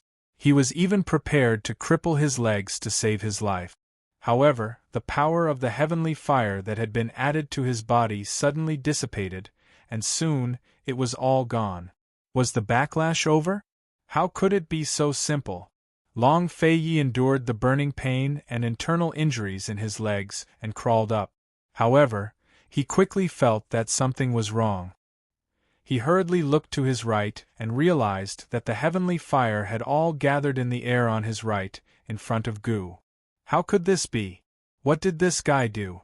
Han Yunxi also did not know why this happened. She then realized that the heavenly fire on Long Feiyi's body was gone. She hurriedly ran towards Long Feiyi. But before he could speak, all of the celestial fire in the air surged towards Gu Qishao. If Long Fei's recoil just then had been unending and increasing in intensity, then Long Fei's current condition had been completely different. Then, at this moment, Gu's backlash was just one and it was extremely fierce. This power seemed to be unstoppable and destroyed half of the medicine-requesting cave. Gu's flirtatious red figure was drowned in the flying rocks. Gu! Long Feiyi and Han Yunshi shouted at the same time and hurriedly chased after Gu. They saw that he had fallen into the ruins. His luxurious and beautiful red clothes were on fire everywhere. It was as if poppies had bloomed on his red robes. The fire on his body burned much faster than Long Feiyi's. Gu's guess was correct. He could accept the backlash and help Long Fei share the burden of the lustbite energy. However, when Long Feiyi transformed his energy into fire, he was only trying and did not use much of his internal energy. Therefore, the backlash that Long Feiyi received was continuous and gradually increasing. However, he used all his strength and even used the power of Mo Xie's sword spirit. He used far more energy than Long Feiyi, so the backlash he received was naturally greater than Long Feiyi's. He gave his all, so he had to bear everything. Han Yunshi and Long Feiyi were stunned. At this moment, Long Feiyi had forgotten about Gu's immortal body and was also anxious. Gu did not have the power of the lustbite. With his little bit of internal energy, he was unable to contend against the power of the heavenly fire. He did not even have the chance to work hard. He was definitely going to die. Suddenly, all the small flames on Gu's body gathered and gathered at his abdomen, turning into a huge flame. In an instant it spread all over his body. The fire burned through every part of Gu's body. Long Feiyi, save him! Save him! Han Yunshi struggled free from Long Feiyi's hand and turned to leave. If Gu could use the method of accepting the backlash to help Long Feiyi share the power of the heavenly fire, then they could also use the same method. Long Feiyi also wanted to leave. However, Gu raised his head from the raging flames. He said, Chapter 10:19. Gu raised his head from the raging flames, looking very fierce. Long Feiyi, just help me look after Poison Lass. Don't worry about anything else. Even if the sky falls, I can still hold it up. Only after personally experiencing the power of the heavenly fire would one know how terrifying it was. Even Gu couldn't take it anymore. But he couldn't die. No matter how many injuries he suffered before, no matter how strong the poison he ate, he was still alive and well. He was so fierce to remind Long Feiyi of his immortal body. He couldn't die from the fire, at most he would be burned. This fire couldn't burn him away, at most his skin would fester. Even if he was burned to death, he would never allow Poison Lass to suffer like this. Besides, he couldn't die. Long Fei could understand the meaning behind his word. Long Fei understood what Gu Qishao was implying.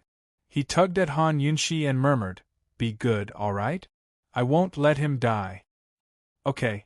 Han Yunshi nodded without hesitation. She was rarely so obedient. Time was of the essence. Long Feiyi didn't notice anything strange about her and immediately flew to the top of the furnace. When Gu saw this, he immediately shouted, Long Feiyi, what are you doing? Don't you understand human language? Gu was burned to the point that his entire body was in pain. This feeling was as if his skin was being burned away layer by layer. The pain was heart-wrenching. He couldn't help but curl up, but he still shouted, Long Feiyi, come back here. Come back. Have you become stupid from the fire? He couldn't die. The meaning of his words was not only to reject Han Yunshi's help, but also to distance himself from Long Feiyi's help. Didn't Long Feiyi understand? Why should he let Long Feiyi waste his internal energy? Why should he let Long Feiyi suffer for nothing? There were still many things waiting for Long Feiyi to do. Poison Lass was already crying like that. Didn't Long Feiyi know how to coax her? If something were to happen to him, what would happen to Poison Lass? The more Gu thought about it, the more anxious and furious he became. Long Feiyi, you motherfucker, come back here. Otherwise I'll kill you. I'll kill you. How did Long Feiyi become so stupid? Of course, he understood what Gu meant. He also knew that Gu wouldn't die, so he didn't need to waste his energy. However, he still stood on top of the celestial fire Qian furnace and began to circulate his energy. He looked at Gu, who was almost engulfed in flames, and answered in a murmur, "Gu, I will never break my promise to you."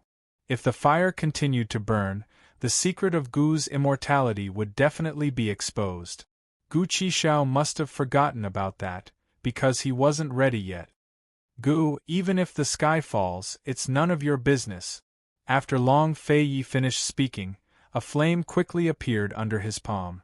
This time, he used more internal energy than the last time. The flame soared into the sky and quickly flowed into the celestial fire Qian furnace. Long Feiyi stood on top of the alchemy furnace with his hands behind his back. He did not move, waiting for the power of the celestial fire to come back. Han Yunxi looked up at him expressionlessly and calmly. When she felt the heat wave from Gu's side beginning to surge to Long Feiyi's side, the corners of her mouth curled up into a faint smile. Talking nonsense with these two men was purely a waste of time. She was only waiting for an opportunity where Long Feiyi would not be able to stop her. She suddenly flew up to stand by Long Fei's side. Seeing this, Long Feiyi and Gu were shocked. What did this woman want to do? Han Yunxi ignored them and looked down. She recalled the move Long Feiyi had just used while learning how to turn internal energy into fire. She really was talented in martial arts. Soon a flame appeared under her hand. "Han Yunxi, this prince orders you to stop immediately." Long Feiyi had never been this fierce to Han Yunxi before. He was simply roaring at her. If it wasn't for the fact that he was resisting the power of the celestial fire, his voice would have been even louder. Han Yunxi turned around and her face was illuminated by the flames. She raised her chin and raised her brows at Long Feiyi. She provoked him. "Afraid of you?" If this was a normal time, Gu would have laughed into the sky after hearing this, but he was roaring at this time. He was still roaring at Long Feiyi. Even at this time, he still couldn't bear to roar at Han Yunxi. He was very clear that he could not persuade this woman, threaten this woman, or influence this woman. He angrily jumped into the air. "Long Feiyi, father will kill you!" But as soon as his voice fell, he suddenly spat out a mouthful of blood and his entire body fell to the ground. In that moment, his entire body froze. Death. Was this the feeling of approaching death? Why did his body feel so weak, so tired, and so painful? Why did he feel like it was hard to breathe? In the past, no matter how serious the injury was, it was just pain. However, at this moment, the feeling was gradually different. Would he die? Gu curled up in the flames, thinking about this question for the first time. As he thought about it, he suddenly smiled. The corners of his mouth curled up into a smile so bright that it could make flowers bloom all over the world. Gu looked up at the top of the furnace and realized that he had fallen beside it. He could no longer see Long Feiyi and Han Yunxi. He could only see the flames above his head. In the flames, Gu furrowed his brows and tried to circulate his energy so that he could block the power of the heavenly fire, so that he would not be in so much pain. So that he could move, even if it was just one step. Even if it was just one more glance at Poison Lass, it would be good. Just one more glance and imprint it in his heart. Poison Lass, if there is a next life, Chi brother will not wait for you to come again. Chi brother will definitely look for you all over the world. He will definitely meet you first. He was clearly in so much pain and he was clearly afraid of pain, but he could ignore all the pain and focus on moving that one step. But he couldn't move, he really couldn't move. His whole body was sprawled on the ground. His hands that were bathed in the flames scratched the ground with all his might, but he couldn't support his body. Ever since he knew that he was a monster, Gu had always wanted to die. To him, death was perhaps a rebirth. But at this moment, he suddenly regretted it. He suddenly didn't want to die. Han Yunxi, I would rather stand behind Long Feiyi forever in this life. I would rather watch over you and your husband, watch over you and your family, watch over you as you grow old and watch over you until you die of old age. I don't dare to hope for a next life. Poison lass, Gu muttered to himself, but his voice was so soft that even he couldn't hear it. His hands, which were scratching the ground, gradually lost their strength and dropped down. Poison lass, chi brother likes you so much. Poison lass, do you know, Gu? Suddenly, Han Yunxi's sharp voice descended from the sky. Unknowingly, she was already in midair, looking down at Gu. Gu, hold on for me. Han Yunxi's entire body was illuminated by the flames. She was like a goddess in the flames, her magnificence filling the sky. She looked down at Gu from high above. There was no sympathy, no pity, no anxiety, only determination. All of his emotions had been replaced by this firm determination. She said, Gu Qishao, listen to me. If the sky falls, we will hold it together. You hold on for me. If you dare to die, you will bear the consequences. After saying that, the flames suddenly surged to the sky, drowning the celestial fire Qian furnace, drowning Long Fei Yi who was frowning at the side, also drowning Gu, and also drowning the stunned medicine hut old man and the rest. The flames filled the entire medicine requesting cave. In the flames, medicine hut old man used all his strength to open his eyes. Looking up, he actually saw the image of a phoenix appear above Han Yunxi's head. Medicine hut old man was greatly shocked and blurted out, Phoenix Nirvana? This is Phoenix Nirvana. She actually has the power of a fire phoenix. Medicine hut old man still wanted to take a closer look, but this flame only appeared for an instant. Very quickly, it turned into a huge fire dragon and fiercely poured into the celestial fire Qian furnace with lightning speed. In this instant, the power of the heavenly fire on Long Fei Yi and Gu's bodies disappeared. The flames on their bodies also disappeared. The burns on their bodies all disappeared without a trace, leaving behind extremely heavy internal injuries. Just as Old Man of Alchemy said before, the power of the heavenly fire would injure one's internal organs. What was going on? What Han Yunxi did just now, wasn't it also turning her power into fire? Wasn't she also helping Long Fei Yi and Gu share the backlash of the heavenly fire? Why did it become like this? Long Fei Yi and Gu both looked at Han Yunxi who was floating in the air. They saw her closing her eyes and her expression was solemn and serious. Han Yunxi. Long Fei Yi was about to fly over when a huge stream of fire suddenly flew out from the celestial fire Qian furnace, directly attacking Han Yunxi, catching her off guard. No! Poison girl! Long Fei Yi and Gu both rushed over at the same time, but they were fiercely shaken off by the fire. They already couldn't care so much. Getting up, they still wanted to rush over to save her. However, Medicine Hut Old Man shouted, Don't disturb her. This is the power of the fire phoenix. The power of the phoenix in her body has been awakened.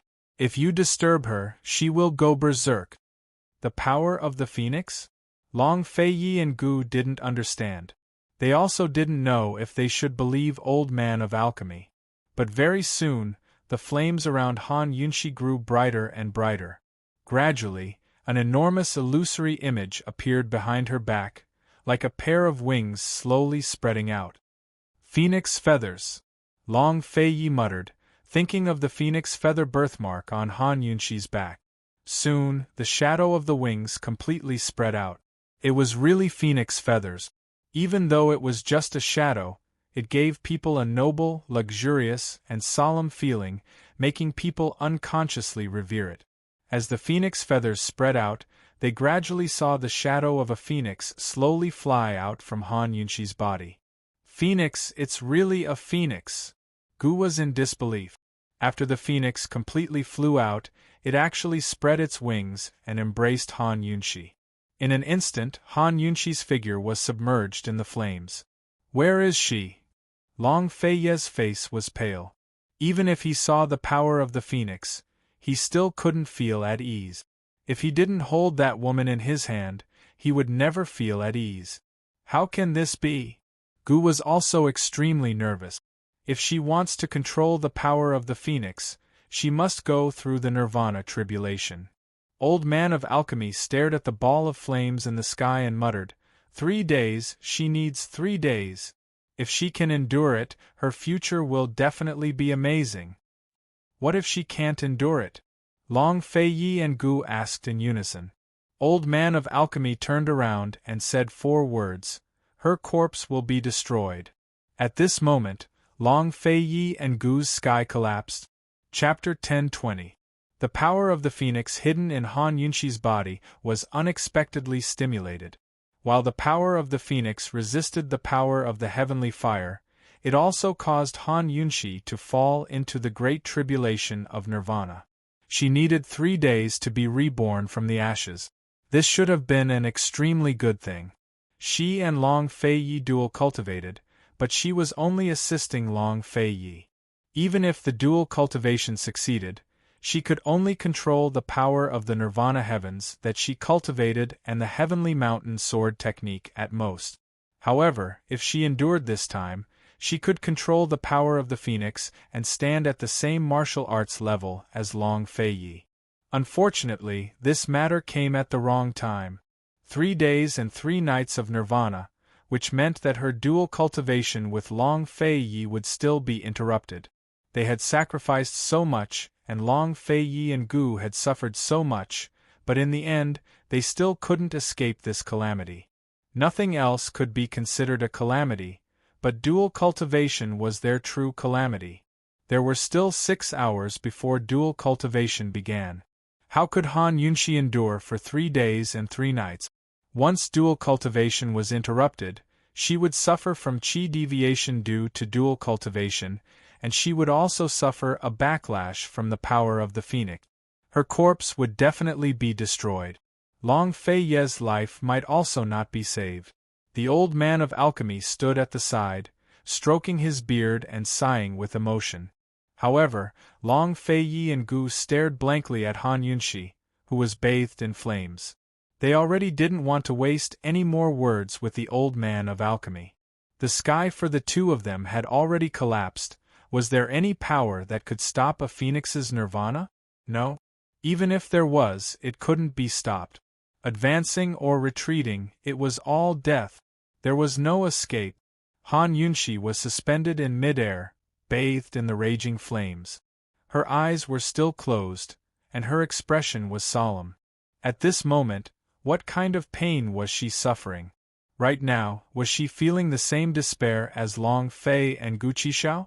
Advancing or retreating meant death. She would die sooner or later. Had she already given up? Was she also waiting for time to pass? All that was left for them was to wait, and they only had 6 hours to wait. It was said that waiting time always passed very slowly. However, this time, Long Fei Yi and Gu both felt that these 6 hours had passed extremely quickly. They had clearly only been in a daze for a short while. How did time pass so quickly? Looking at Han Yunxi's quiet face, Long Fei Yi suddenly felt a little absent-minded. She was clearly right in front of him, but he felt like she was gradually getting further and further away. Even the memories of these years seemed to be fading away. He had never thought that a woman would walk into his life, walk into his heart, walk hand in hand with him, fight side by side.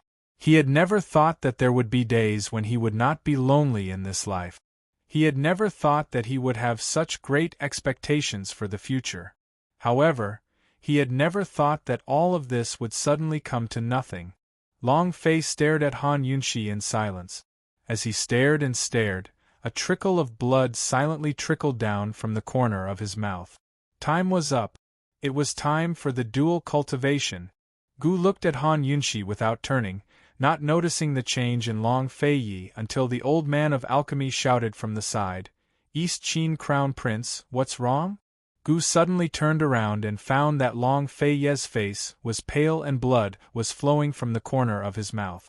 Gu finally realized that the time for the dual cultivation was up. If they didn't immediately start the dual cultivation, Long Fei Yi would go crazy. Long Fei Yi was already like this, then what about Han Yunxi? The lustbite energy had already begun to mess around in Long Fei Ye's organs, but Long Fei Yi ignored it. His eyes were still on Han Yunxi. His tone was calm and indifferent. Gu, we might have to hand everything over to you.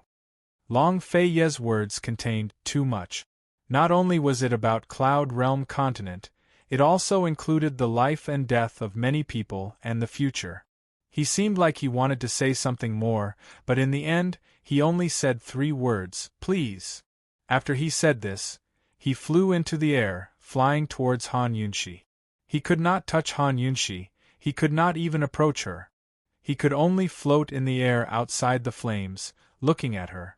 When he saw the blood flowing from the corner of her mouth, his heart tightened.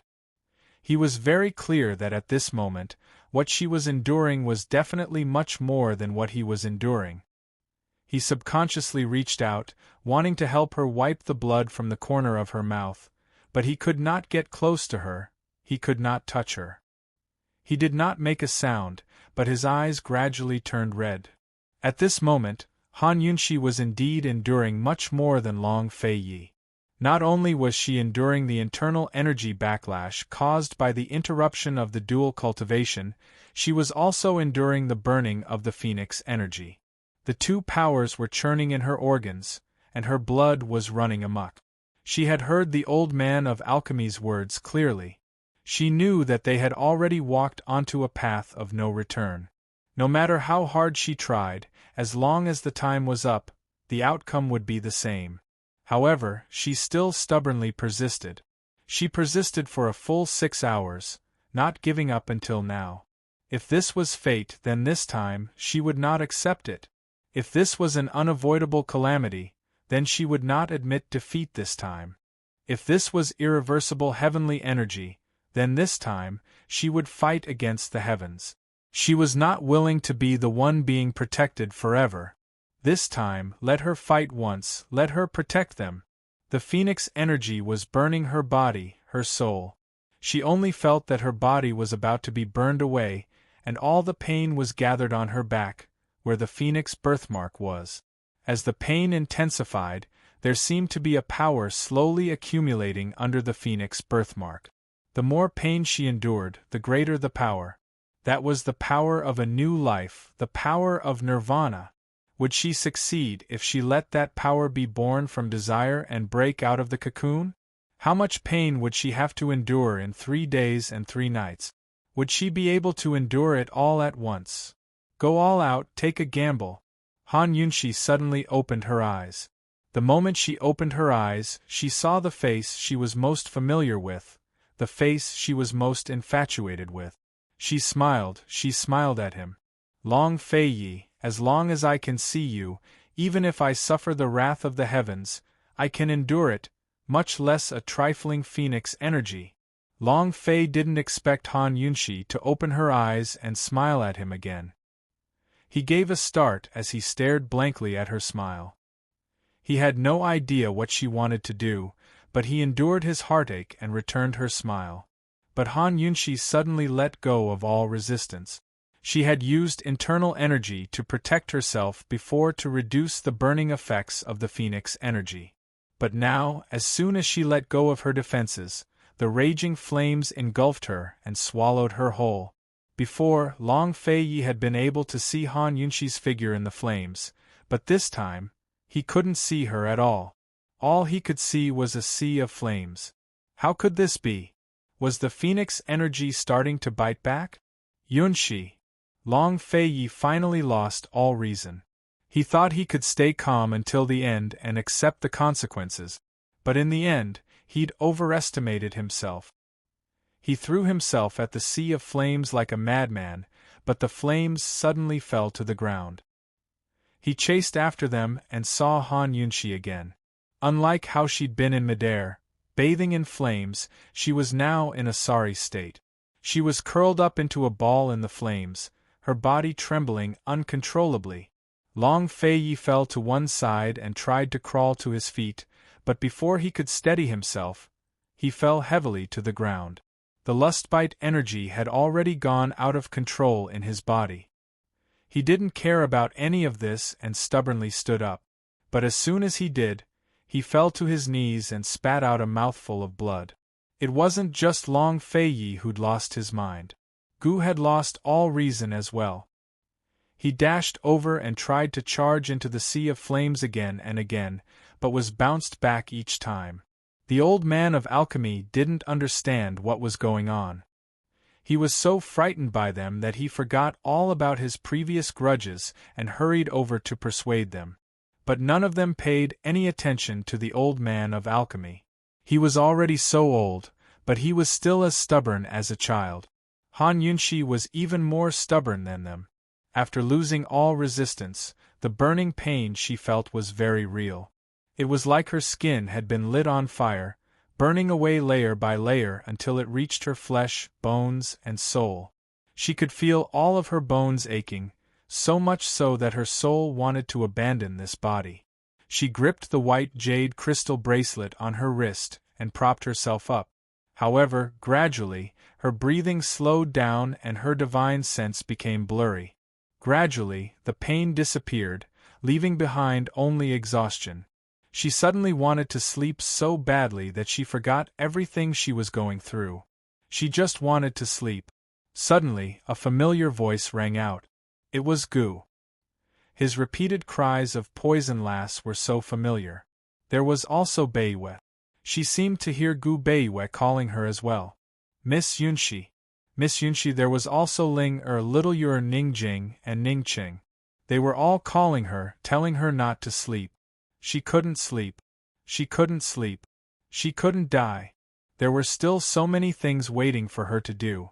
There were still so many people waiting for her to save them. Where was Long Feiyi? Why couldn't she hear Long Feiyi's voice? Long Feiyi needed her even more. Han Yunxi's eyes flew open, and she stood up in the raging flames. She held her breath and focused her mind, focusing all of her consciousness on the phoenix birthmark on her back. In a flash, all of the pain returned, surging madly from all over her body towards the birthmark. This was pain, but it was also phoenix energy. What was supposed to be 3 days and 3 nights of slow suffering, Han Yunxi took it all in one go. When all of the energy poured into her back, the flames in the air suddenly gathered together to form a giant phoenix. It viciously slammed into the phoenix birthmark on Han Yunxi's back, and surged into her body. Han Yunxi raised her head and let out a miserable cry before her entire body crashed to the ground. The flames vanished without a trace, and everything returned to calm. Han Yunxi lay sprawled on the ground while Gu knelt on her right, staring at her blankly. The old man of alchemy was on one side as well, filled with disbelief. Han Yunxi only felt a wave of energy stir behind her back. It seemed to be phoenix energy, but she didn't know if she'd lost it or gained it. She only knew that all of the blood in her body was flowing in reverse. If she didn't dual cultivate now, there wouldn't be any time left. Long Feiyi. She looked around in panic, but she couldn't see Long Feiyi. Where was Long Feiyi? She was about to get up, but someone suddenly wrapped his arms around her waist from behind and pulled her into a familiar embrace. Han Yunxi, let me hug you for a while. It'll be fine in a while.